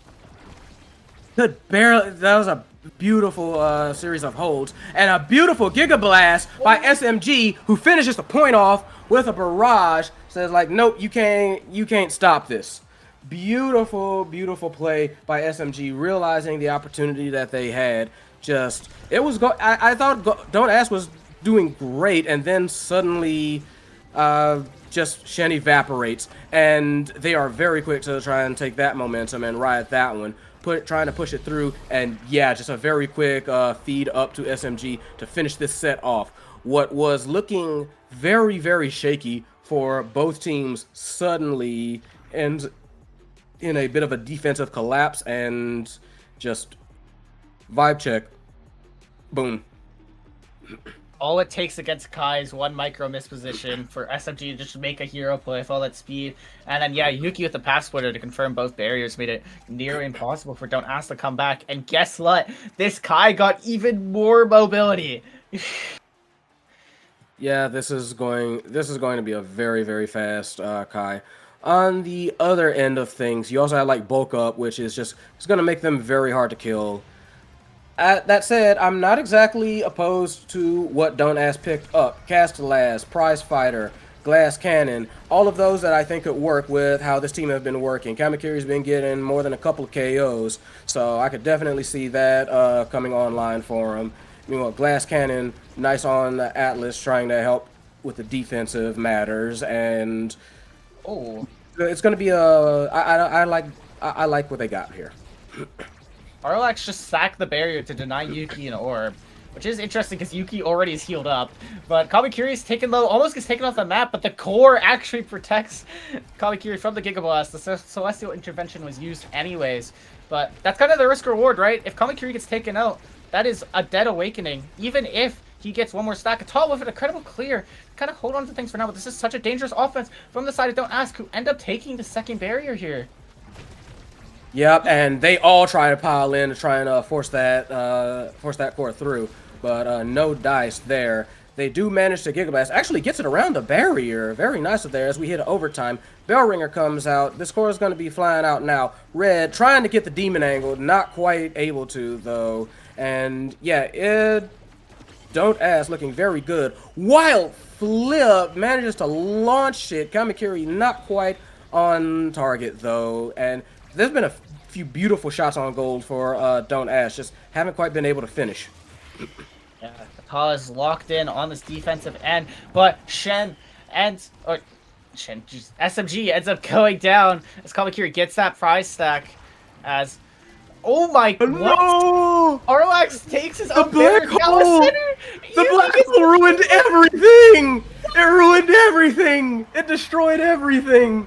And oh, fate was just against Don't Ask for that one. Arlax just wasn't ready for the center to pop, and then like the own barrier into like a kill into like SMG coming back and getting the. You never want that to happen in a double barrier by Yuki, and it's just such a collapse from Don't Ask. As they need to find a way to bounce back in this game. But Atala has been so locked in on this defense. Unfortunately, does miss the somersault. But Yuki now dribbling forward, passes down to SMG. This is such a dangerous situation. Arlax is now out of cooldowns, and Yuki pushes forward. Gets the goal and the KO. And what a point here from Vibe Check. And it just feels like Don't Ask is panicking. Like, you want to talk about emotional damage. There you go. Suddenly, like, one domino fell, and it's starting to feel like a whole bunch are starting to fall behind it. They need to find a way to like rework themselves. They need to find a way to kind of like reset the mental. One barrier down, but you know, like it's one barrier at lab. You want both of them. One barrier down doesn't mean a whole lot. You have to be careful. You have to be consistent. You have to be steady.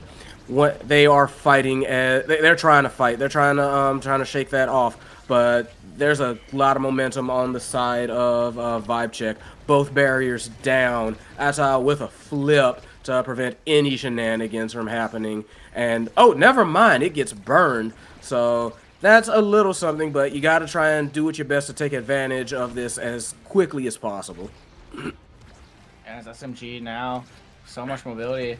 Trying to push forward, can't really find anything here. Atala kind of in a dangerous situation, but it's cleared away by SMG. The somersault as well, kind of pushing the core away. SMG clearing it perfectly past the Blobos as the X Maximus almost takes him off the board, but is able to survive for now. As the log is clearing things away. Yuki with an incredible read on the pass, able to clear it away for now. SMG pushing it forward as Arlax is forced to flip as the Giga Blast was coming in. Atala pushes it up to Yuki though. The secondary is burned. Arlax is running out of cooldowns here. If Vibe Check can just get the core forward, they might have a goal, but an incredible hold from the midfield and brawler of don't ask here. Kamakiri is forced to flip, and ETOS is able to clear it up to SMG. Gets the read past Shen, but Shen is able to strike in time. Yuki pushing backwards.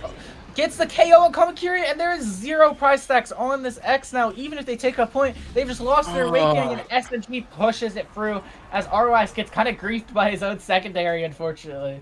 That's just a shame there.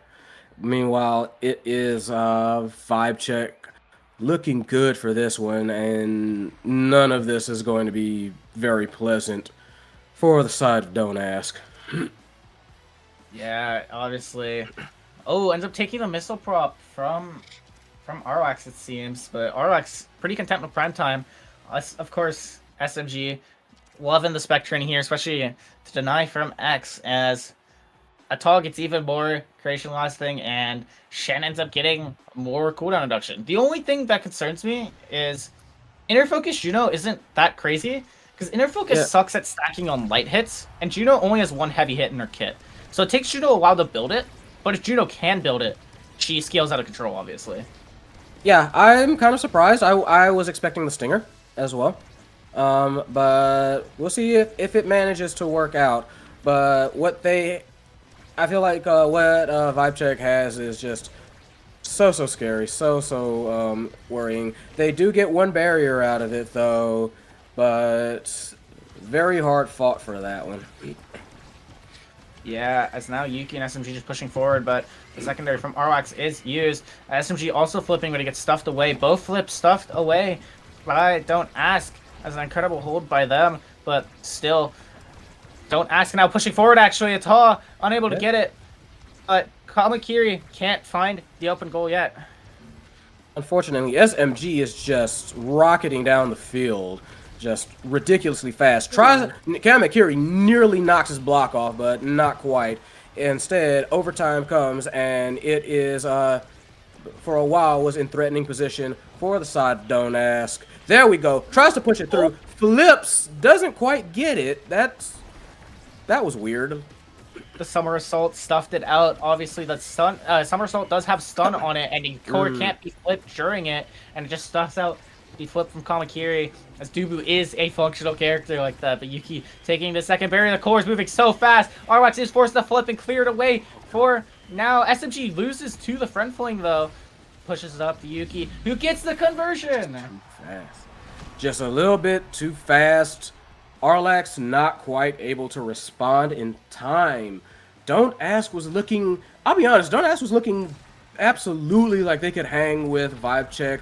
They were looking like they were, at the very least, like an even match. And then that 1 black hole pop, and suddenly everything just fell apart for them. That 1 black hole into that 1 score, and suddenly just dissolved. All of it just kind of like went away. It's wild, the difference between now and then. Momentum can shift so fast in this game, and Don't Ask are feeling it. And SMG and Yuki have just done such a good job at converting when they need to. Meanwhile, Ata has just been holding everything, and it's just such an incredible team effort from Vibe Check. I mean, obviously they need this game to keep the chances alive and push it to a game 3, and they are showing that they want it. Yeah, for sure, they're showing that they want it. I mean, obviously, you know, Don't Ask definitely wants it as well, but it's just kind of like a bit of a shock at the level of shift here as we get into overtime again.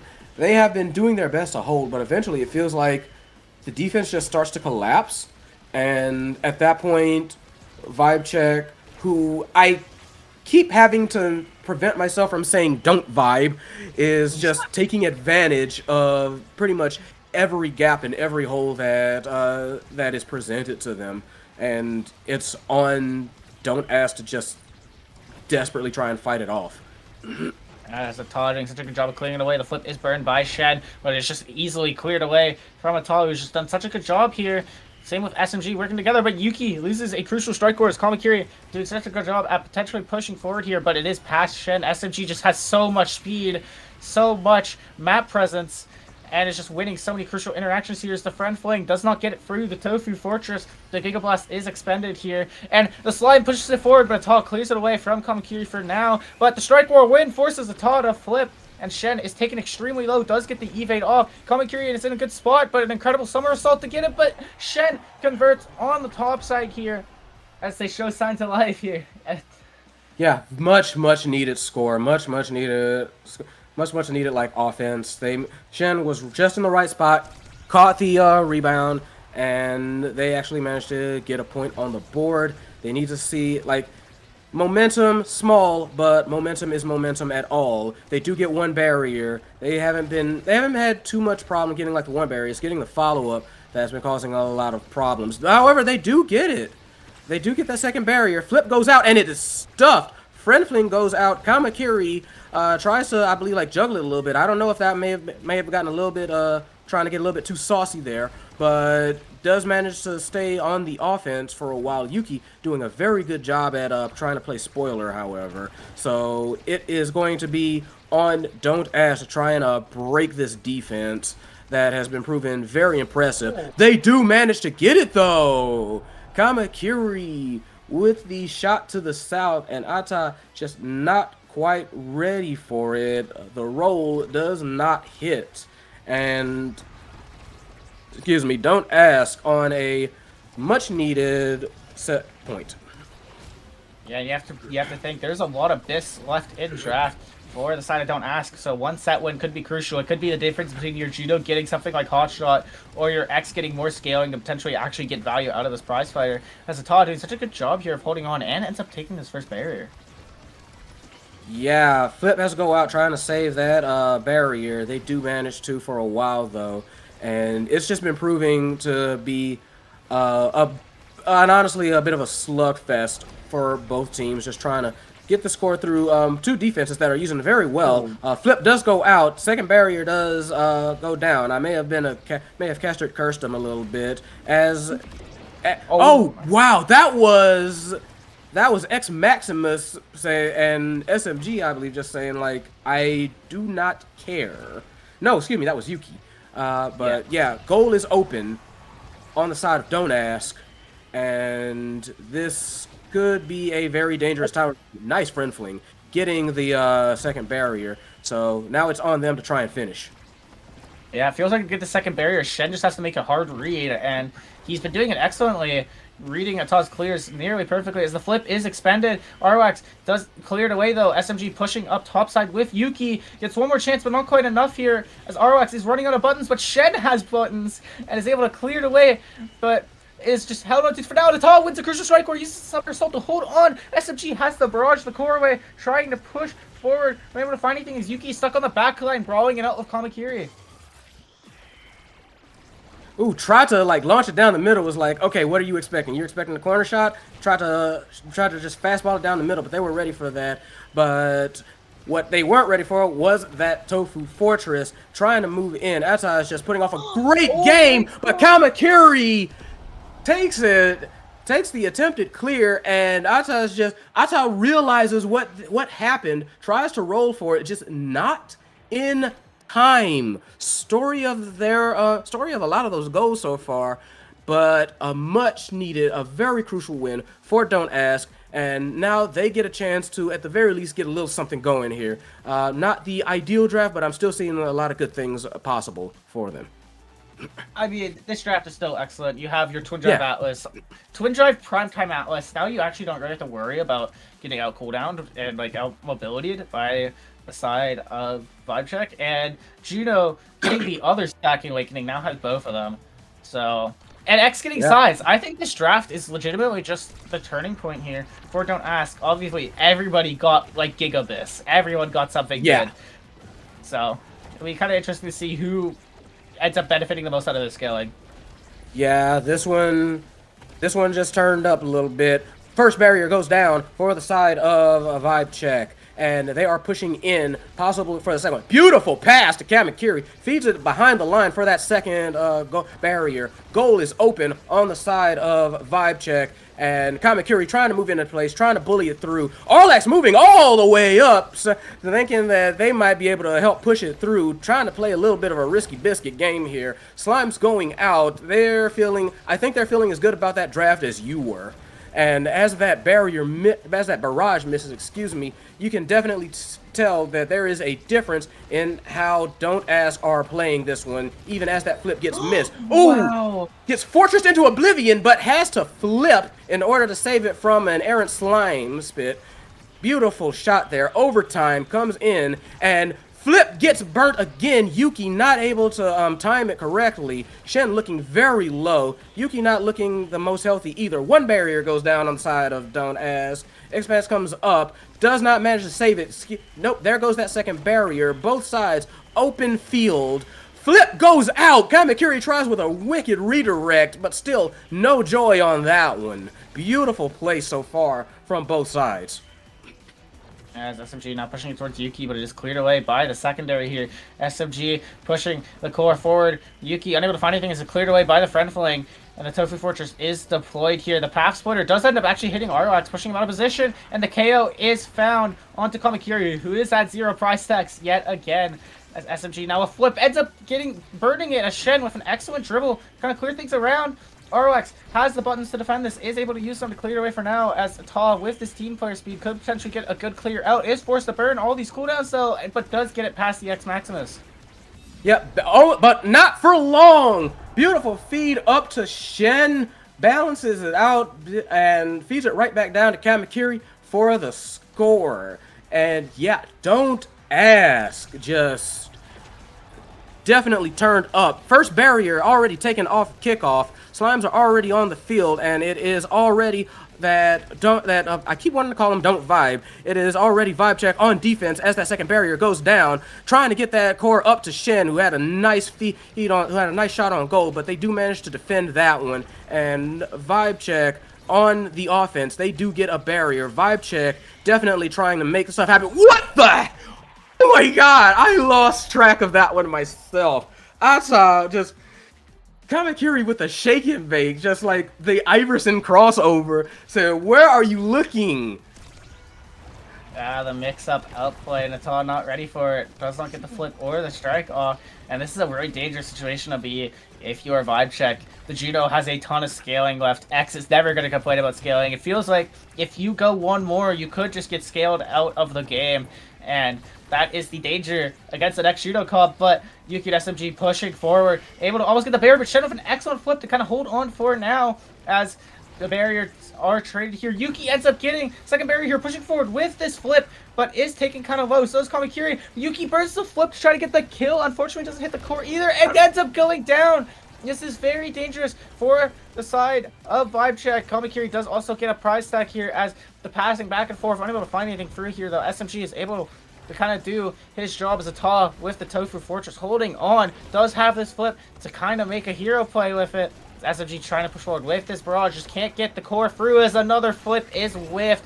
The kill is found on Kamakiri, and Ta is forced to flip as the power play here for Vibe Check. You have to capitalize on this. The team player ball movement is pushing the core so fast around as the flip is burned by Arlax. I feel like if you're Vibe Check, you really need a conversion soon. You feel like you're on a timer against this Judo as Yuki unable to find anything, but does have another chance. An incredible read by Shen to push it to Kamakiri. What a clear by a Ta as the X Maximus unable to get it through as Yuki now pushing forward with SMG. It's not quite enough. No! Shen, oh no! Shen, oh god!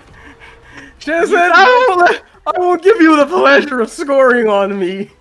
But yeah, that was Yuki was right there. I think that was almost checkmate. But I mean, Shen tried. Oh god, and Shen died. Barrier, and again a bit of a collapse. That is such a big deal. Shen loses max inner focus and max stacks on stacks, and Yuki converts. Shen just lost all his scaling. It's all gone, and this could be the turning point. Shen might have done a bit of a big oopsie there. I'm gonna say, So they've got a much steeper hill to climb. They've lost a lot of their climbing gear. All of a sudden, one barrier goes down. They've got to try and like fight through it. They've got to fight through that pain. Flip goes out. They do get one barrier. Nobody's in position to redirect for the second one, though. We are trading places here for a little bit. Barriers on opposite sides. They try to feed it up to Kamakiri. Flips for the barrier. At this point, you might as well spend the cash. You got it. You ain't gonna spend. You ain't gonna be able to spend it again. So barriers open on both sides. Yuki trying to get into place. SMG trying to get into place. They are trying to get it out of their territory. They do manage to for a little bit as the black hole pops. Kamakiri and Shen trying to position themselves for like a good play. SMG trying to break things up. Yuki there with a path splitter. Tofu Fortress goes out. There's a lot here that is going on. Missed! Alex missed the clear, and Yuki immediately capitalized. And that is how it ends. An excellent Giga Blast from SMG, especially with that spectrating core speed. Arwax is not able to get to it. The friend fling not able to get it to it. And SMG with some incredible hero plays, and Yuki is able to capitalize on them perfectly. I mean, what a game. If you are Vibe Check, I think you just straight up lose if you go to set 5. So that really was like the set 5.5 type of deal. No, I agree. And the flip killing Shen on that point 4 was such a difference maker. Yuki having just enough power for it to happen, and oh, what an incredible game for both sides. Don't ask, almost bringing it back. This, I feel like this game was a little bit closer than even like the score would indicate. Like, yeah, okay, don't ask, only technically got one set, but who boy did they fight for it. This third one, we got to go to tiebreak and Gates of Obscura here, and that necessitates, we've said it before, that kind of necessitates almost a good change in plan, an entire change in plans. For a lot of teams, for a lot of players, just the portals make so much difference. It's going to be something that both teams are going to have to be ready for, and just it's going to be wild. I think Don't Ask has almost like leveled up in front of us, and Don't Ask has been doing like some amazing things. I do sincerely think it's possible that they could take this. Yeah, I mean, both teams have just looked so excellent. Obviously, both pleading their case on why they deserve this spot, and honestly, both of them would be absolute cinema to see it. It would be cinema to see them both make it. Obviously, that can't happen. One of these teams is going down to EUSL. I do think whichever team drops here is going to be one of the favorites, but obviously, you want to make EUSL. Yeah, no. So yeah, it's going to be very exciting. Very exciting game 3, match 3. I mean, round 3, whatever. Point being, I'm sorry, I'm excited. This was, like I said before, this is actually a little bit more than I was expecting out of Don't Ask. They have been playing insane. Like that second match, not quite insane enough to get out from under Vibe Check, but still very, very fun, very, very good. And this start, this is gonna be a love one. This is gonna be a lovely one. We got Hot Shot starts. Hot Shot off rip and Glass Cannon, which ain't exactly nothing to sneeze at either. Estelle banned. Get her out of here. Who's going to join her on the sidelines is the question. It is the Asher ban from Don't Ask. Yuki has looked really good on it so far, so it does make sense to ban away. But I am a bit concerned about this Juno potentially getting picked up. Obviously, you do have a lot of counterplay to Juno on the board still. You do still have that Kai, and the X is picked up from Vibe Check, probably just wanting to secure Yuki something that she is comfortable on. And I think a dangerous 2-3 here for Don't Ask would be, I don't know what they're going to end up playing it, but like a Kai Juno double pick here is super dangerous if they do end up picking it up. Yeah, that is going to be nigh deadly. We are about to find out. His first one picked is Atlas, however. Makes sense. Atlas Hotshot, very, very powerful. So it does make sense to kind of pick up. Obviously, ROX showed good comfort on it. So yeah, definitely see that. Also, I mean, Hotshot Atlas good. But we saw that like last time Atlas they picked up the Glass Cannon, so we're gonna see. And Yep, Juno. There it is. Juno. I like this don't ask draft. I think it is very powerful, but Vibe Check does end up getting the Kai to counterpick, as stated beforehand. That's kind of the thing, right? Obviously, they do end up counterpicking the Juno pretty hard, but it is still Hotshot Juno, and it is something to be afraid of, and it can just be such a game changer. But Yeah. kind of have to see how they answer to it. Obviously, banning away the Estelle kind of makes sense, but especially if your plan is to just counterpick Kai into this, it makes a lot of sense to ban the Estelle and then just let them have Juno into Kai. So it's still a really good draft for Vibe Check. Yeah, it is. As well as a Kazan to round things out. I have to say I like both of them. I like both picks. I like both teams. As far as like like drafting goes to, I am curious how the game plan is going to shake out with Atlas, Juno, Kazan. Yeah, so this is a comp that actually my team runs a lot, and this comp is very Okay. interesting because your Kazan doesn't have like a crazy amount of shoving pressure as much as like an X or Asher does, but with the support of Juno, Kazan becomes very dangerous as long as you like strike away over slimes correctly, and it can even break through like these melee goalies like Dubu. So it will really come down to how good the strike layering is of the forward duo of Don't Ask, because it can be super powerful and hard to deal with if they get set up in the corner. It's actually one of the best ways to make Kazan dangerous as like an Asher or an X in corner shoving. Oh, there you go. That's some interesting strategic reveal. I'm curious to see if that's going to end up happening. I'm curious to see if they are thinking along those same lines as we get started here. And everybody takes hot shots. I'm surprised that Yuki took Hot Shot and Kamakiri took. I thought the Brawlers would take Glass Cannon for some speed and power, but hey, everyone loves Hot Shot. That Awakening is never bad. It's more cooldowns. I thought Arlax was. I honestly kind of thought Arlax was going to take Glass Cannon because like it was taken last game. Yeah. As Shen now pushing forward with his hot shot speed is unable to get it past Atal, who does with the somersault though. SMG is forced to use the barrage to kind of hold the first barrier as they're now slowly setting up in the corner. But Shen gets taken off the map here as this is now a good power play here for the side of Vibe Check. Kamakiri unfortunately misses the crooked leverage as the secondary is burned. Atal is now able to push up towards the top side with the Tofu Fortress. There it is. Takes the barrier. Yuki, such an advantageous position. Pushes forward. Does not get the KO on Arlax, but a lot of damage being thrown out. The Celestial Intervention has to be used. And the jump from Shen unfortunately whiffs. And a great conversion here from SMG. Yeah, first point goes pretty darn well, I would say, for the side of Vibe Check. We are going to see if that can hold up as we get this second point underway. They do manage to save it for a little bit. Don't ask. Flip goes out, and a little bit of a problem there trying to get that first barrier, but they do manage to get it. We need to see if Don't Ask can respond there as they get the second one too very quickly.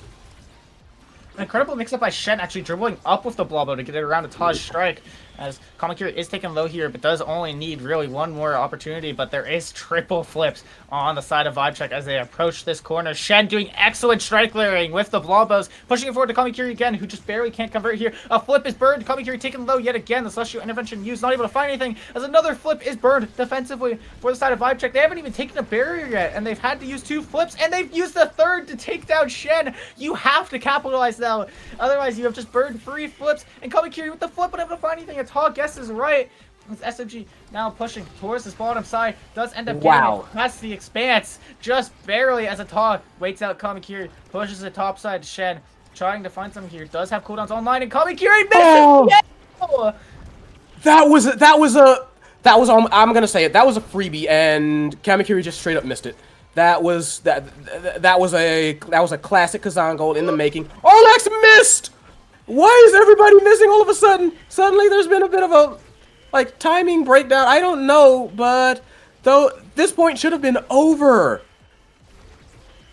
And it is not quite yet. A Shen with the Blobbo bounce, able to push things forward for now. SMG does not hit it through the portal yet as the strike shot clears it away into the friend filling. Arlax trying, pushes Kamakiri, successfully does, but Kamakiri is out of cooldowns now. The blobs! Oh, Kamakiri pushes it backwards. This is everyone is nervous. It's game 3. It's EUSL qual. This is your final game, final chance. Everyone is feeling the pressure. Alright, whips the flip. Flip, panic, flip, yeah. Oh god, nerves is getting to everybody. At this point, it's who makes less mistakes. Okay, Kamakiri finally like tightens up, says, okay, I'm pretty sure I can like do this simple like Kazantra. I'm sure I can fake this one out. Pulls it out, gets it right back up. There we go. Okay, tied back up. You got it, but at this point, like you can tell, it's absolutely like nerves. A lot of abilities firing off a little bit too early. A lot of attempted clears firing off early. Death happens, and it's worrying. Oh god. Oh suddenly. Oh no. Oh dear. Arlax is holding it down though, uses Celestial Intervention, trying to stay alive, does lose the barriers. Atala is able to push forward for free with 2 barriers up for safety, but is cleared away by Don't Ask. But Atala doing an excellent clear to get it away from the crooked leverage of Kamakiri as SMG pushes it through the portal. Kamakiri meets it as SMG dribbling up the field, but it is cleared away for now by Kamakiri, who's pushing forward with the Blobos. As the first barrier is taken, the flip is used, but an incredible pass out to SMG. The Giga Blast not quite enough. The barrage just barely gets cleared away by Arlax. What an excellent clear. As Ata trying to get this around Shen, but the crooked leverage is keeping things into play for now. But an incredible clear as Kamakiri is taken very low. Yeah, Kamakiri looking low. Guns going out. Beautiful expanse to try and like get it out of territory. Quicker leverage to try and get an offense going as overtime hits. And yeah, that was just a lot of speed. They tried pretty damn well, I think, to bait out a lot of stuff. They did manage to bait out a Giga Blast. So, I mean, it was a rough point. Gotta try and like take what little victories you can. A little bit of a standoff there for the kickoff. And right now, it's going... There's clearly like just a lot of nerves and a lot of trying to anticipate what may not be there. A lot of jumping at ghosts for both teams. So it's going to be down to like, you know, who panics less? It's because both teams, I think, are going to be worried at this point in time. Yeah, and this is some of the most pressure you're ever going to feel. A qualification game, and Yuki capitalizing to take this first set for Vibe Check. Yeah, we are going to see if... I feel like this game could be win or loss here. I'm not even going to mess with you. The draft, the way these guys have been playing... Yeah. SMG is so fast. SMG with the mag speed, not the aerials. It's just, this is the concern about having the Kai being left up. Obviously, you were scared of Yuki's Asher, but now SMG, you can really just start running away with this game with all this mobility, as Shen is denying X the built different here, kind of making it so Yuki can't get sides, but does end up getting stagger scaling instead. It's just still so terrifying.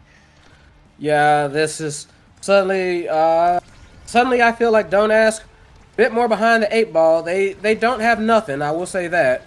And there is potential out there, but it's going to be a very rough road with what they have so far. Yeah, and Ata is pushing forward. So much free range. Just hotshot 1-2 punch core speed as well. Making this dangerous as the Tofu Fortress is deployed, but it is cleared away by the side of Don't Ask, who is doing an excellent job of kind of holding on to all this corner pressure here. As Kamakiri is able to clear the ball away, gets past the Summer Assault, but nothing great comes of it. There goes the barrier, though, as Yuki and SMG now pushing towards his bottom side. Arwax does have cooldown support, though. An incredible pass to Ata by SMG to swap sides, and the flip and the expanse are burned, and a barrier also taken. Advantageous offense here for the side of Vibe Check, but Kamakiri with the pointed strike is able to take the final barrier. Talon a bit more of a dangerous situation, but SMG with the barrage ends up taking the second barrier. No barriers on either side as Yuki going for the portal, trying to push up with this flip, flips it to themselves back through the portal again. This is mixing up everyone. That was sick. SMG pushes it through ROX. And a capitalization there. Shen just wasn't ready for the Yuki portal mix-up, I guess, and SMG gets free 1v1. That was sick. It's like, which way did he go, George? But just where does this bring you? Back to me. Just look at the core. Now look at me. Now look at your core. Now look at me. The core is with me. I'm scoring now. But they have to shake that off and try and figure out what to do against this honestly, not just resurgent, but suddenly, like I said, like very scary team. They do get one barrier, so that's a start.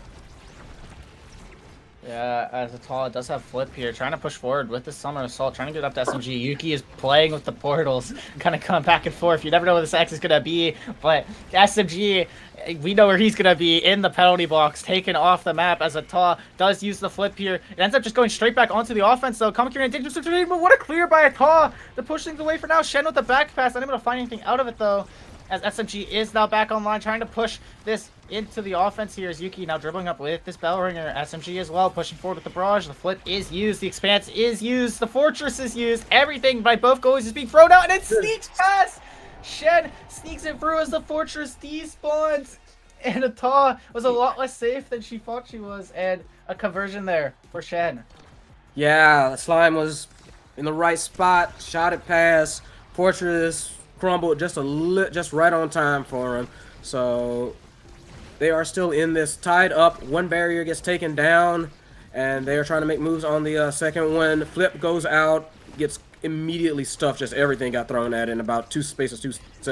Shen having to like abandon the play for a while, but right now, Don't Ask is not looking horrible, but it is very, very dicey. I've been seeing like a lot of life bars get very low. Like, yeah, nobody was hitting the core for a second, kind of just chilling there. I mean, obviously, that's what you want to do if you don't ask, especially with that Tofu Fortress out. As Yuki struggling towards his bottom side. This is portal side, though, gives the defense a bit more options on clears, and they do find the out through the portal as Arwax trying to get this through to Shen, but Shen kind of passes it to Yuki, a bit dangerous, a bit of a risky clear, not punished yet, but their offense is still sustained as it gets past everything. Arwax is forced to flip, unfortunately, does end up missing here as SMG is striking past the blob out bounce. Yuki with the bell ringer setup does take this last barrier here, and it's just careless strikes that are punishing, Don't Ask.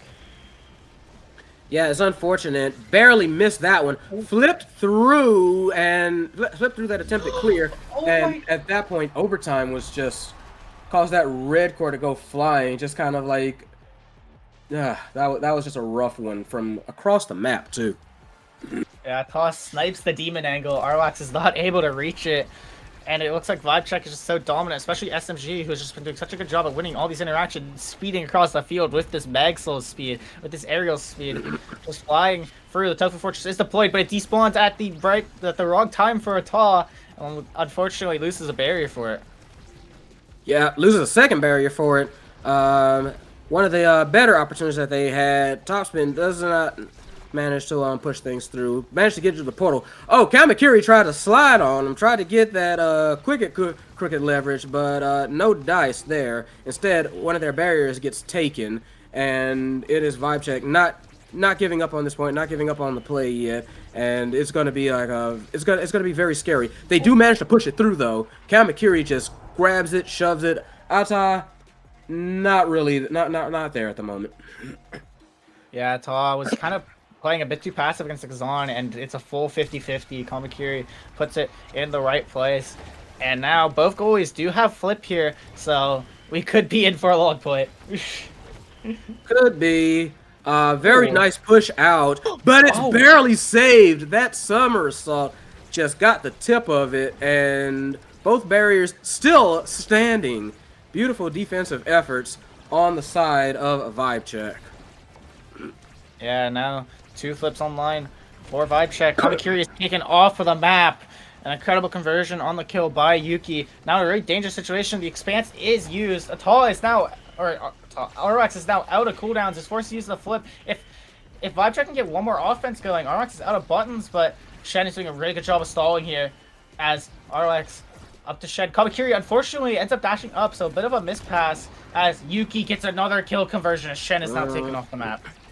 Oh, they do not want that. Shen has been doing great with being able to stall out and get some sort of positioning going for them.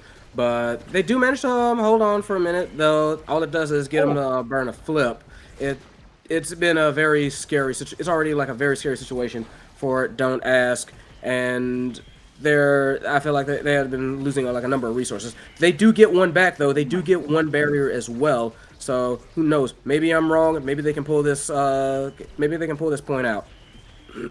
Yeah, Talis had some incredibly timed summer assaults, able to hold on to this barrier for a really long time here. As now SMG pushing forward with the barrage, but Shen clears it away for now. Kamakiri dribbling towards this bottom side, trying to get to this barrier. SMG in a 1v1, but Arwax has the cooldowns to deal with it. Kamakiri takes the side of the barrier here as Yuki tries to push it to SMG. Unfortunately, misses the angle. Shen putting it through the portal across the map. Bit of an awkward situation here as Shen is now stalling. Gives it to Arwax. Arwax is not ready for it though. As Yuki now pushing this back to SMG, who doesn't have cooldowns right now, though. Arwax just panic flips. We've seen this multiple times now. As these flips are crucial resources you can't be burning, and now there's a very dangerous situation for Don't Ask. As Kamakiri, unable to convert anything, misses the strike. Yuki pushing top side, actually ends up knocking Shen through the portal, but Shen is ready to receive the core. As SMG trying to find anything, but the expanse is used to hold it for now. Yuki Ata trying to hold it down as the somersault is used. SMG is just pushing forward, basically being the brawler as Yuki is just helping Ata hold it down. Kamakiri can't find it as SMG now dribbling towards the top side, misses the barrage on the dribble. Barely missed it. Not flips. Slime goes out. Shen tries to make a play on it. Kamakiri trying to get in a position. Beautiful feed. Shen flips, knocks it to Kamakiri, knocks it northwise of Ata. Ata not able to respond quite correctly. I think just got kind of shook out a little bit. But a hard fought set point for Don't Ask. Yeah, as now the team player is online for Arwax. That's going to be a big deal with how long these points have gone. You're pretty much guaranteed overtime. And that is going to be a crucial difference maker. But we have to realize SMG did just get more speed. This is insanity. And Yuki gets power. This is actually a big deal, except for Ata is kind of stuck with tempo swing. Otherwise, though, this is like a kind of an insane draft for both sides. Yeah, it's not gonna get any slower or any simpler from here on, folks. That is for doggone sure. And right now, I feel like it's still on Don't Ask to kind of weather the onslaught. Ooh. That is a vibe check, much like they weren't able to do there. They do manage to push one. Are they going to be able to respond with a quick two of their own? Not quite. So, unfortunate, but yeah, there's still something to be done here for Don't Ask, but they are going to have to keep playing astoundingly in order to see that through. Yeah, and Ata has done such a good job at holding it down and able to get the ball to Yuki, who is trying to dribble past the forwards here of Don't Ask. SMG is staggered. The Giga Blast kind of goes at an awkward angle, but Ata is ready for it as Yuki kind of back to playing this midfield role as SMG tries to heal up. The Kamakiri converts the barrier here. SMG is able to heal up, uses the barrage, but it just goes straight to Shen. SMG trying to dribble forward, but is cleared away by the primary. The crooked leverage stuffing it out as Yuki's flip doesn't really get much value here. Shen flips it up to Kamakiri, who unfortunately whiffs, but Ata was ready for it. Anyways, the Giga Blast just barely misses as the team player proc didn't happen, which might have actually saved Don't Ask in the long run. So Ata does use the flip, wins the strike war against Kamakiri. An incredible strike war win by Ata as SMG trying to find this conversion here. Doesn't have the cooldowns to do it though. Yuki is still playing this midfield role. It really just feels like the forwards of vibe check have role swapped.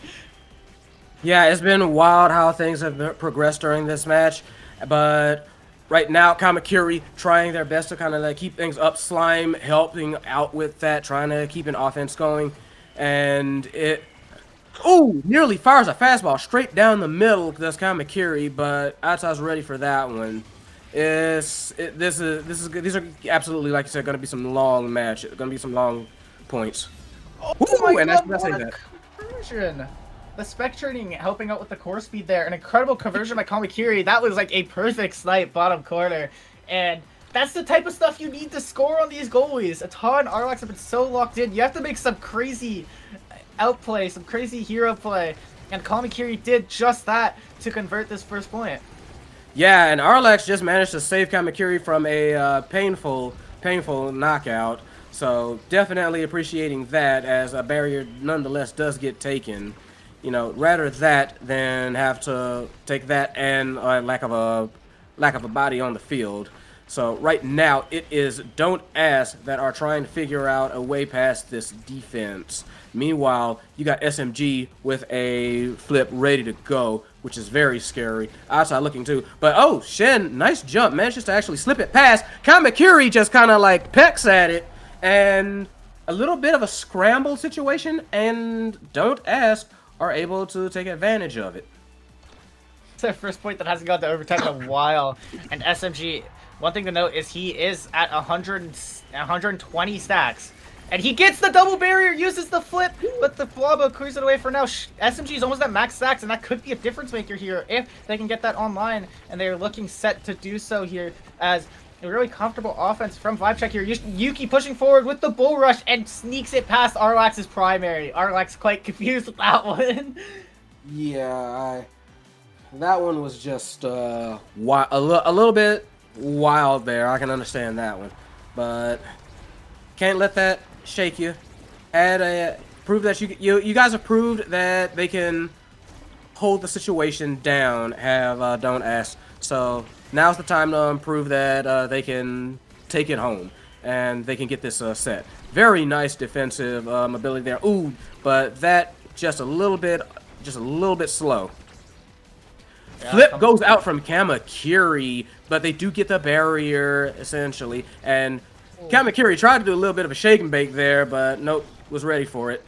Flip goes out. They decide to just do nothing with it. Again, tries some fancy moves, tries to crossover. I was just saying like, no, I'm not gonna get caught lacking again. Yeah, Thaw is so locked in. So is Arlax. Just winning so many crucial interactions as Thaw does burn the flip, dribbles it to Yuki. We can't really find anything past the primary. SMG is able to get there in time with this 800 speed Kai. He is so fast. The core is faster though, but it sneaks by. Arlax flexed from across the map, and Asa couldn't deal with it. And yeah, that's crazy. One more set for Don't Ask to make it into EUSL. They are so close, and this Arlax is just gonna get Gigabist. He now has inner focus hot shot. That's so gonna be dangerous. With how long points have been, it's gonna be so easy to build up that inner focus, and then now points are gonna be even longer because he has infinite buttons. What do we do?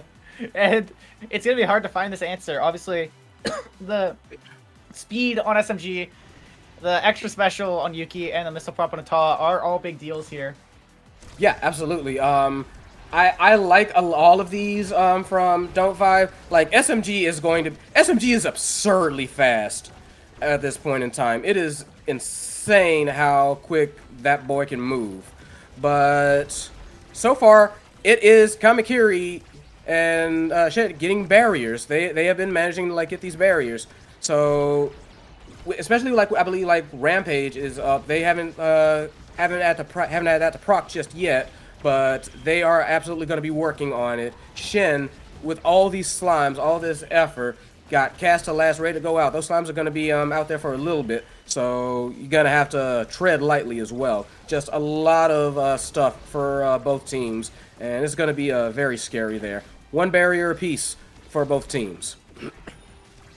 SMG now pushing towards the bottom side of all this speed. The barrage does get eaten by Shen though, and it's a pretty easy clear away, as now Shen is the one pushing into this top side, but it gets weighted out here. SMG with the Giga Blast, not able to find the barrier quite yet, but the overtime is hit. The team player is online. The 1-2 punch on Ata is also online as the Summer Assault missed, but Kamakiri won! He ruined his own shot. That was on the barrier. That was absolutely on the barrier. He got too fan. He got lost in the sauce. I promise you he got that. Yeah, and then the flip afterwards, that was crazy. Kamakiri got a little bit too lost in the sauce there. And he paid for it. Fingers instead of striking too. That could have been a free conversion as well. Something to note is both the stacks and the inner focus are almost fully built on both sides already, and we're first point still. Ata still has a barrier to boot, but no energy on the forward two. Vibecheck, who are pushing forward here. A lot of cooldowns being used, and then the angle is missed again by Kamakiri. Just can't find that bumper to take the barrier as the Tofu Fortress clears it away. As Yuki now dribbling towards his bottom side. Let me defend, she says as she puts it into that. Yeah, boy. First point, by the way. We are going to be in for a wild one. Ata with Flip, Kamakiri, Arlax, and Shen all both halfway through. This one's gonna be an exhausting one. I hope y'all got snacks. I hope y'all got drinks.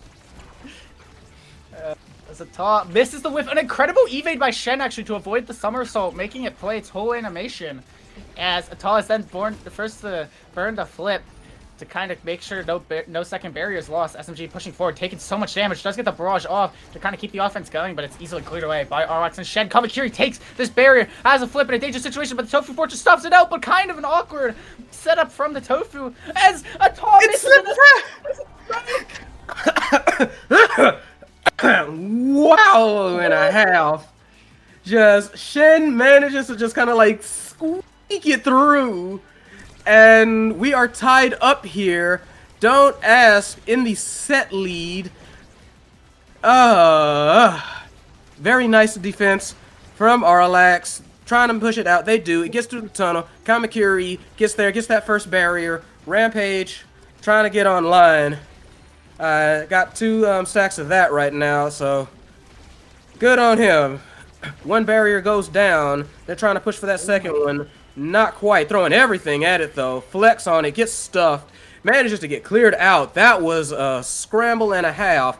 But it managed to work out for him. But here we go. Scramble 2. Electric Boogaloo. Mosh pit, everybody. We take barriers down. We don't need no water. Let this thing burn. Flip goes out. Tries to feed it up to Kamakiri. Kamakiri on death's door. Staggered. Flips go out. Slime goes out. Flips goes out. Does not manage to get anything happening. Kamakiri juggling a little bit, trying to get something slick happening. Dope just dies for it, though. And it is a power play on the side of Vibe Check. And it is SMG that pushes it through. Yuki there with the support, trying to make sure that no shenanigans happen there. Second point for Vibe Check. Yeah, and Kamakiri did lose those Rampage stacks. And it's feeling like these minor misplays of Kamakiri, like not hitting the barrier, might end up actually being a big difference maker here, of course, because if Vibe Check win this set, anything can happen. And down goes Shen, an incredible somersault into the X kill combo here, as RX now with infinite buttons is going to be able to hold on to this. Does flip it out, gets the barrier. ETOS does flip, but it's not in time to hold it, as now Yuki, SMG trying to push forward, but Shen just puts it straight through the portal as ETOS with an incredible somersault has been so good at hitting those so far today as Yuki pushes it back through the portal, but it's easily cleared away. Yuki now setting up in this top side with the bell ringer, does use the flip, but it's stuffed away by this expanse. RLAX just having so many buttons, using the intervention to stay alive as ETOS now having to deal with Shen, but the Tofu Fortress is online in order to do so as SMG now pushing forward, gets it past the Blobo, but it is just portal to the other side where Shen is waiting. An incredible clear by SMG, pushing now into this top side, uses the Giga Blast to stuff Arlox back, but it is cleared away for now. But the first barrier taken by Yuki, ETOS clearing away from the Clerked Leverage. The team player is online and takes the barrier. The core speed is going to be a big difference maker here as SMG trying to get it to Yuki, but it is stuffed away. The log pushes Kamakiri back though, as Shen unable to strike that. SMG can't get there though, but the Crooked Leverage misses as Yuki. Now the SMG, the Giga Blast angle misses. RX whiffs the strike. The second barrier is taken, and it just barely doesn't go in. The goal gates weren't quite open enough. SMG strikes into the slime with the flip as the Crooked Leverage is enough. That's how way up top, trying to shove it back through, trying to shove it back the way it came. Launched the log there, realized what was going on, but unfortunately, Tofu Fortress just a little bit too slow compared to the Crooked Leverage. Got it through, and this is Don't Ask on match point. Flip goes wide, misses. SMG looking very low. SMG in danger of being staggered.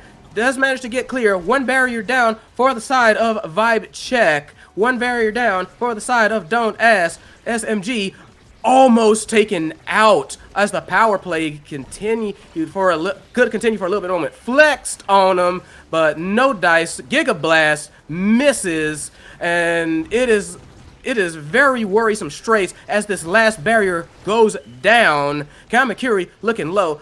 Shen trying to make a play on there. Field goes out, trying to keep Kamakiri alive.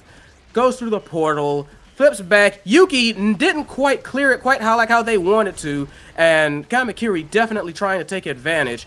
Very scary situation as we hit overtime yet again, And we need to see if VibeCheck can survive this onslaught that Don't Ask has been bringing to the table. Yeah, and RX has so many cooldowns just in case they do get on this defensive side, but the offense has been so powerful from Don't Ask. The flip burned by Ata. There's only so many times Ata will be able to hold it down. As RX with the flip does connect this time. Tofu Fortress stuffs it away. Ata is slowly going to run out of buttons though.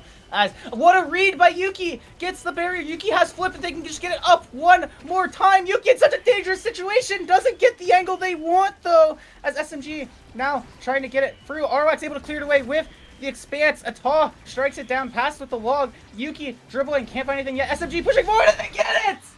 Get through! VibeCheck stays alive! VibeCheck! Oh, I'm tired for him.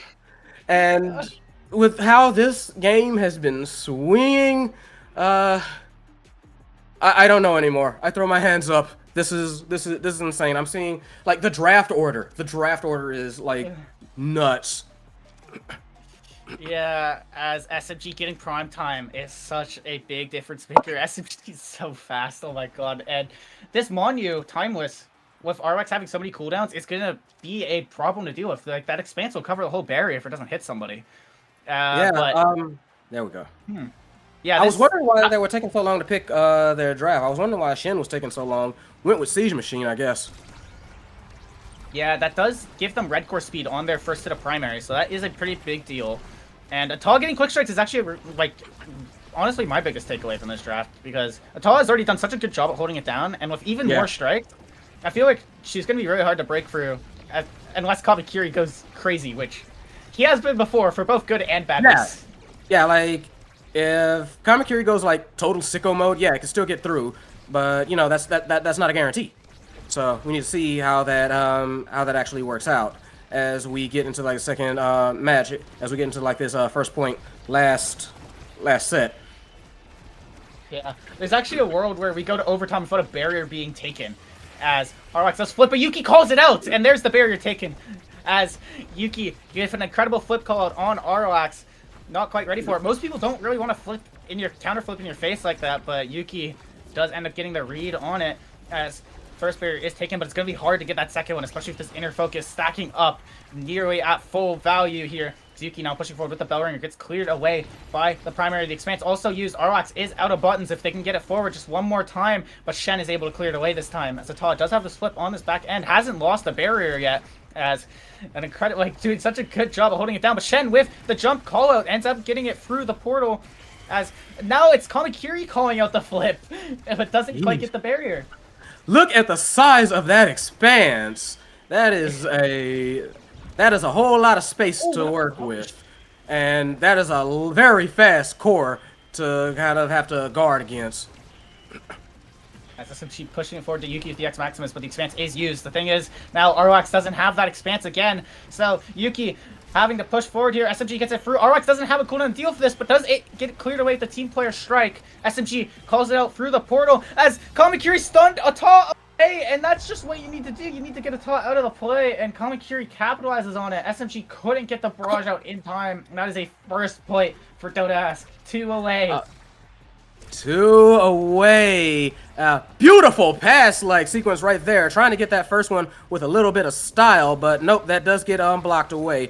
Very nice attempt, though. I will say that they are pulling out a lot. They are pulling out like a lot of coordination, a lot of tricks there. Flip gets burned by SMG, trying to save their own life. Understandable, but still, it is not looking great for. Kamakiri barely missed it. That's unfortunate. Yeah, it's now Yuki pushing forward with this flip with the help from SMG, but Don't Ask is just portaling it perfectly, and that is a KO on Kamakiri. No more rampage stacks for this Kazan. SMG is now at max stacks on stacks too, so a lot of mobility here as ROX is forced to flip, and Ata is able to easily clear it back to SMG, but the power play is killed off. Shen trying to push it forward with the Blabo bounce. The crooked leverage not quite enough, as Ata doing such a good job at clearing and reading these plays. As Yuki does miss the bull rush here, SMG is able to come in and help, though. The Giga Blast gets an incredible angle to take the barrier. The Tofu Fortress is used, but it's kind of pinballing the core around Yuki with the bell ringer, and misses the angle! Not quite enough. Kamakiri comes back to help as SMG pushes it to Yuki, but what a clear way, and there it is! Oh god, and we are tied up again. Yuki just too big, too strong. Takes on two at a time, says, I got you both. But boy, are these points not nearly as simple as one may sound. Though Arlax does just kind of like miss that clear, and first barrier is taken, though Kamakiri is quick to even that up. This is going to be a, this might end fast. Started slow, end fast, as everybody's just kind of like left throwing haymakers, throwing like their biggest and baddest shots, their biggest and best efforts at it. And boom, flip goes through, and suddenly it is vibe check on match point, on series points.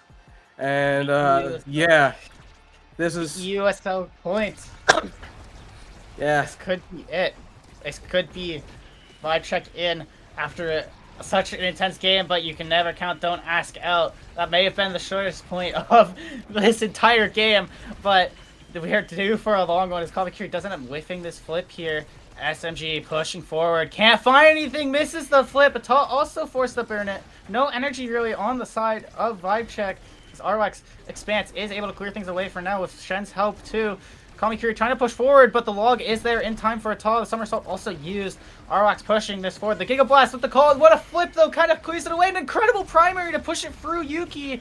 What a play by Arlax to hold the barrier. An incredible intervention, but the barrier is taken. And all it takes is one more offense for Vibe Check to make their EUSL qualify. And Yuki misses the flip, but And welcome Vibe Check to EUSL. welcome to EUSL Vibe Check. That was a heck of a way to wrap that up. Yeah, game 3. Winner makes EUSL. Probably the most intense game I've ever seen. Probably one of the most intense games I've ever watched. Arlax with almost 200 saves, 411 redirects. Arlax wanted it, but it was just not quite enough. Yuki and SMG doing such a good job at converting when they can. Yeah, that was an insane one. You could tell I'm almost out of breath, but good, great stuff to Don't Ask. I will say that y'all are in like USA. Yeah, okay. Guess what? Dominate. That is my statement to you. That is my statement to them. Okay, yes, you're in there. Then show them why you missed this by inches. Show them why you missed this by just that much. Show them why you missed this by inches, by seconds. Go down, dominate, and like say, no, I'm coming back, and y'all need to be scared. We're coming back, and y'all need to be scared. Yeah, both these teams just played so incredibly. Both really working their best for it, but at the end of the day, it feels like the pressure just got to Don't Ask too many times. There's too many like sequences that were just barely missed, or like too many whiffed flips, or like one missed position, and it felt like Don't Ask just had a few more of them than Vibe Check did. Vibe Check was able to kind of control their nerves, kind of deal with the pressure, and do an excellent job at getting their qualifier spot. Yeah, I will say that. Yeah, that was really kind of like the biggest difference. Like, I thought Don't Ask had like some great plays when they were able to kind of string things together, but it was very clear that at times they were just like, both teams were panicking at this point. Both teams were nervous. Both teams had the nerves. Both teams had definite misplays. It's just like you said, Vibe Check were able to calm it down for a little bit. We're able to realize, like let's just do at the end. I feel like it kind of came down to like a lot more like simpler plays. Like, it didn't come down to like wild interactions or wild anything like that. It was just, okay, can we get this clear? Can we get this in? Boom. Do we know we can like make this happen? Do we know we can make this score happen? And they did. Yeah, and again, congrats W Vibe Check, congrats to them, congrats to Turkey's Cats, and really congrats to everyone who makes it this far and will get to play in USA. Everyone here earned their spots. They've done incredibly, and both leagues are going to be incredibly competitive and exciting. But that is all for us today. But tomorrow, it's not over. 2 more spots are left to be up for grabs, as we have one more group to go through. So, same time tomorrow. See us then. See you around.